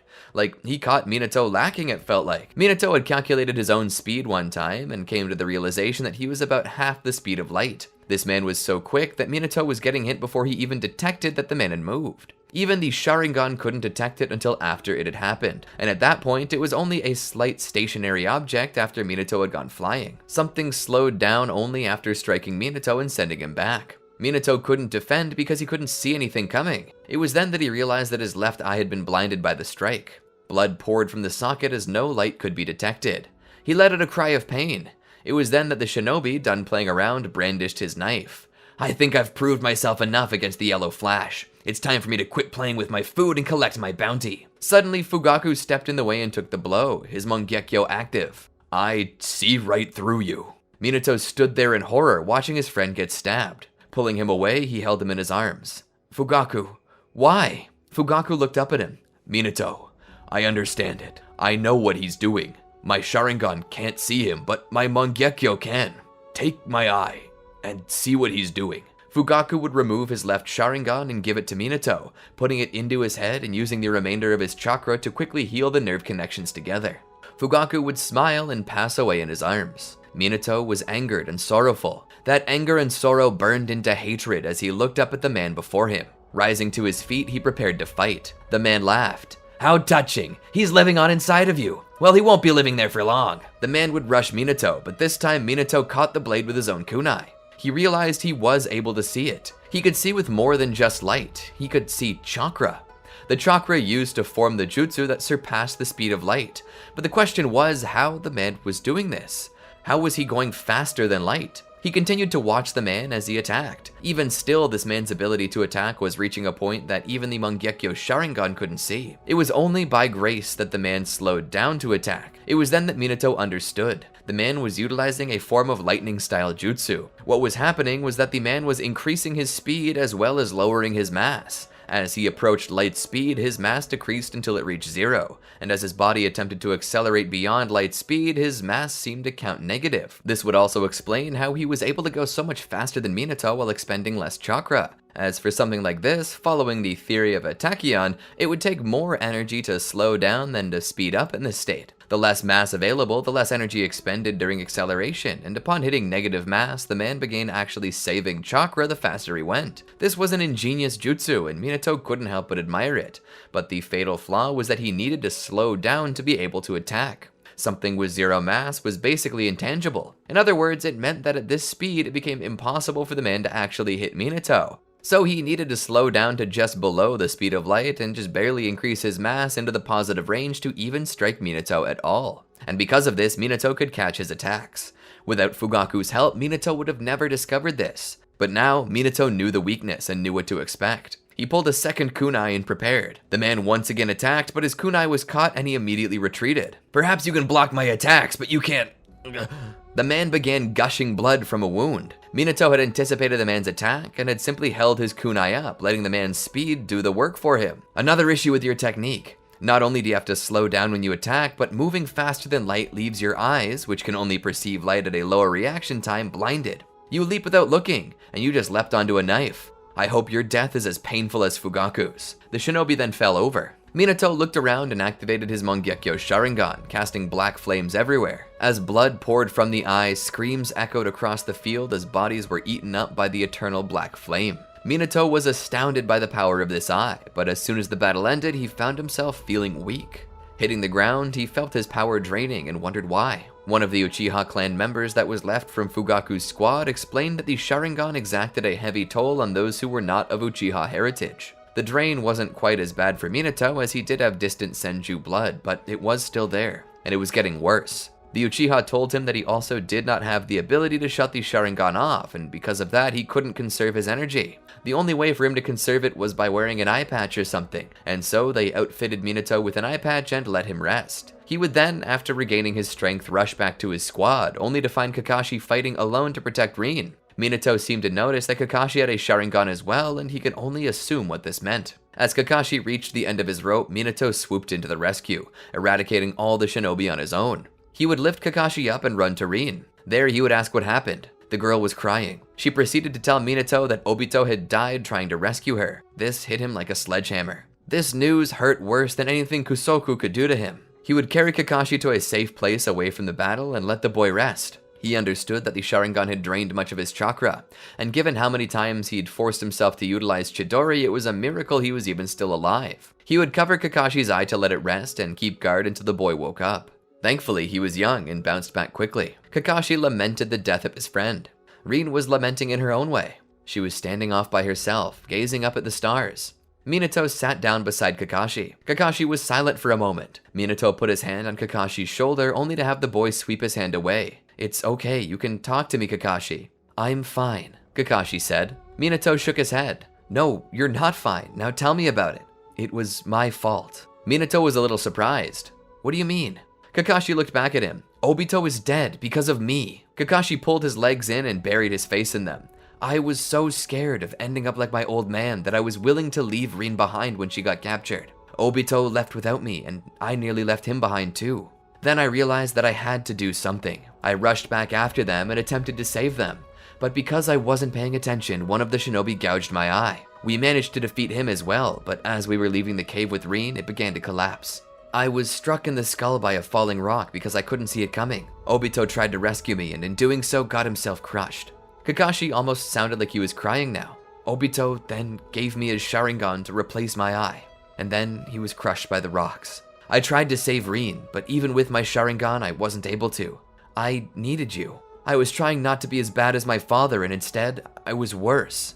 Minato rubbed Kakashi's back in a calming way. "You know, I had a friend too. A friend who was an Uchiha.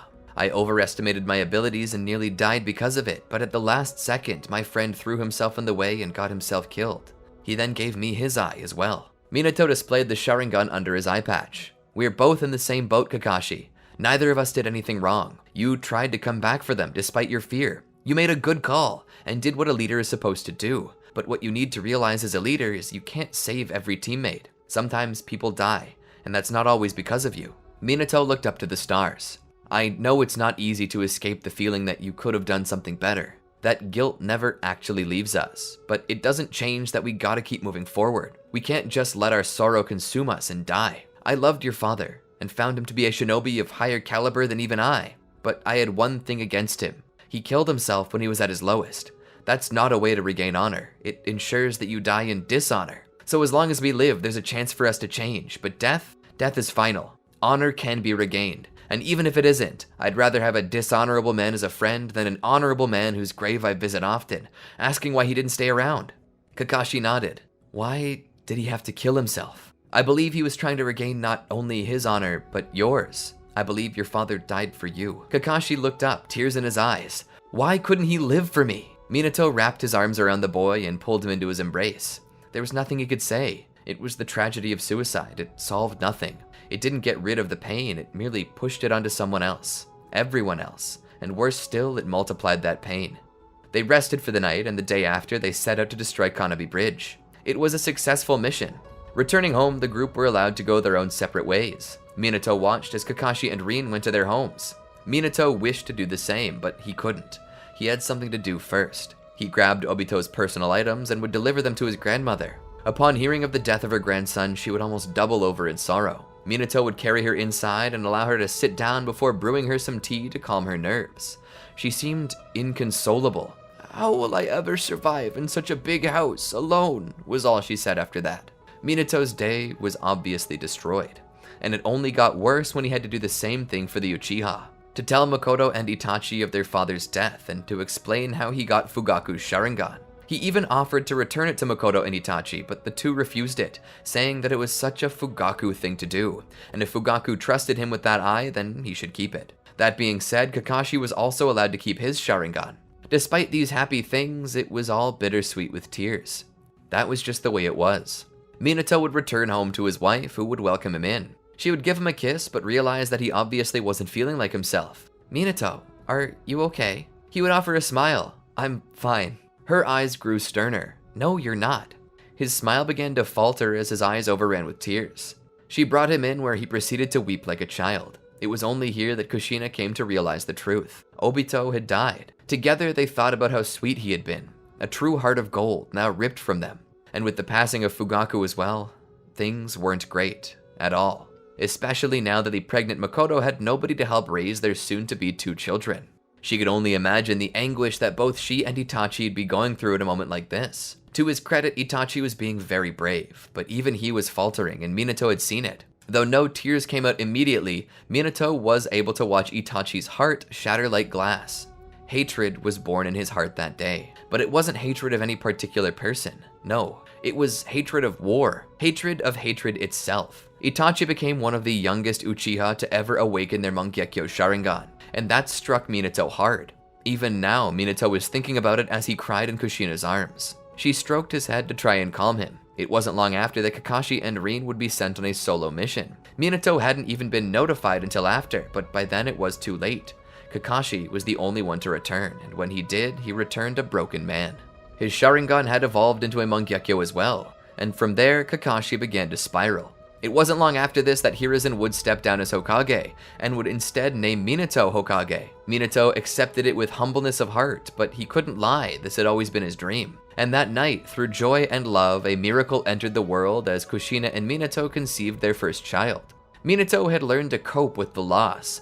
The mechanism he used was to remember everything he had and what life they had saved, the life they had made. It was a beautiful thing, and he attempted to get Kakashi to see it as well. He specifically ordered his student to be Kushina's personal bodyguard during her pregnancy while Minato worked. Most people, Kakashi included, viewed this as an overprotective husband who demanded that his wife and unborn child be guarded only by the most trustworthy shinobi, the one that Minato had trained personally. And Kakashi did, but it did not seem to change his mentality any. He was still sorrowful and mourning the loss of his loved ones. Kakashi was caught in a funk he couldn't escape. For a while, those around Kakashi grew scared that he might attempt to kill himself over this loss, but Minato didn't. He knew that the hatred festering inside of Kakashi was the hatred of death, needless death, the hatred of suicide. Kakashi would never commit suicide of his own volition in a way that did not somehow benefit a mission. He remembered what Minato had told him, how suicide doesn't make the pain go away, it just pushes it off on other people. And the pain Kakashi was feeling right now, he would hate himself forever if he pushed it off on his friends. Then again, without Rin and Obito, did he even have friends? Yes. Yes, he did. He had Minato, Kushina, and various others. He couldn't just throw in the towel, and that's why he wouldn't. He continued to work for the Anbu, and not long after, Danzo even recruited Itachi. Minato knew Itachi was too young, and he would talk to Danzo about it. "He's too young, Danzo," Minato would say as he sat at his desk. "I understand, Lord Fourth, but I hardly see how it matters." "He's 2 years too young, Danzo," Minato said. Danzo couldn't argue that. It was true, but it's not like he didn't try. "Technically, it's 1 year and a few months. Are we gonna start counting days now? 500 days? Danzo took a deep breath to remain calm. "Lord Minato, I understand what you mean, but this is important. The boy is already one of the strongest shinobi in the village. This is a once-in-a-lifetime prodigy we're talking about. And coming from myself, I can tell you just how short a life feels. Time is a limited thing, and a person can only be in the Anbu for so long before their mind and body give way to old age." "So you're going to be recruiting shinobi under the standard age? He's a child." "He's seen more than most children," Danzo snapped. "He's already awakened his Mangekyo Sharingan. He understands pain and loss. I understand what you mean, Lord Minato. I really do. But trust me, this is a good idea. And it's not like I'm going to be sending him on the most dangerous missions out there. No, I'm going to be conditioning him and training him to fit the part. I might send him on small missions that aren't that dangerous. I just want him to acclimate to the role, so when he's actually old enough, we can skip the training and get straight into business. This child could go on to be the strongest shinobi Konoha has ever known, and I for one don't want to waste his potential." "What about his childhood?" Minato asked. "He lost his childhood a long time ago, Lord Fourth. He has already lost his father and taken on that role in the house for his younger brother." "And what does Makoto think of this?" Minato asked. "She's agreed because Itachi's agreed.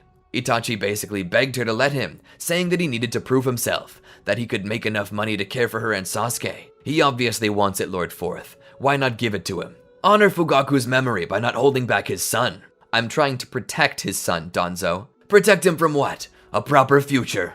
Minato sat there and thought about it for a moment. Has he decided to do this? Danzo nodded. "Fine, I'll allow it, but only on a trial basis. You train him, nothing at a village." Danzo nodded.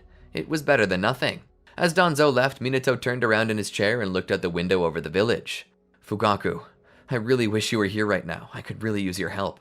Time continued to pass, and Kushina was beginning to reach her full term. As she grew closer to the time of the birth of their first child, Minato and the council would convene. The council would first congratulate Minato on the closeness of the birth of his firstborn son, but they would move on to state that while it is important to ensure that she gets the best treatment, she would also need to be located in a place where nobody could find her, and a place that she could cause relatively little damage should the Ninetales escape during the pregnancy. Danzo would suggest a secret underground base that the Anbu used to store their important documents, though it had recently fallen into disrepair. He would take Minato out and show him. It's fairly low tech compared to what we have in the modern era, but that doesn't make it insecure. It could be easily used to house a VIP, and given the nature of the labyrinth of hallways that lead to nowhere, and the amount of Anbu we can store at every station, it's one of the more secure safe houses in all of Konoha. We could further outfit it with its own sealing circle to bolster the likelihood that Kushina can hold it in. We'll also need a sealing squad on location, just in case. I can actually do that, Minato said. She's my wife, and I want to be there when she gives birth to our son. Danzo would nod. I'll allow it. Hiruzen would then speak up. My wife, Biwako, is a skilled medical nin, one of the best, only surpassed by Tsunade herself. I'm certain she would love to help deliver the baby, Minato. Minato smiled. Thank you, Lord Hiruzen. It would be an honor. And with that, the meeting was adjourned. Minato would then get to spend some time with his wife, helping her get the baby's room ready. Over the next few weeks, that's all they were really doing. He recalled telling Kushina jokes over dinner one night. As he did, she looked down at the floor. Minato, my water just broke. Minato stood. What? What does it mean? Minato asked in a bit of a panic. It means I'm about to go into labor. The baby's coming. Baby? Minato questioned. Is it already here? She shook her head. Calm down, Minato. It's not here yet, but it'll be coming soon. I think I'm about to throw up, Minato said as he gave off a dry heave. Minato, I love you, baby, but you better get your crap together because you're the seal man. If you don't enforce this seal, everyone's gonna die. So please, get off your ass and muscle up. Minato nodded. Not long after, the Anbu showed up to escort them to their designated location. Once they were there, one of the Anbu captains started barking orders to the others to fan out and protect the cave under by all costs. He then met up with the expecting couple. Lady Kushina, it's wonderful to meet you. You can call me Captain Tenma. I look forward to being the head of your security detail tonight. And welcome, Lord is it just the moonlight or does he seem pale? Kushina looked back at Minato and then to the Anbu. It's not the moon. This is his first child and he's a bit nervous. Captain Tenma laughed. I remember my first one. I totally understand. The agent then took out a lantern and began to lead them in through the labyrinth of halls. Miss Biwako has already arrived. She and a few other hand-picked nurses are scrubbing up as we speak. He would then lead her into a room. It was pretty barren. She saw the stone slab sitting there in the center of the room. It was then that Biwako appeared. Ah, Kushina, you're here. Biwa, Kushina called out as if greeting an old friend, and indeed she was. Biwako was one of the women she enjoyed spending time with the most. She, Biwako, and Makoto often went out shopping together for groceries. It was one of the bright spots of her week. Come in, Kushina dear. You're free to change over there behind the partition, dear. I'll have the nurses help you. Thank you, Kushina said as she walked over to the partition. Are you ready, Minato? You look a little pale. Minato nodded. Biwako then looked up at him with a cutting glare that would kill a lesser man. You had better be. The life of your wife and child are at stake. If you fail here, everyone in the village, including your wife and child, will die. Am I clear? Minato swallowed. Yes, ma'am. Kushina then returned. Biwako's smile returned as well. Alrighty, dear. Just lay down on the table. I know it looks painful, but trust me, it's better this way. One of the nurses would lift Kushina's shirt to expose her stomach. The nurse then made the seal visible with a quick infusion of chakra and then pointed to the center, telling Minato what to do. Be certain to keep a steady flow of chakra going in. You don't really have to do much unless the seal changes. And whatever you do, I know it can be easy to forget, but remember not to push on the seal. Why? Will the Ninetales get out? The nurse seemed nervous. Minato was so out of his head with fear right now that he was missing even the obvious stuff. No. It's just not a good idea to press on a woman's belly while they're giving birth. The nurse turned away and whispered into Biwako's ear. Minato heard Biwako uttering a prayer over this. God help us. Biwako would take a deep breath. We're going to start administering the medication now to induce labor. We don't have all night to wait. Security here will only last so long, so let's get started. Minato seemed nervous. Kushina reached out and grabbed Minato's hand. She kissed it as she looked up at him. Minato, don't worry. It'll all be fine. Minato looked down. What if I fail? What if I can't keep the seal whole? Kushina choked out a giggle. Minato, I've taught you plenty. You know what you're doing. All you need to do is focus on that seal. Just apply chakra in a swirling pattern, like the drain of a bathtub, okay? And if the Ninetales starts to talk to you, ignore him. He has no power at all, and everything will be fine, even if he threatens you. I promise, he can't do anything. Kushina was technically lying. The Ninetales could do something. This is why she added a secondary seal based on the strength of 100 seal that would add extra chakra to the seal in Minato's stead just in case it was too much for him to handle. Just do like we practiced, she said. Her eyes sparkled with hope and love as she looked at him. I love you, Minato. I trust you. I believe in your ability to do it." Minato offered a small smile. Kushina always knew how to calm him down. She was so beautiful, but the beauty within her heart shined through in ways that even the physical realm could not live up to. From the start of their relationship, she always made him feel loved. When he was scared, she was there for him. When he trembled with anxiety, she was there for him. As it felt like the walls were closing in and the world was growing too dark, she was there. Every time he scared himself with his own dark side, every time he cried, every time he questioned himself, she was there. She brought him a sense of peace that carried him through his darkest times, and now he was unable to live without her. He wondered what he could have possibly done to deserve someone as kind, loving, and beautiful as she. The man he was now only existed because she nurtured it. The man he had become in response to her needs and what he believed she deserved. She caused him to better himself, to grow stronger, wiser, and more dependable. She had been his coach and their relationship his training. And now, this moment was the end result. Everything they'd been preparing for. A new love to enter the world. And now Minato was swallowing his fear and terror. It was time to become that man again, the one he had trained to be. She was always his rock when he needed her. Now it was time for him to be the rock. With a face full of determination, Minato proceeded to focus on the seal, waiting patiently for her to switch over control to him. Time would pass and her contractions would begin to grow closer together. "It's 11. Time to push, Kushina," Biwako said. "Push!" Kushina took a deep breath and began to push, first giving off a muffled groan and then a cry. "Don't forget to breathe, Kushina," Biwako coached. "Keep her breathing, Minato." "I'm trying to keep the damn fox in. I can't concentrate on both." Biwako glared at him. "Lord Fourth, if you don't keep her breathing, I swear to God I'm going to come over there and knock you on your ass." Minato huffed at her and then looked at Kushina. He tried to keep calm. "Ku, baby, I need you to keep breathing. Remember those exercises." Kushina nodded. Kushina began to follow the exercises as she had been taught. She then continued pushing. "Good, Kushina, good, keep it up," Biwako cheered. All the while, Minato was fighting his own battle. He was putting a steady bit of chakra into it, but he hadn't expected the force of this. None of them had, it seemed. The Nine-Tails was hitting him with the force of a hurricane. The cage where the Nine-Tails was imprisoned was rattling, shaking violently. It was pulling free from its seal. It was pulling its hands off the spikes holding it pinned to the rock. Once its hands were free, it began to pull the pillar, piercing its belly. As it did so, Minato saw the spiral pattern on Kushina's stomach beginning to open. The seal on the Nine-Tails was beginning to come undone. Oh, hell. Minato began reinforcing the seal, but this wasn't what he expected it to be. He wasn't sure he could hold it like this. Minato would then enter into the mind space where Kushina and the Nine-Tails' internal selves were. Kushina was sitting off to the side in a meditative state, her face twisted. She was focusing so hard on giving birth that she didn't even notice that Minato was there. The Nine-Tails, however, noticed and laughed at him. "Minato," the beast said, drawing out the name as if he were surprised or bemused by his presence. "I won't let you out, Nine-Tails." The beast began to laugh. "As if you have any choice in the matter." It finished pulling the final spike from its stomach. It fell to the ground where it threw the pillar at Minato. Minato just barely dodged to the right. He knew he wasn't completely at full strength here. After all, he was still attempting to use the most of his chakra to keep the seal closed, to at least keep the Nine-Tails in this mindscape. "Fool!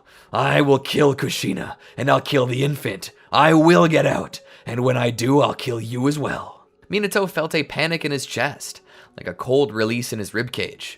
Minato raised the kunai that bore the mark of the flying Raijin on the handle. He tried to remember what Kushina said. "You can't actually hurt them. You're here, inside the mindscape. You're not physical." The Nine-Tails laughed. "You're a fool. What is the body but a vessel for the non-physical? All I need to do is eat her soul. If I kill her here, I kill her in reality." Minato's heart skipped a beat. He looked back at her and realized that maybe he was correct. "I won't let you," Minato declared. "Then try and stop me." The Nine-Tails began to make its way toward her. Minato would call upon as much chakra as he could to make a big ball Rasengan, even going into Sage mode to manage it. He would jump into the air and smash it down on the back of Kurama. Minato would then begin to weave hand signs. Suddenly, red torii gates began to fall from the sky. Kurama, in his rage, however, knocked a few away with his tail before getting caught by one. He tries to push against it, and in his rage manages to dislodge it. Kurama would rise up and then turn on Minato. "I will devour you!" Kurama would claw out at Minato, but Minato utilizes pure speed to get out of the way. He He throws a kunai up at Kurama that gets wedged in his nose. In anger, Kurama attempts to smash Minato with his tails. Minato would utilize the flying Raijin to get to Kurama's nose and climb up on his snout. He pulled the kunai out and ran straight at Kurama's eyes, attempting to pierce them with his blade. Kurama would scoff and slap down at his snout, crushing Minato. Kurama would raise his hand and see only a log. Huh? Suddenly, Minato came down from above, drawing the Ninetales' attention. Kurama looks up and sees Minato coming. Minato falls down on Kurama's open eye and proceeds to stab it with his kunai. Kurama would let out a roar before he began closing his eyelids to crush Minato. His claws swipe at the tiny Hokage to knock him loose, throwing him at the floor. Blood drips from between the eyelids as Kurama curses Minato. Damn your eyes, Hokage! For that, nothing will stop me from taking the only thing you love. Kurama breaks out into a full sprint toward Kushina. Minato attempts another Rasengan, but Kurama in his wrath tanks the shot and keeps going. Minato would suddenly teleport to Kushina's side as Kurama comes in. He personally grabs the claw and holds it back. It's only inches from Kushina's chest. Kushina, I need help! He feels his power waning. He draws more for himself that he was putting into the seal. Suddenly, the glowing mark on the ceiling begins to open a bit more, much to Kurama's delight. Minato was falling for the bait. Suddenly, there's the sound of a click, like a mechanism unlocking. The room is filled with chakra. It was the seal Kushina had set earlier. It forced the seal to close and then flooded Minato with chakra. Minato felt her chakra giving him strength. He would push the Ninetales back. Kurama was shocked that something so small had the strength to resist him, let alone drive him back. He growled as he pushed against it, but was going nowhere. Minato managed to lift Kurama up and throw him. As the beast was flung, he hit the ground hard. Minato felt Kushina's chakra flowing through him. He wasn't sure how or why, but he did. He decided to make use of it. He weaved hand signs together. Suddenly, adamantine chains fired from his back and rushed to Kurama. They wrapped around him. They lifted the beast up as it roared and slammed Kurama to the stone where he'd been sealed before. Minato would take the spikes and once more replace them. He would drive them through Kurama's hands and feet, as well as one through every tail before lifting the biggest of all and driving it into his stomach, thereby locking him down. Minato would then weave hand signs and allow the chains to wrap around the stone and around Kurama, holding him down. With that, Minato took a quick breather. He turned around and walked to Kushina. He knelt down beside her and kissed her before returning to his own body. The seal had closed up. Minato finally opened his eyes as he realized the battle was over. The first thing he heard was Kushina take 3 deep breaths before crying out loudly. Suddenly there was a second cry that wasn't Kushina as she lay her head back. "It's a boy," Biwako said. Cutting the cord, she swaddled the babe and carried it over to its mother. Minato wished to hold Naruto, but Biwako pulled him back. The mother gets to see him first. Minato wished in this moment that he had a fairly sizable rock in his hand with which to bust Biwako's coconut with, but he took a deep breath and calmed down. She had just delivered Naruto. It was a safe birth because of Biwako. Minato came over to see the new baby laying on his wife's chest. Tears ran down Kushina's face as she could hardly believe what she was looking at. "Look, Minato, look! Our baby!" She had all but forgotten the pain from a second ago, and perhaps that was for the best. Kushina and Minato got their first cuddle session with Naruto, which reminded Minato of why he fought. But suddenly Minato heard a thump. He stood back up and turned around and made his way to the end of the altar where he found Biwako and the other nurses laying dead in a pool of blood. Minato's heart froze in that moment. He had only been kidding about wanting her dead. He turned around and saw Kushina reaching out. "No, Naruto!" Minato saw a strange masked figure holding Naruto. He quickly removed his eye patch and threw it to the side. His Mangekyo Sharingan activated as he stood there watching. "Let Naruto go," he shouted. The man laughed. "And lose my leverage? I think not." Minato took a step toward the man. Suddenly, the man displayed a kunai in his hand. "Now hold your horses there, ninja boy. Another step and this little baby begins his career as a professional pincushion." Minato took a step back. "No, please, I beg you, anything you want, just don't harm my child." The man thinks about it. How about a life for a life? "Of course," Minato said. "I'll be happy to go with you, just let Naruto go." "Don't be stupid," the man said. "Why would I want you? For ransom? You think I'm a petty criminal. Don't be absurd." He pointed his kunai at Kushina. "I want her." "Her?" Minato asked. "Why?" "There's only one reason why, dear Hokage. I want her tailed beast." Minato realized what he wanted. He was terrified. I can't do that." The masked man clicked his tongue. "Okay then. I guess I'll just kill the baby. No biggie. Not like you two can't make another one." The man throws Naruto up into the air and prepares to stab him. Minato suddenly rushes into action. He manages to jump and grab Naruto. As he came down, he looked back to find that the masked man and Kushina were both gone. How did he escape so fast? Suddenly, Minato realized that Naruto's swaddling clothes were covered in explosive tags. Minato quickly disposed of the swaddling and would utilize the flying Raijin to get out. He would teleport to their home where he would hold the child for a moment. He almost wanted to cry. He held him in his arms and then began to vigorously check the tiny infant for any sign of wounds. Content that the baby was healthy, Minato let out a sigh of relief and a smile, a set of tears dripping down his cheeks. He then remembered that Kushina was the true target the whole time, and that he needed to hurry before this man took the beast from her. He would walk over to the bed and lay the newborn down into it before covering him with a blanket. Rest, Naruto. When next you wake, your mother will be home beside you. He would grab his Hokage's haori that he had sitting there, along with the hat that bore the kanji for fire on it, putting it on his head. He would then step outside to hear a roar. An unmistakable roar. The roar of the Nine Tails. But before he could do anything, the masked man appeared once again. "What's your deal?" Minato asked. "My deal is a desire for justice in an unjust world." "What the hell does that mean?" Minato demanded. The man scoffed. "I didn't expect you to understand." A chain would lower from below him. The man would then rush in at Minato. Minato would rush in as well, only to pass right through the man, to his surprise. He'd then be caught with the chain. How pitiful. As Hokage, are you not supposed to be the strongest shinobi in the village? If this is the best Konoha has to offer, then it won't last much longer in the world to come. Minato would throw a marked kunai from his waist as suddenly the masked man began pulling the chains, intent to pull Minato apart. Minato would suddenly teleport away from the man. The chains went slack. The masked man turned around, smiling with his only visible eye. "It seems you still know a few tricks, but you know what they say about old dogs." Minato was confused. "You must be very young if you think a man in his mid-20s is old." The man began to circle around him. Minato analyzed the data he had taken in with his Mangekyo Sharingan. "He went intangible when I struck out at him," Minato said to himself. "But he doesn't seem to be intangible now, nor can he be when he attacks me, as he did with the chain. Maybe I can use that to my advantage, outspeed his reaction time."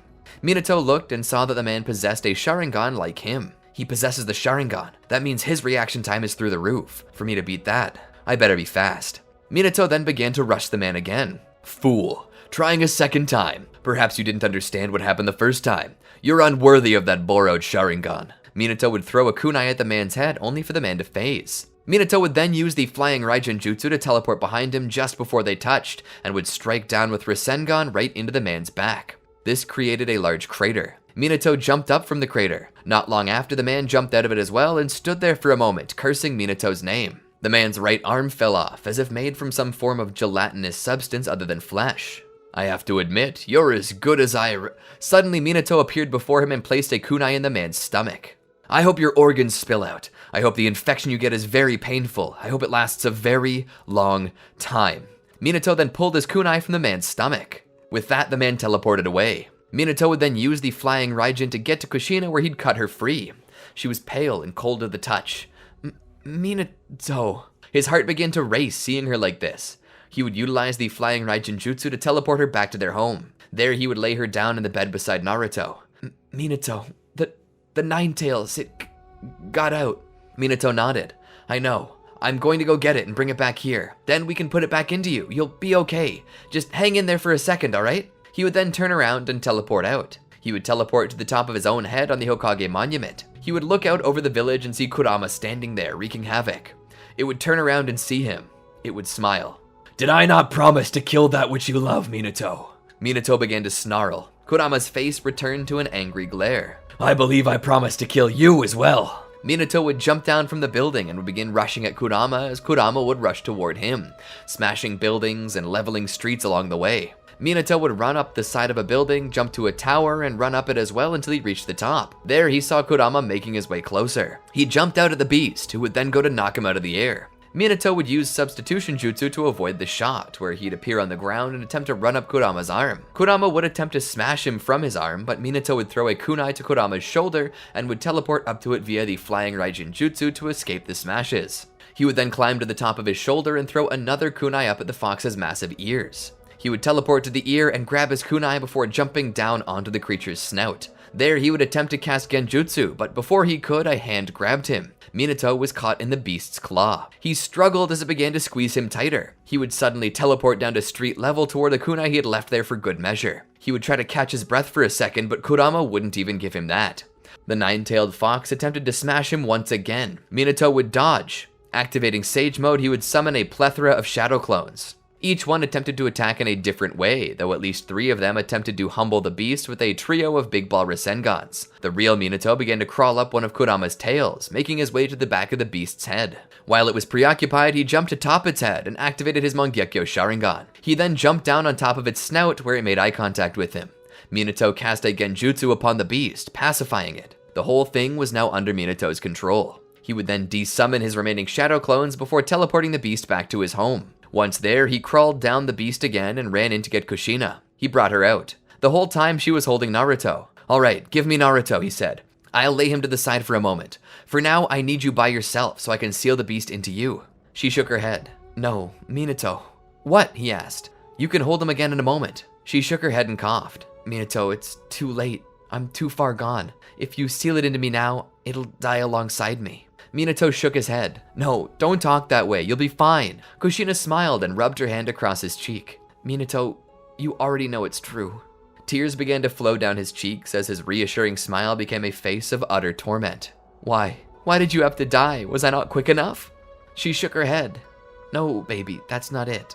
This is just the fate of a Jinchuriki who loses their tailed beast." Minato continued to cry. Kushina tried to wipe his tears. "The beast must be sealed somewhere else." Minato looks back at Naruto. "I understand. I'll seal it into Naruto, using the Reaper Death Seal." Kushina shakes her head again. "No, Minato, you don't have to do it." "I do," Minato said as he laid her down. "No, Minato, I mean you don't have to throw your life away," she says as she manages to sit up. "What was it that you told Kakashi? Killing yourself only pushes your pain onto others. Think about Naruto. Do you want him to suffer as an orphan?" Minato looked back at his son. "As a Jinchuriki, no less," Kushina continued. "He would be alone and full of hate, and he would have no love to help him control it. He needs one of us, Minato, and it can't be me." She somehow managed to stand. "So please, allow me to be the one who performs the seal, and let me split its power between you so you both can handle the power." Minato nods. He feels as if he can't stop her from doing this. Kushina stands and begins to do the hand signs. She then completes the summoning ritual with a clap of her hands. The Shinigami appears. It reaches out and grips Kurama's chakra, proceeding to pull it from its body and stuffing it into the bodies of both Minato and Naruto. As this happens, Minato feels it. He hears a roar within his own soul, and incredible hatred and rage, as if he had just had a malevolent witch's curse placed upon him. And as soon as that was over, it was quiet. He reached for his head. He shook it for a moment. He looked up at Kushina to see her stumble on her feet. She then fell backward. Minato rushed to her, the sound of Naruto crying in the background. He lifted her up in his arms. "Take care of him." She fell limp in Minato's arms. He held her there for a moment, in pure shock. His mind couldn't comprehend what was happening. He took a second to try and remember how he even got here to make sense of it. As the evening had begun, he and she were giggling at jokes and eating supper, and now they were here. How did it happen? As he thought on these things, he looked down and saw Kushina's body in his arms. His breathing intensified as he realized what this was. Terror overtook him, and he shook and trembled as if this were the beginnings of a panic attack. He pulled her into his embrace, hoping that a trace of her was left behind to calm his heart, and when there wasn't, he broke down. Lifting his face to the heavens, he cried out. He wasn't the only one crying tonight. A lot of people in Konoha were. Many were weeping over the loss of their loved ones. Somewhere, Irika Umino was crying over his parents, as were so many other parentless children, as were so many childless parents. Death was all around, blowing through the cold like an icy wind. Soon, Hiruzen showed up. He walked through the forest to the little cottage where he knew Minato would have gone and saw the unswaddled baby, laying face up in the dirt, crying. Such a painful and hard welcome to the world. Looking at the newly placed seal on his stomach, he knew. He looked behind him at one of the shinobi there and demanded that they take care of it for a moment. He then stepped over to Minato, who was crying inconsolably. He almost sounded like Naruto at this moment, simply a larger version of the infant. "Minato! Minato!" Hiruzen cried out. Slowly the man looked up to him, a look of total emotional defeat on his face. She died, he cried up at him. "What am I going to do?" Hiruzen felt his own heart breaking. He knew that Biwako must be dead as well. She was at ground zero, and obviously wasn't here either. Hiruzen's own heart was broken, but seeing one so young, one he saw as his successor, like a grandson, experience the same thing at the same time, and unable to contain the raw, unfiltered sorrow, caused him to want to cry as well. He hugged Minato. "I'm sorry, Minato." Konoha General Hospital was overflowing with the wounded. overflowing with the dead. There was hardly place to put anyone anymore. The halls were littered with cots and stacked blankets, pillows. The sounds of people screaming in agony. The sounds of people crying over a loved one that had passed a moment earlier. The entire village had gone from one happy night to a terrible upheaval in but a few short hours. This had to be one of the most terrible events to transpire in Konoha's borders since its foundation. And Minato was at the center of it. He could only sit in the NICU with Naruto. Naruto is sleeping peacefully now. He had all but forgotten the trauma they experienced only a few short hours earlier. How lucky, Minato thought. How lucky to simply forget everything. Minato couldn't forget. The pain would remain forever, but then again, as sad as he had lost his wife and his world had come to an end. But forgetting about her was forgetting the good times too, and he would rather die than forget those. As Minato sat there, Hiruzen came into the room. I know you're attempting to cope, but the council needs to know. What happened to the Ninetales? Minato looked up at Hiruzen. Can I not get even a single day to grieve? Why do you ask this of me? Hiruzen looked down. The council is asking. Minato sighed. Kushina split its formidable power in two. Half of it was sealed into Naruto, and I possessed the other half. So if you're asking if we're without a deterrent, we're not. Ku made certain of that. Hiruzen nodded. He then reached out to put his hand on Minato's knee, but Minato pulled away, crossing it over his other as he looked away from Hiruzen. Minato, you're not the only one to lose something tonight. Minato looked back. You're right. The whole damn village lost someone. And why did that happen? Hiruzen was shocked at this outburst. Do you know what happened in the delivery room? Supposedly the most secure room in all the Land of Fire? Someone broke in, and the Anbu were nowhere to be found. Explain to me why when our lives were in danger, the only person there to save them was me. How did the guy even get into the room in the first place? Hiruzen shook his head. I don't know. Minato sat back. Tell that bastard Danzo that he's fired. Fired? Hiruzen questioned. Minato looked back. Fired. Fired from what? Minato looked back with surprise as if he had to spell this out. From everything. No more root, no more Anbu, no more council. Nothing. I trusted him with my wife and child. The whole village trusted him with their lives. Look at what happened. He's fired. And tell him I'd better never see his face in Konoha again. Hiruzen sat there stunned for a while. He then got up and left. Truth be known, Minato was probably just blowing smoke. Perhaps being slightly unfair, but the truth of the matter was it was Danzo's job to keep Konoha safe from harm, and he had failed. Minato turned around and decided to gaze at his son as he slept. The little baby seemed so peaceful. He possessed Minato's hair, but he had his mother's nose. He saw both himself and Kushina in this child. And now he was the last thing Minato had left of her. He would put his finger up next to Naruto's as the baby slept and could only smile when Naruto's little hand reached out and grabbed it. What a grip indeed. He had his mother's strength. He would then stand up and kiss the baby's head. Leaving the room, he passed through the halls of agony. The people screaming after being wounded, screaming after someone else wounded passed on. There were so many bodies that the morgue had overflowed. The excess dead were put wherever they could go, and for now they were piling them up in the supply closets and marking them with numbers to help remember where all the identified corpses went. Kushina was not in one of those closets. She was in a locker in the morgue. It seemed it paid to be Hokage. You got special privileges. Minato made it to the lowest level where he walked into the room. Minato looked at the chart to determine where Kushina was stored. He found the proper locker and opened it up, sliding her out. Her eyes and mouth were closed, unlike the last time he had seen her. He reached down and gripped her hand. She was well and truly dead, and he was alone again. Kissing the hand, he spoke. Kushina, I love you so much. I don't want you to worry. Naruto will be fine. I'll protect him. I won't let him lose control over his tailed beast, I promise. As soon as I figure out how to control it myself, I'll train him to as well. Rest easy. I love you.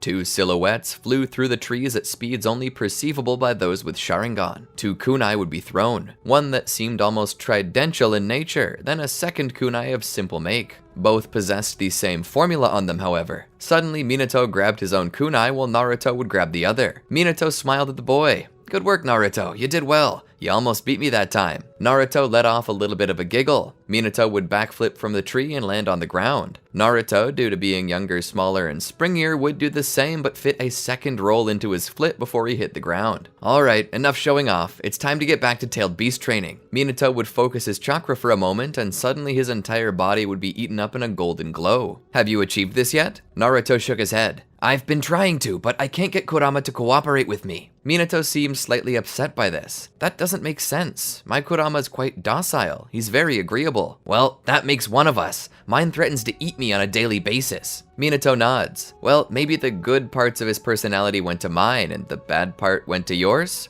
Naruto scoffs. So I get the rejected leftovers. Great. Minato smiles. Well, there are ways to achieve a form like mine without his cooperation. It's just harder to use, riskier, and it might not be as powerful. But still, it'll be stronger than pretty much anything any other Jinchuriki can pull out save a full-tailed beast mode. And truth be known, given the strength of our nine tails, you might not even need tailed beast mode to beat them. Naruto sat down. Well, how do I do it? He asked. It's simple. We have to release the seal on the beast. You have to then fight off the beast and reseal it with a special type of seal that allows you to take its chakra from it. I don't know if I'm strong enough to fight a tailed beast, Dad, Naruto said. Minato smiled. You won't be fighting it alone. Think of it like this. It'll be your nine tails versus mine, myself, and you. He's outnumbered and outgunned. And if you've been keeping up with the Uzumaki sealing training I've been giving you, it shouldn't be that big of a deal. You have been keeping up with it, haven't you? Naruto nodded. Minato smiled. Would you like to try now?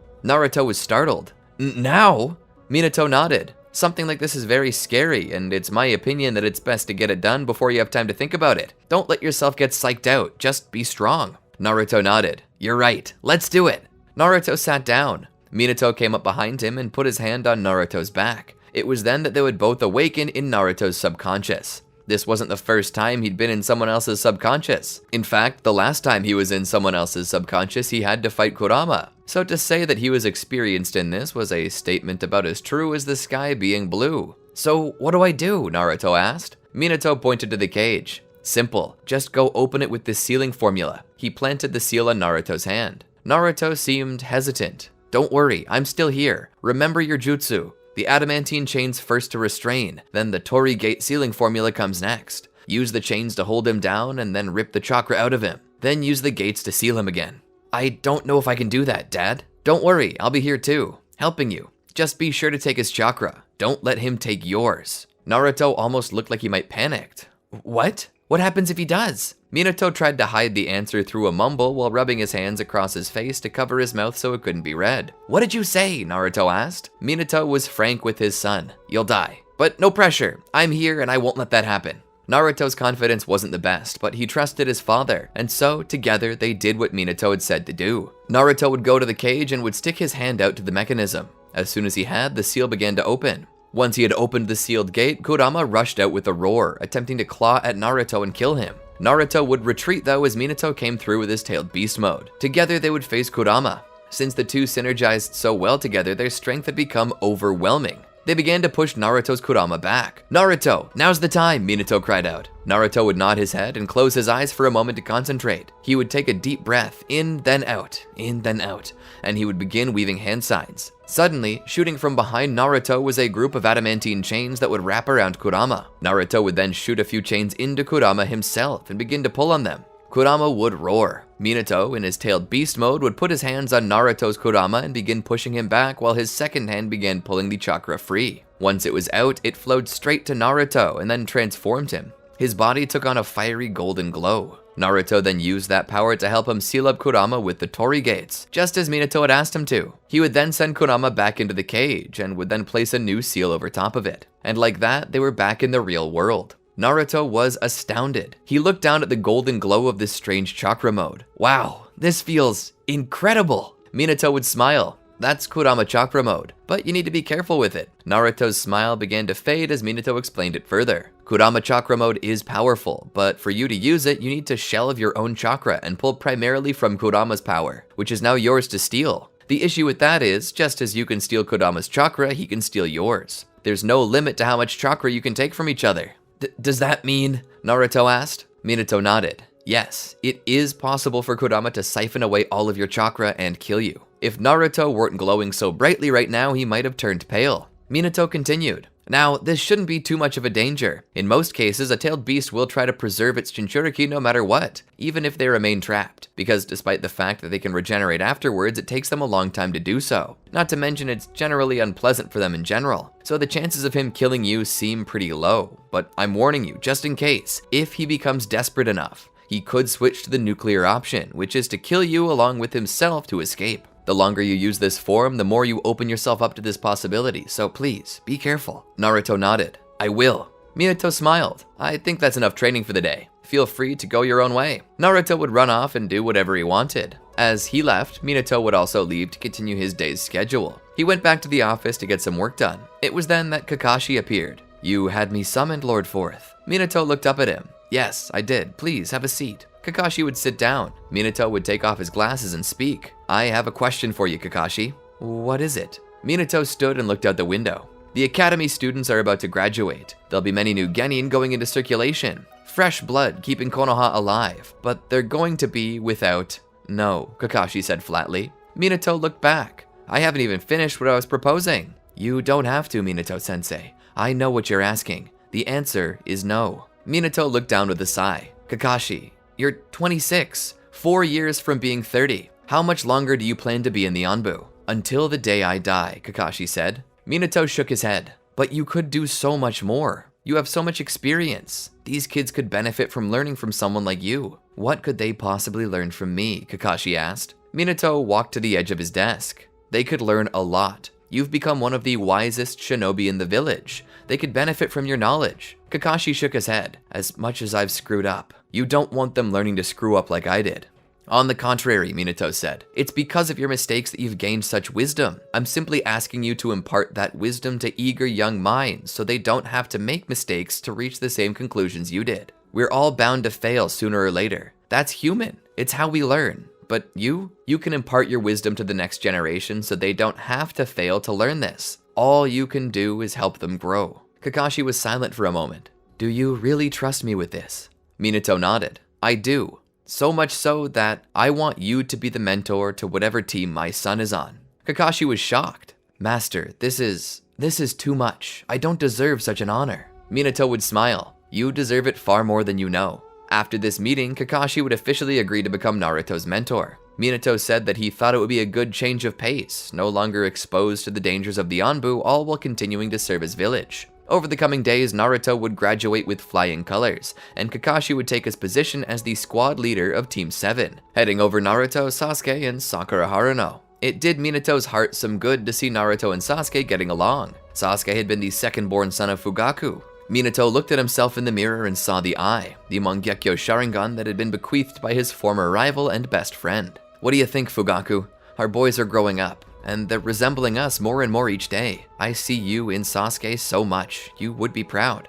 Minato would continue his work. And such a day would come when Naruto in his boredom would ask for something more exciting to do. The truth was, Minato felt like he was wasting Naruto's potential, and Naruto obviously did as well. But the facts were that Minato needed to follow protocol. Even if Naruto was well beyond Genin level, he was still a Genin, and as such must be treated accordingly. But Naruto continued to pout all the more, desiring something more challenging. The best Minato could do was a mission to the Land of Waves, and so that's the mission he gave them. An escort mission. Really, the only possible fights that they could get into, according to the submission, was highwaymen, but he assumed this would be enough to slake his son's hunger for a harder mission. Naruto would take on the assignment with much enthusiasm. Minato would see his son's team off on the day of their mission. He looked around and realized that he had finished his work ahead of schedule and now had time to do whatever it was he wanted. He would return to the office where he would continue digging through files. To the untrained eye, it appeared that Minato was simply doing more work, but this was not so. Minato was doing a bit of an investigation. You see, he'd become more interested in his clan and where he came from. Whoever the Namikaze were, they were where he was from. But what was strange was that there seemed to be no record of Namikaze on any of the files. He continued asking for files on Namikaze, but those in charge of records and census stated that the only known member of the clan was Minato. And that wasn't just for the present.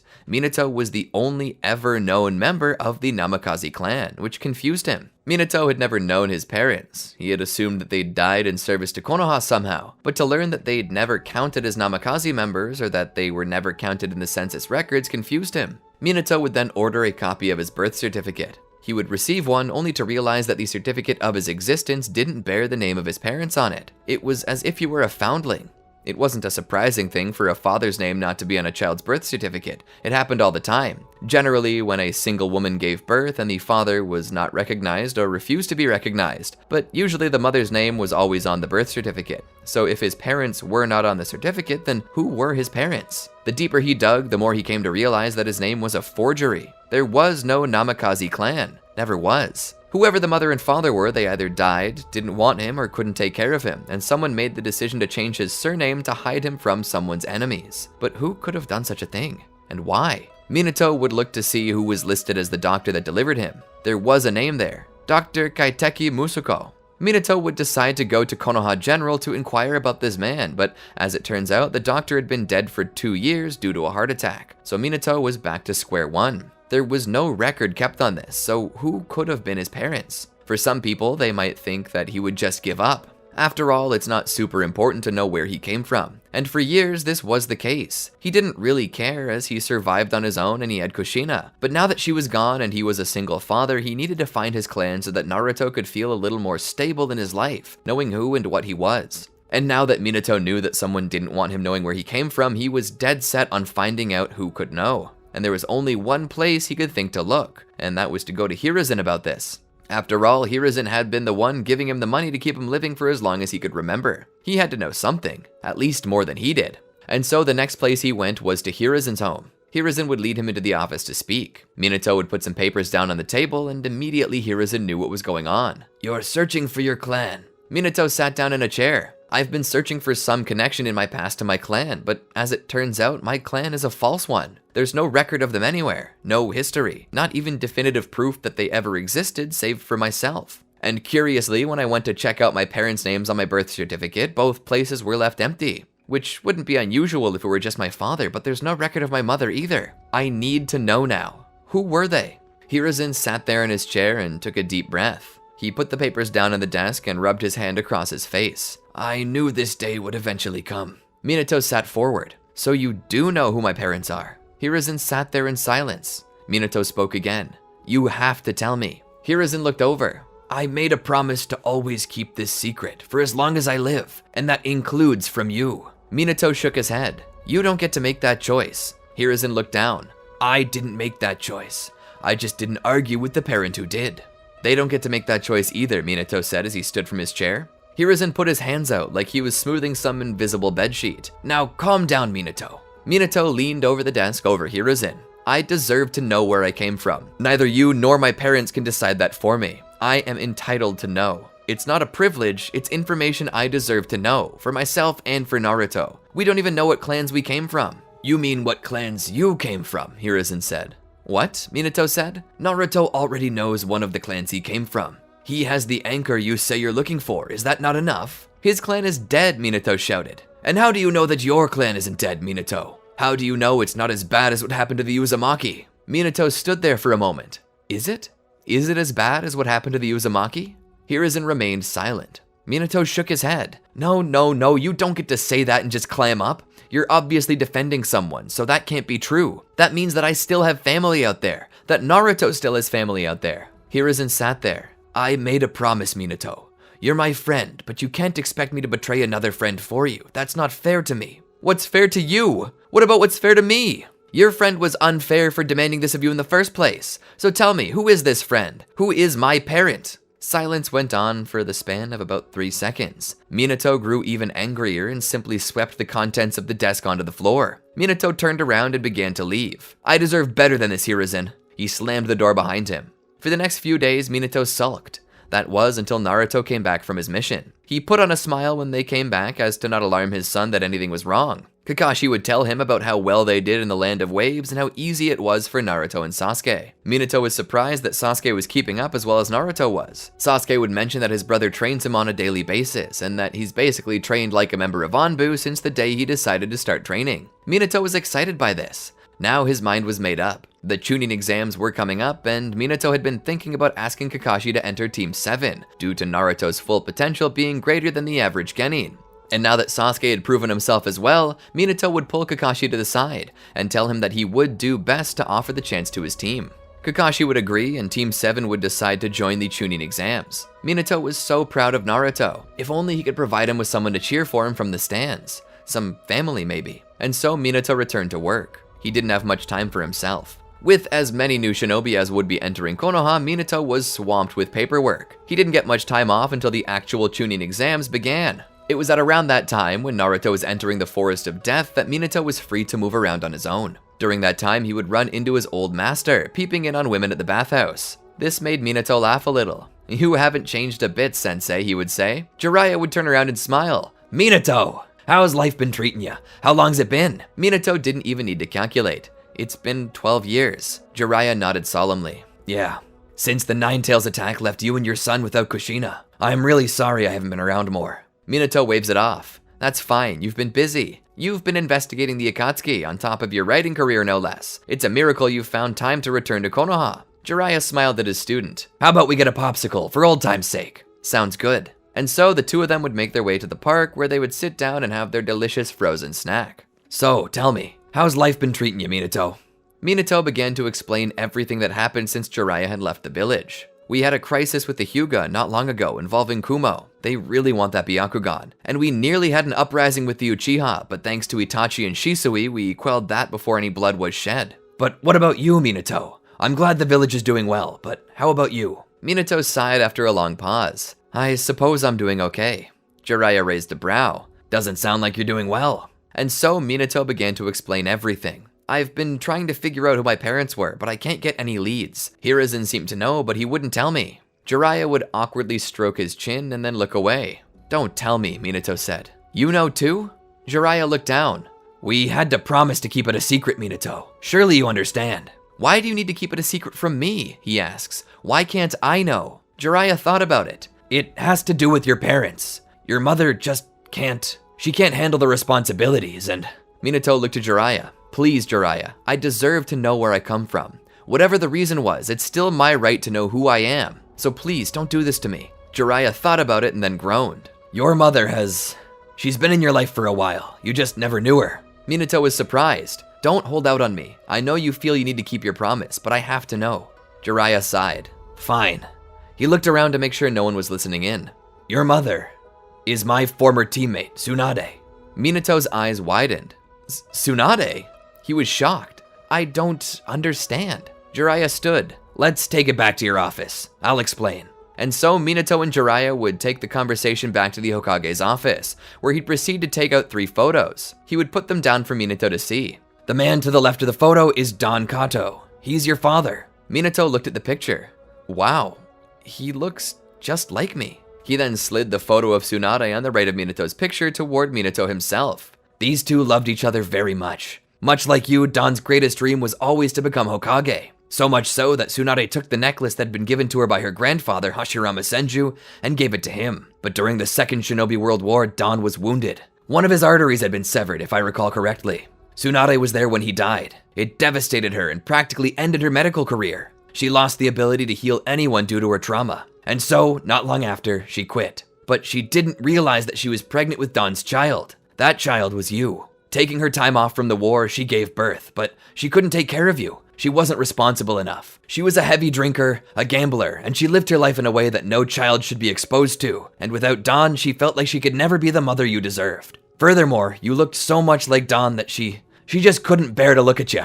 Jiraiya saw Minato growing sadder. He then backtracked a bit. "Not that she didn't love you. She did. She really did love you, and she loved Don too. But after what happened, her heart was so hurt that she couldn't be around anything or anyone that reminded her of him. His death really screwed her up, Minato. And it's not that she didn't love you, she didn't think she was mother material, and even if she was, she wouldn't be able to handle being around you after the death of Don Kato." Minato nodded in understanding. Jiraiya continued. "She had your surname changed to hide you from her enemies, and forced us never to tell. A vow I've now broken because you do deserve to know. Hiruzen promised to take care of you in her stead. She possessed both Senju and Uzumaki blood from her grandfather and grandmother, so that's what's flowing in your veins." Minato sat there in his chair thinking about it. So long, and he hadn't known that Mito Uzumaki, Kushina's teacher, had been his great-grandmother. That meant that Kurama had always been passed down in Konoha through the same family line, and that chain had not been broken. Minato stood and grabbed his coat. "Where are you going?" Jiraiya asked. "To find my mother." Jiraiya stood and followed after him. "You can't, Minato. Think about Tsunade and what she needs." Minato looked back. "I am." He continued out the door. "When Naruto finishes, train him for a while until I return." And so Minato left Konoha, searching for Tsunade's location. Recent reports stated that she had last been seen in Tanazuka Quarters, one of the gambling districts in the Land of Fire. As soon as he entered the city, he began searching for her. He asked around and found that she was not hard to locate. She was in a tavern, drinking her problems away as she always did. He would walk in and ask the bartender where Tsunade was. He would point Minato to a booth in the back where she seemed to be passed out. Minato walked over and sat down. She would open her eyes with a snort. What? Huh? Don? Minato shook his head. No, it's me, Minato. Tsunade rubbed the fog from her eyes and looked at him. She saw his smile and the look on his face and sighed before banging her head into the table. Jiraiya, I am going to kill you. Minato sat there for a moment. Tell me, is it true? Are you really my mother? Tsunade would look up at him. Nope, definitely not true. Who told you that, Horsaki? Minato looked down with a smile before looking back up at her. No need to hide it anymore. I saw a picture of my dad. I have his eyes, but your hair. Tsunade sat back in her chair with a sigh. I think I need another drink. Minato sat there. I can understand why you left, and I'm grateful that you took precautions to make sure I was protected, but I really do wish you had stayed in my life. I wasn't good for you, Minato. You would do a lot better without any mother at all than you would have done with me. Minato shook his head. I don't think so. At least with a mother, I would have someone to fall back on. Tsunade took a sip of her beer. I think it's best you didn't. Without a safety net, you had to become strong, and look at you now. The strongest person in all of Konoha. You're a Hokage now. Minato sat there for a moment. Did you really leave because you thought you weren't good for me? Or was it that I wasn't good for you? Tsunade sat there for a moment quietly. I couldn't look at you. I loved you so much, and I loved Don so much, but every time I looked at you, I saw him, and I saw all that blood. And now? Minato asked. Tsunade sat there for a moment. Scars I had hoped would heal are opening up again. Minato sat forward. Maybe you should come with me, back to Konoha, see my son. Minato pulled out a picture. See him? This is your grandson, Naruto. Tsunade would look at the picture. Minato would continue. I know he would be ecstatic to meet his grandmother. Tsunade handed the picture back. No thank you. Minato was shocked. Wait, what? Tsunade looked away. I've got a life here. A life of gambling and sleeping in the bar in a drunken stupor? You could have so much more than this. Tsunade shook her head. Minato, I can't. I lost the love of my life. Every time I look at you and Naruto, I just see those last painful moments. I can't do it. Minato stood with a sigh, returning the picture to his pocket. Maybe Hiruzen was right. Maybe discovering who my real family is would be as disappointing as learning I didn't even have one at all. He began to walk away, but before he did, he told her this. You know, I lost my wife in battle too. I watched her die in my arms. I see her every time I look at my son, and that's why I love him as much as I do. I don't want to forget Kushina. I'll take all the painful memories, so long as I get to remember the good ones too. He left Tsunade in silence. Minato would return to Konoha during the time of the month off. He would simply go back to work. Jiraiya would walk in. So, how'd it go? Minato wouldn't even look up at him from the papers. He simply spoke in a voice of resignation. It went fine. Jiraiya stood there for a second more. Do you need to talk about it? Minato shook his head. What is there to talk about? Nothing's changed. Jiraiya knew it had to have gone badly. He was a little sorry for telling Minato in the first place, but at the same time he was glad that he did. Minato deserved to know the truth, and Jiraiya couldn't protect him forever. Minato and Tsunade both deserved to meet each other, but for the time being he left Minato alone.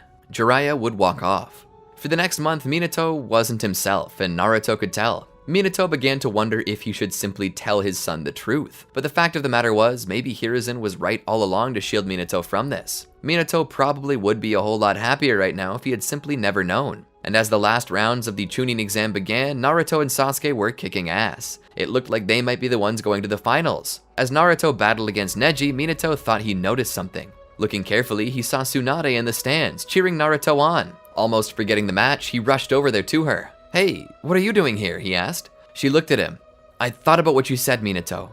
I've been so lost in my own pain for so long that all I could think about was myself, but you sought me out. You and Naruto both deserve to have me in your lives and to know who I am. I'm sorry for running away. That was selfish of me. Minato couldn't help but crack a smile. Why don't you come to the Hokage's box and watch the last battle of the exam with me? After that, you can meet Naruto. Tsunade smiled and nodded. Together they went to the box, but as they got there, the battle ended. Oh, we missed it, Minato said. He waved it off. No matter, we'll get to see him in the next round. And from there, they began watching Sasuke's battle. All the while, Minato couldn't help but notice Rasa staring at him and Tsunade with a little apprehension. It was at around that time that Rasa threw down a smoke bomb and attempted to assassinate Minato. However, Tsunade detected him and knocked him against the wall, revealing that it was Orochimaru. Orochimaru knew he was outmatched. He considered raising the first and second Hokage to fight alongside him, hoping that it would even out the odds, but truth be told, he knew that they were subpar compared to what they had been in life, and with powerful shinobi like Minato and Tsunade, there was no shot that he'd be able to come out on top.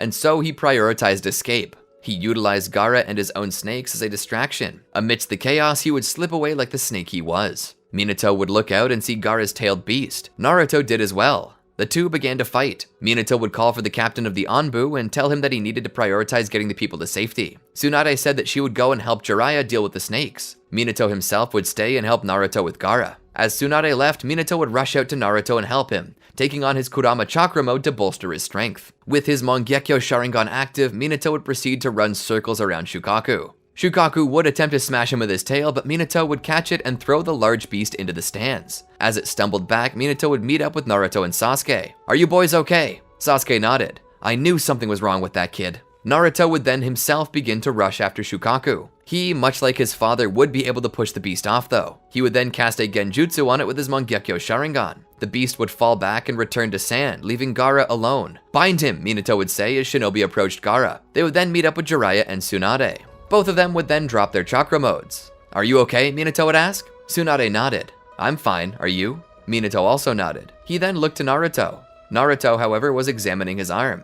It seemed that during the battle he had cut it pretty deep. The wound was bleeding. Tsunade looked down at it and nearly froze. All that blood. But she willed herself to move. She knelt down, took a deep breath, and calmed herself. She asked Naruto for his arm. She would roll up the sleeve to show the wound. It looked a lot worse than it was, but no doubt it was painful. She would take another deep breath and put her hands over his arm and begin to pump it full of healing chakra. It was a very simple procedure, easily accomplished with the Mystic Palm technique. Naruto watched as the wound closed up and smiled. "Wow, that was awesome. How did you do that?" She smiled. "I practiced medicine for a long time." She then looked up at Minato. "Naruto, I have someone I'd like to introduce you to. This is Tsunade." Tsunade then looked at Naruto.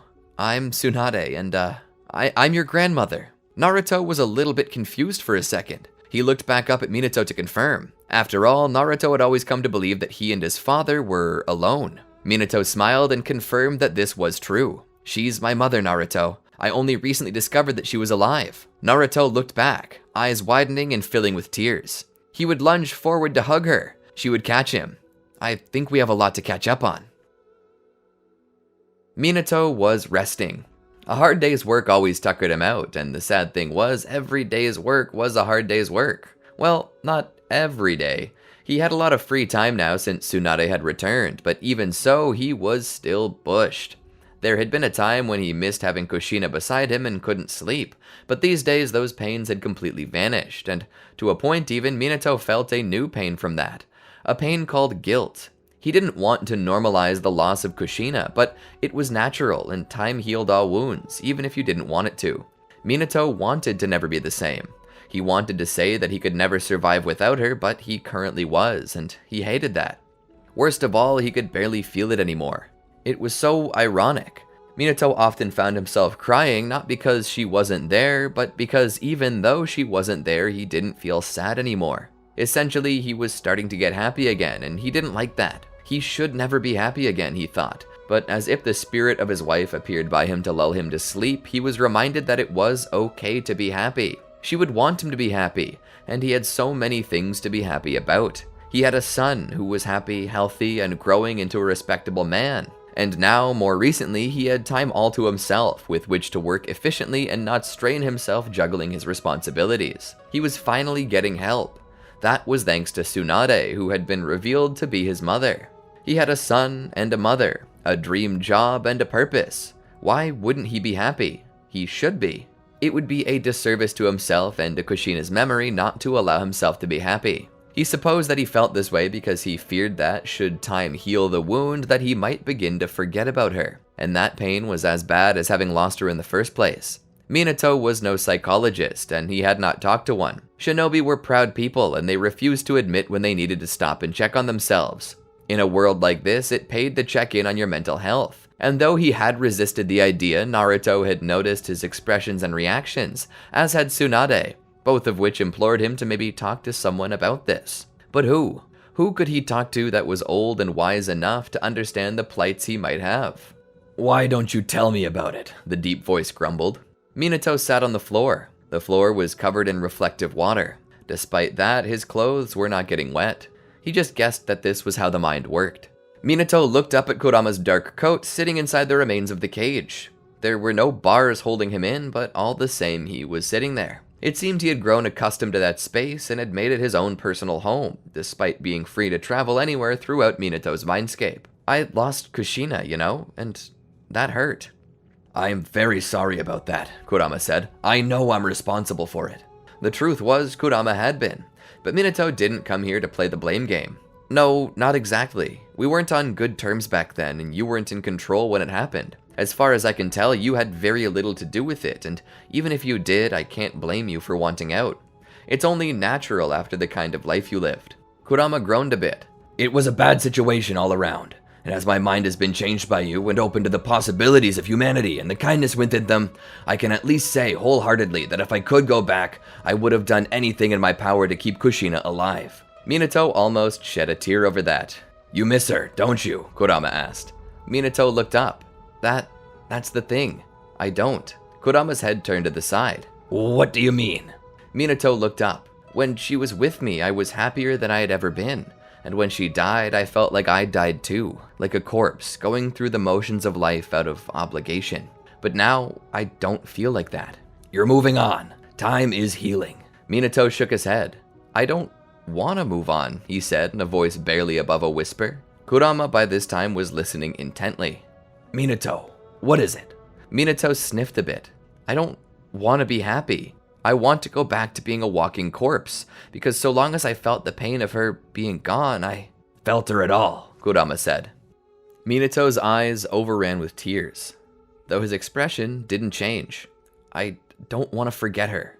Kurama had nothing he could really say to make this pain go away, but he planned to talk with him further, hopefully helping him at least organize his thoughts and feelings into something manageable.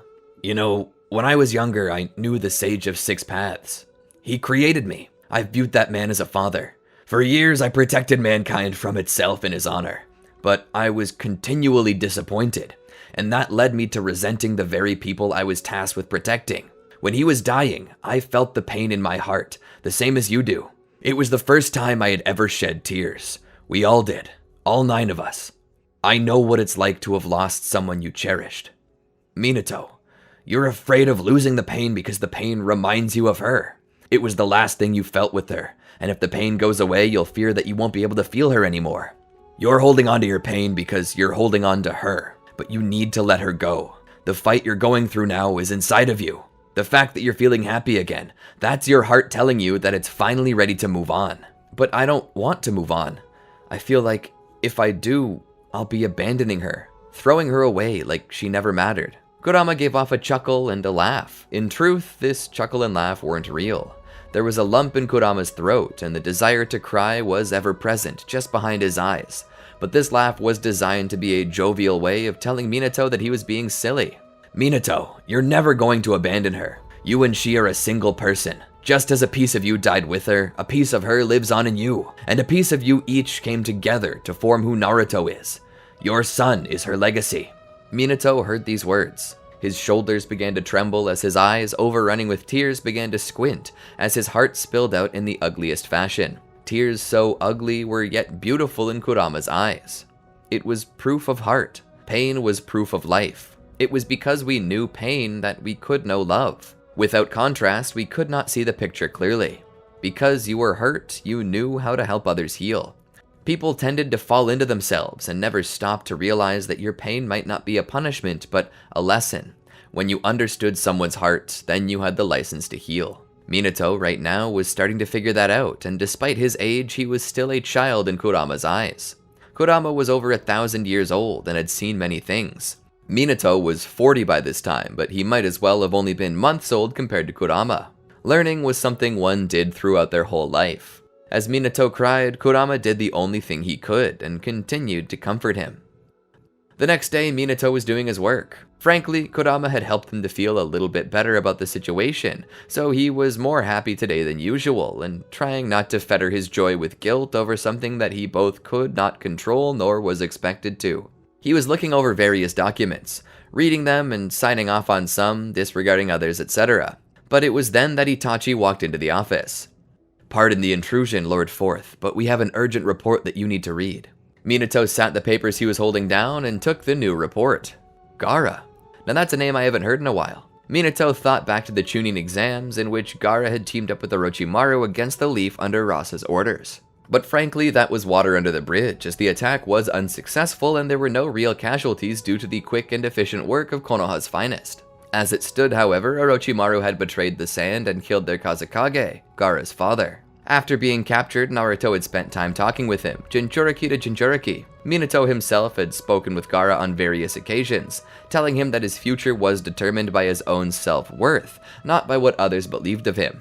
It seemed this had stuck, and when Gaara was released back to the sand, the first thing he did was become Kazekage in his father's stead and begin to devote resources to helping Konoha locate and bring Orochimaru to justice. And while both Sunanin and Konoha-nin hated working together, they swallowed their pain for a chance to take out a common foe. It was through this peace offering that Konoha and Suna offered another joint Chunin exams, one that would take place in the sand. Minato agreed to this as to give Suna its leadership a chance to make nice. They all knew that Konoha would stomp Suna. The whole reason why Suna attacked Konoha in the first place was to knock them down a peg and give Suna a chance to make more money to stay afloat. And even with both the help of Orochimaru and the element of surprise, Suna had failed to actually put a dent in Konoha. As Minato read over the report, he half expected to see that it said that they knew where to find Orochimaru, but instead he was shocked to find that it said Gaara was abducted. He read through the reports of men in black cloaks with red clouds and immediately knew who this was. The Akatsuki. They had a reputation, and many who were in the know knew who they were. Minato was one of those people. He would proceed to pull up Team Kakashi and Team Guy and send them to Suna to ascertain the last known location of the 5th Kazekage and the possible places where he could have gone. And so he called Naruto, Sakura, Sasuke, and Kakashi to him and briefed them on the situation before giving them details and objectives to accomplish. Once this was pounded out, he would send them out on an assignment. After this, he would call in Rock Lee, Tenten, and Neji Hyuga along with their mentor Might Guy and inform them the same, ordering them to provide backup and support for the mission. He then sent them out. He stood and looked out the window toward the village. Not long after, Jiraiya walked in. "You sent for me?" Minato nodded. "Yes, it's the Akatsuki. They've made a move against Gaara of the Hidden Sand. I get the feeling that this is going to be a very bad situation soon, but I need you on standby." Jiraiya nodded. "Of course."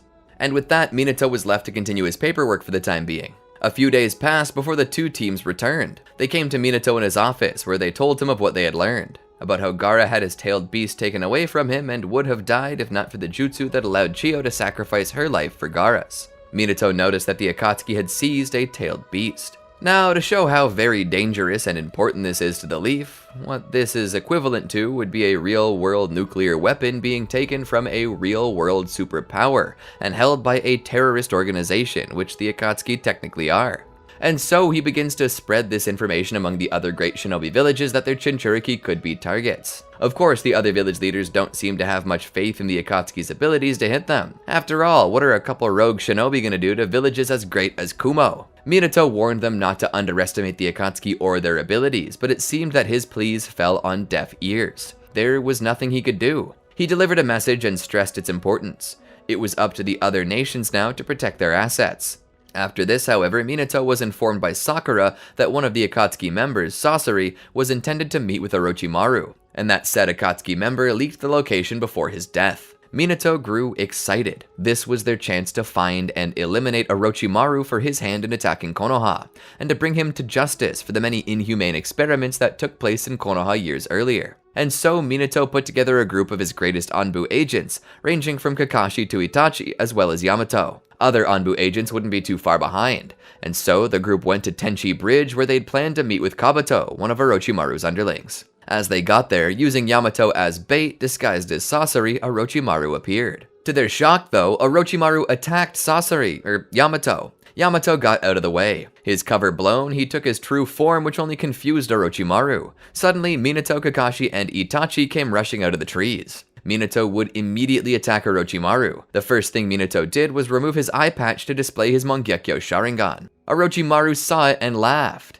"So it seems that you possess the Sharingan. It looks like I wasn't the only one to go to any lengths to obtain power." Minato sneered. "Shut up, I'm nothing like you." Minato would attack Orochimaru, striking out at him with incredible speed. Orochimaru managed to deflect these attacks fairly easily. Itachi would come through as well and attack him. Yamato was going to go after Kabuto. Together, facing Itachi and Minato, Orochimaru was just not a match. Kakashi didn't even really have to join in, but he did anyway, just to cement the fact that they were going to capture Orochimaru. Orochimaru was defeated and taken into custody. It wasn't long after that Yamato returned. However, he had bad news in that Kabuto had managed to escape.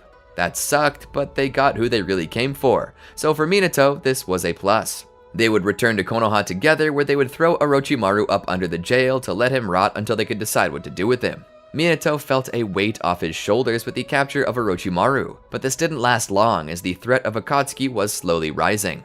The world was not going to deal with the Akatsuki themselves, and so Minato was going to have to step up. After hearing a supposed bounty taken by Hidan and Kakazu, Minato authorized that a mission be spun up over it. They sent certain groups out after the Akatsuki. It was Minato's hope that they could neutralize the threat and capture at least one of them, bringing them back to Konoha to give up as much information about their group as possible. To that end, he sent many a group out, including one led by Asuma Sarutobi, the son of the third Hokage Hiruzen Sarutobi. During this, Minato also received words of many rumors surrounding the Akatsuki, and would organize with Jiraiya in hopes of sending him to Amagakure to see if it was truly the home base of the Akatsuki.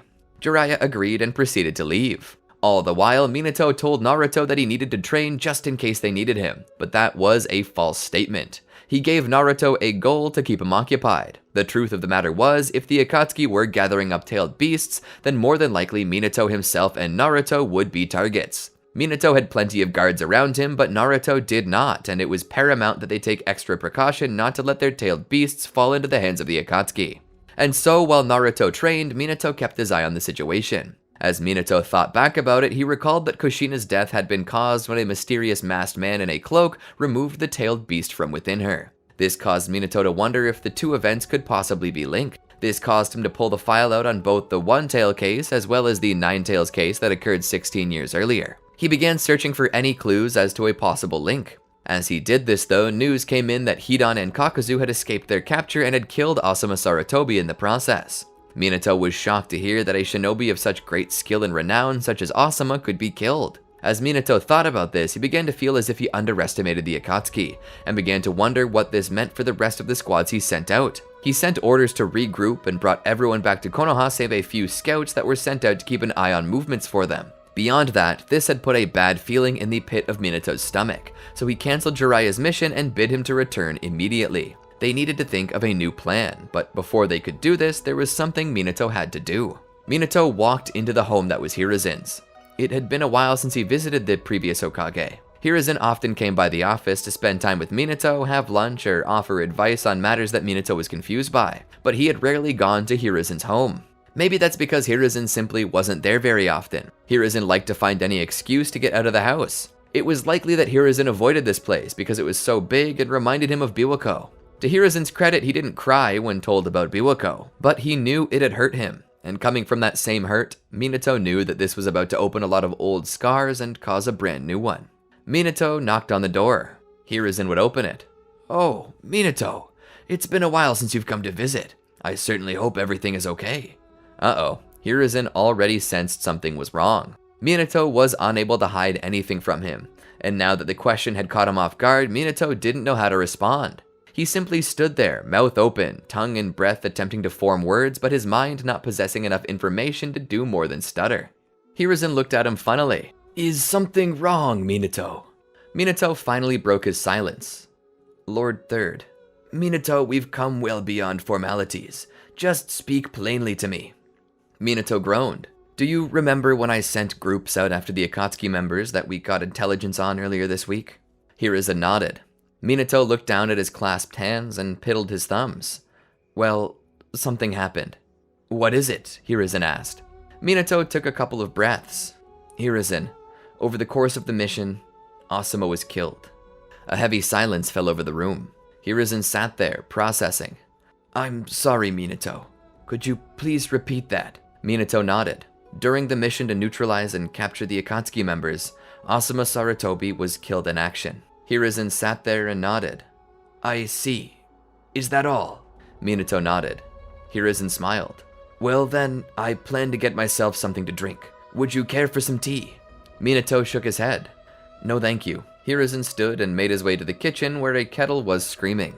He'd go to the counter where he'd begin pouring the tea into his cup. As he did so, Minato couldn't help but feel horrible. He always hated this part of his job. It was never easy for anyone. It always hurt. But to be fair, Hiruzen was taking it better than most. Suddenly, Minato heard shattering glass. He ran into the kitchen to see that Hiruzen had dropped the cup. Its boiling hot contents spilled all over the floor. Are you okay? Did you hurt yourself? I broke the... It was my favorite teacup. Tears began to overflow in his eyes. At first, Minato was confused. Why would the old man cry over his teacup and not over his own wife and son? Then Minato realized that Hiruzen was crying over his family. He had dropped the cup because he couldn't see the counter through his tears. Minato stood upright and took the elderly man and pulled him away from the counter and sat him down in a chair. Hiruzen sat there silently, staring off into space as he gnawed on his fingernails nervously. Konohamaru was so close with Asuma. He was like the father Kono never had. How am I going to tell him? Minato was obviously shaken by the situation, but his righteous rage had been kindled, as had the rage of many. Shikamaru Nara and the entirety of Team Asuma were ready to kill, and frankly, Minato was as well. When Naruto heard from Konohamaru what happened, he too was signing up for the mission, and he wouldn't take no for an answer. Screw intelligence, this just became personal.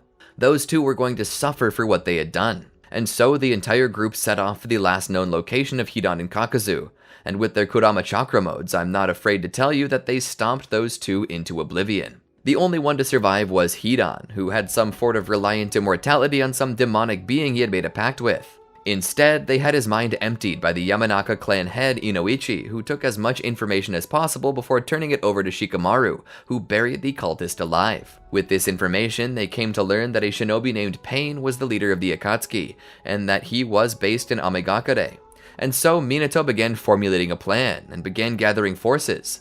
The best shinobi he had in all of Konoha, as well as the best shinobi in all of Suna.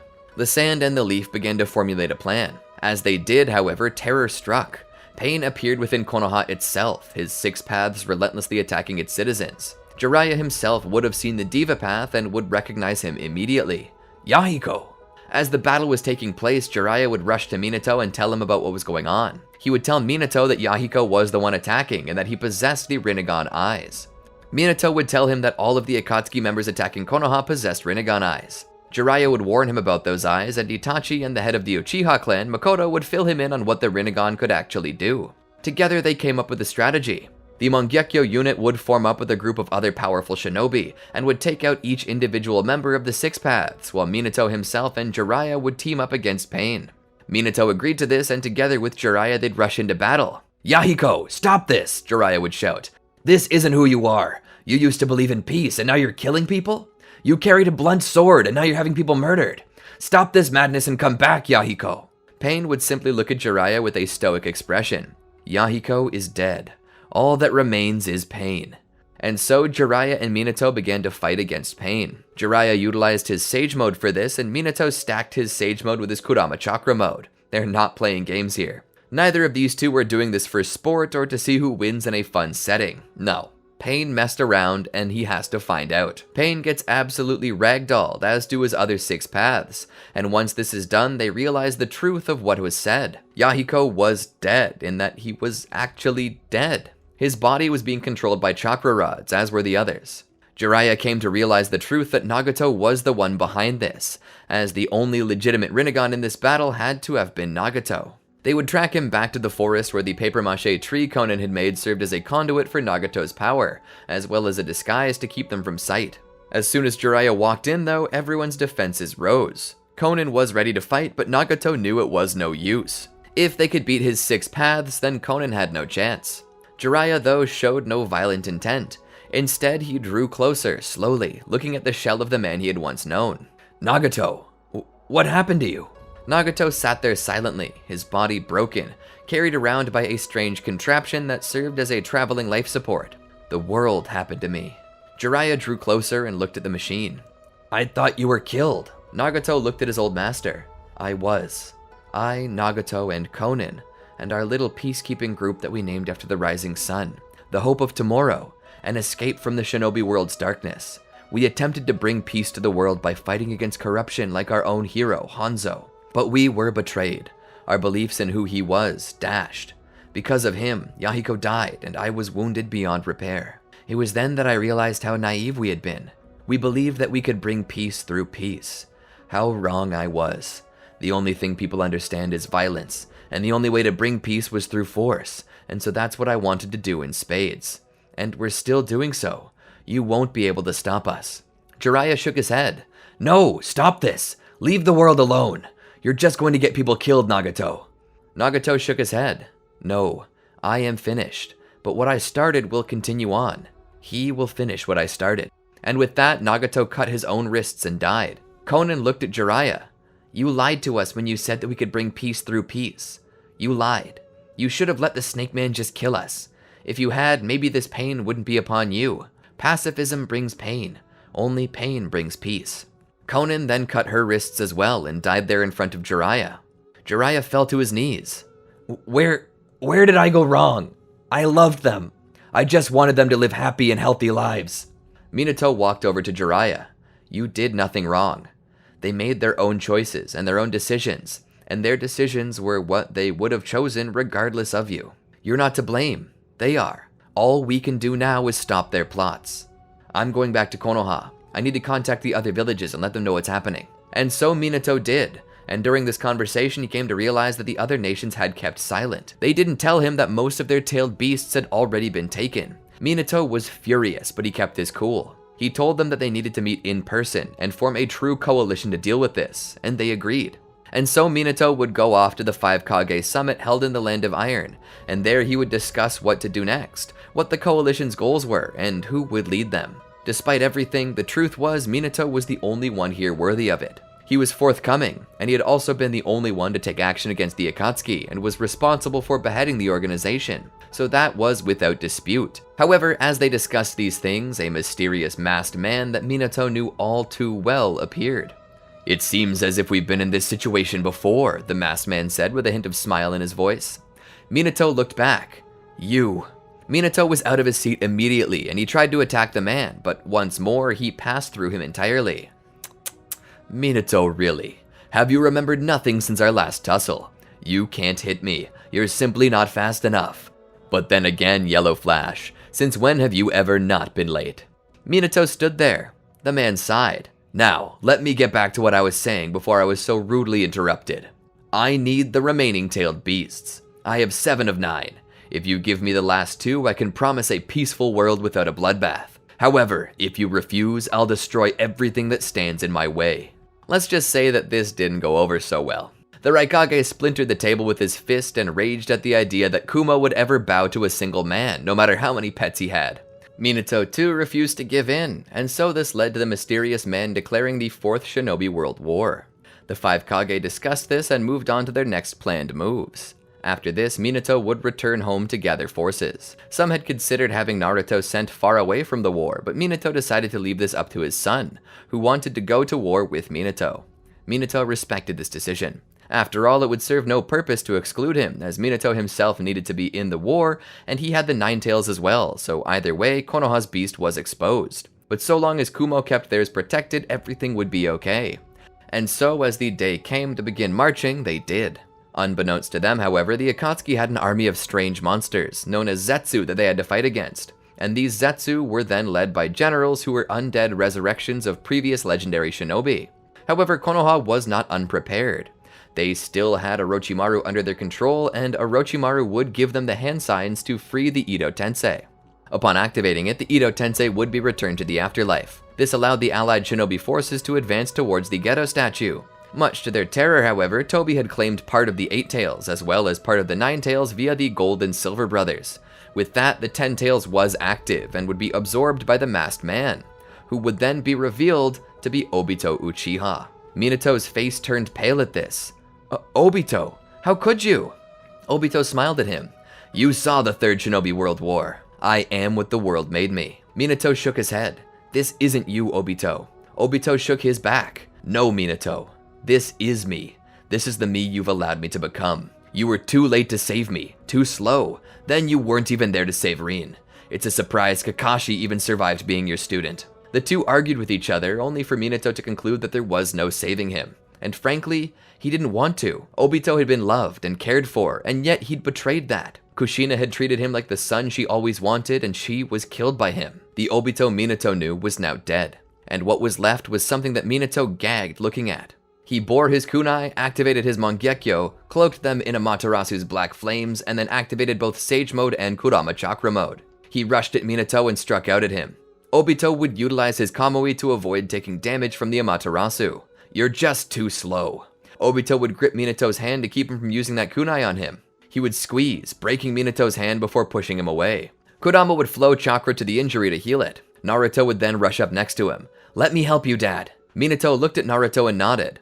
The two of them would fist bump and together would rush Obito. As they struck out at him, he would skillfully block both and push them away. "Too slow, too weak. The moon is rising, boys. You'd better think of something quickly." The two would then grab hands as they would create a massive avatar out of Kurama's chakra. Obito would split his staff in two and rush forward through the chakra avatar and pierce both Minato and Naruto, throwing them to the ground. As they hit ground, Minato looked down to his chest and saw the rod sticking out of it. He looked over to see Naruto, panicking. He reached out for his son. Naruto had fear in his eyes. He reached out weakly before his eyes closed and he fell unconscious. Minato was close behind. There he found himself in darkness. When he raised his eyes, he saw the eyes of Fugaku looking back at him. Fugaku smiled. "Looks like you're having a rough time with one of my clan members." Minato nodded. "I'm not sure what to do." Fugaku laughed. "Don't you worry, I have an idea. While I work on that, there's someone else here you should talk to. The remnants of some chakra left behind." He pointed over. Minato followed the direction of his finger and saw Kushina standing there. Minato stood up and ran over to hug her. "Kushina, I missed you so much." She giggled. "I missed you too, my love." Minato began to cry. "It's been hell without you." She sighed as if he had just said the most misguided thing. "Baby, I want you to be happy. I love you and I know you love me. That's not going to change. Nothing can stop our love, even distance and spiritual planes." Minato wiped his tears. He then remembered. "Naruto! He's been stabbed." Kushina put her hands on Minato's chest to calm him. "It's okay. He'll be okay. The same power allowing Fugaku to talk to you is working with him. Naruto is more special than you know. He'll be fine." Minato stood there with her and the two spoke about Obito. Kushina told Minato it was okay. "It's fine, Minato. I forgive him. But we can't let him do this. I need you to defeat him. Give Naruto an opening and finish it as soon as you have the chance." Minato nodded. "I will." A tear ran down his cheek. "Will I ever see you again?" She wiped his tear and smiled. "Of course. You just have to wait. Now, go be my hero once again." She kissed him. And as she did so, Minato awakened. In his eyes, both of Fugaku's Mangekyo Sharingan flared to life. He stood as a magenta flame surrounded him. He looked over and saw Naruto standing as well, his own form having shifted. A perfect Sage Mode, and he even possessed the same Truth Seeker orbs that Obito did. Minato then fist bumped Naruto once more, as Minato would take the form of Kurama before covering it in the magenta armor of Susanoo. He would coat the weapons he used in Amaterasu. He remembered what Kushina had said to him, wondering if she had said the same thing to Naruto. Together they rushed at Obito. Despite everything, Obito claimed Minato to still be too slow, and Minato knew it to be true. So he decided to break out a technique he'd been studying for quite some time. He would lower his mass while increasing his speed. The same technique that took Fugaku's life. He would use it to make sure that he was never too slow ever again, and with it he managed to get a few lucky hits in. With Obito off kilter, Naruto rushed in and touched him with the seals on his hands, sealing him and the Ten Tails away in a massive Chibaku Tensei that they sent off into space. And with that, the war came to a close, each of the tailed beasts freed from Obito as the seal took hold. From this, peace reigned. A mutual respect for each other budded among the many nations and Kage. And due to this, the peace that Nagato and Obito had hoped for was upon the world, even if it wasn't in the way they had expected it. And with the passing of years, Minato knew his time to retire was near, so he would proceed to pass on the title of Hokage to his son, Naruto, who would become known as the 5th Hokage. And there you have it, my 3 favorite what-ifs centered around Minato and Kushina. Man, just revisiting some of these old videos makes me really want to go back and make more videos centered around them. That being said, if you recall, I did mention a Redux series where we take an old video's plot and then make a what-if within a what-if, such as what if Minato survived with Kushina, or what if Minato trained Naruto and Sasuke. Let us know if that's something you might want to see in the future, and if you liked this little marathon, then maybe we'll do some more. Tell us in the comments what you all thought about the videos and ideas in this little marathon, and remember to like, subscribe, and ring that bell to see more what-ifs when they're fresh from the oven and full of lovin'. Until next time, peace out.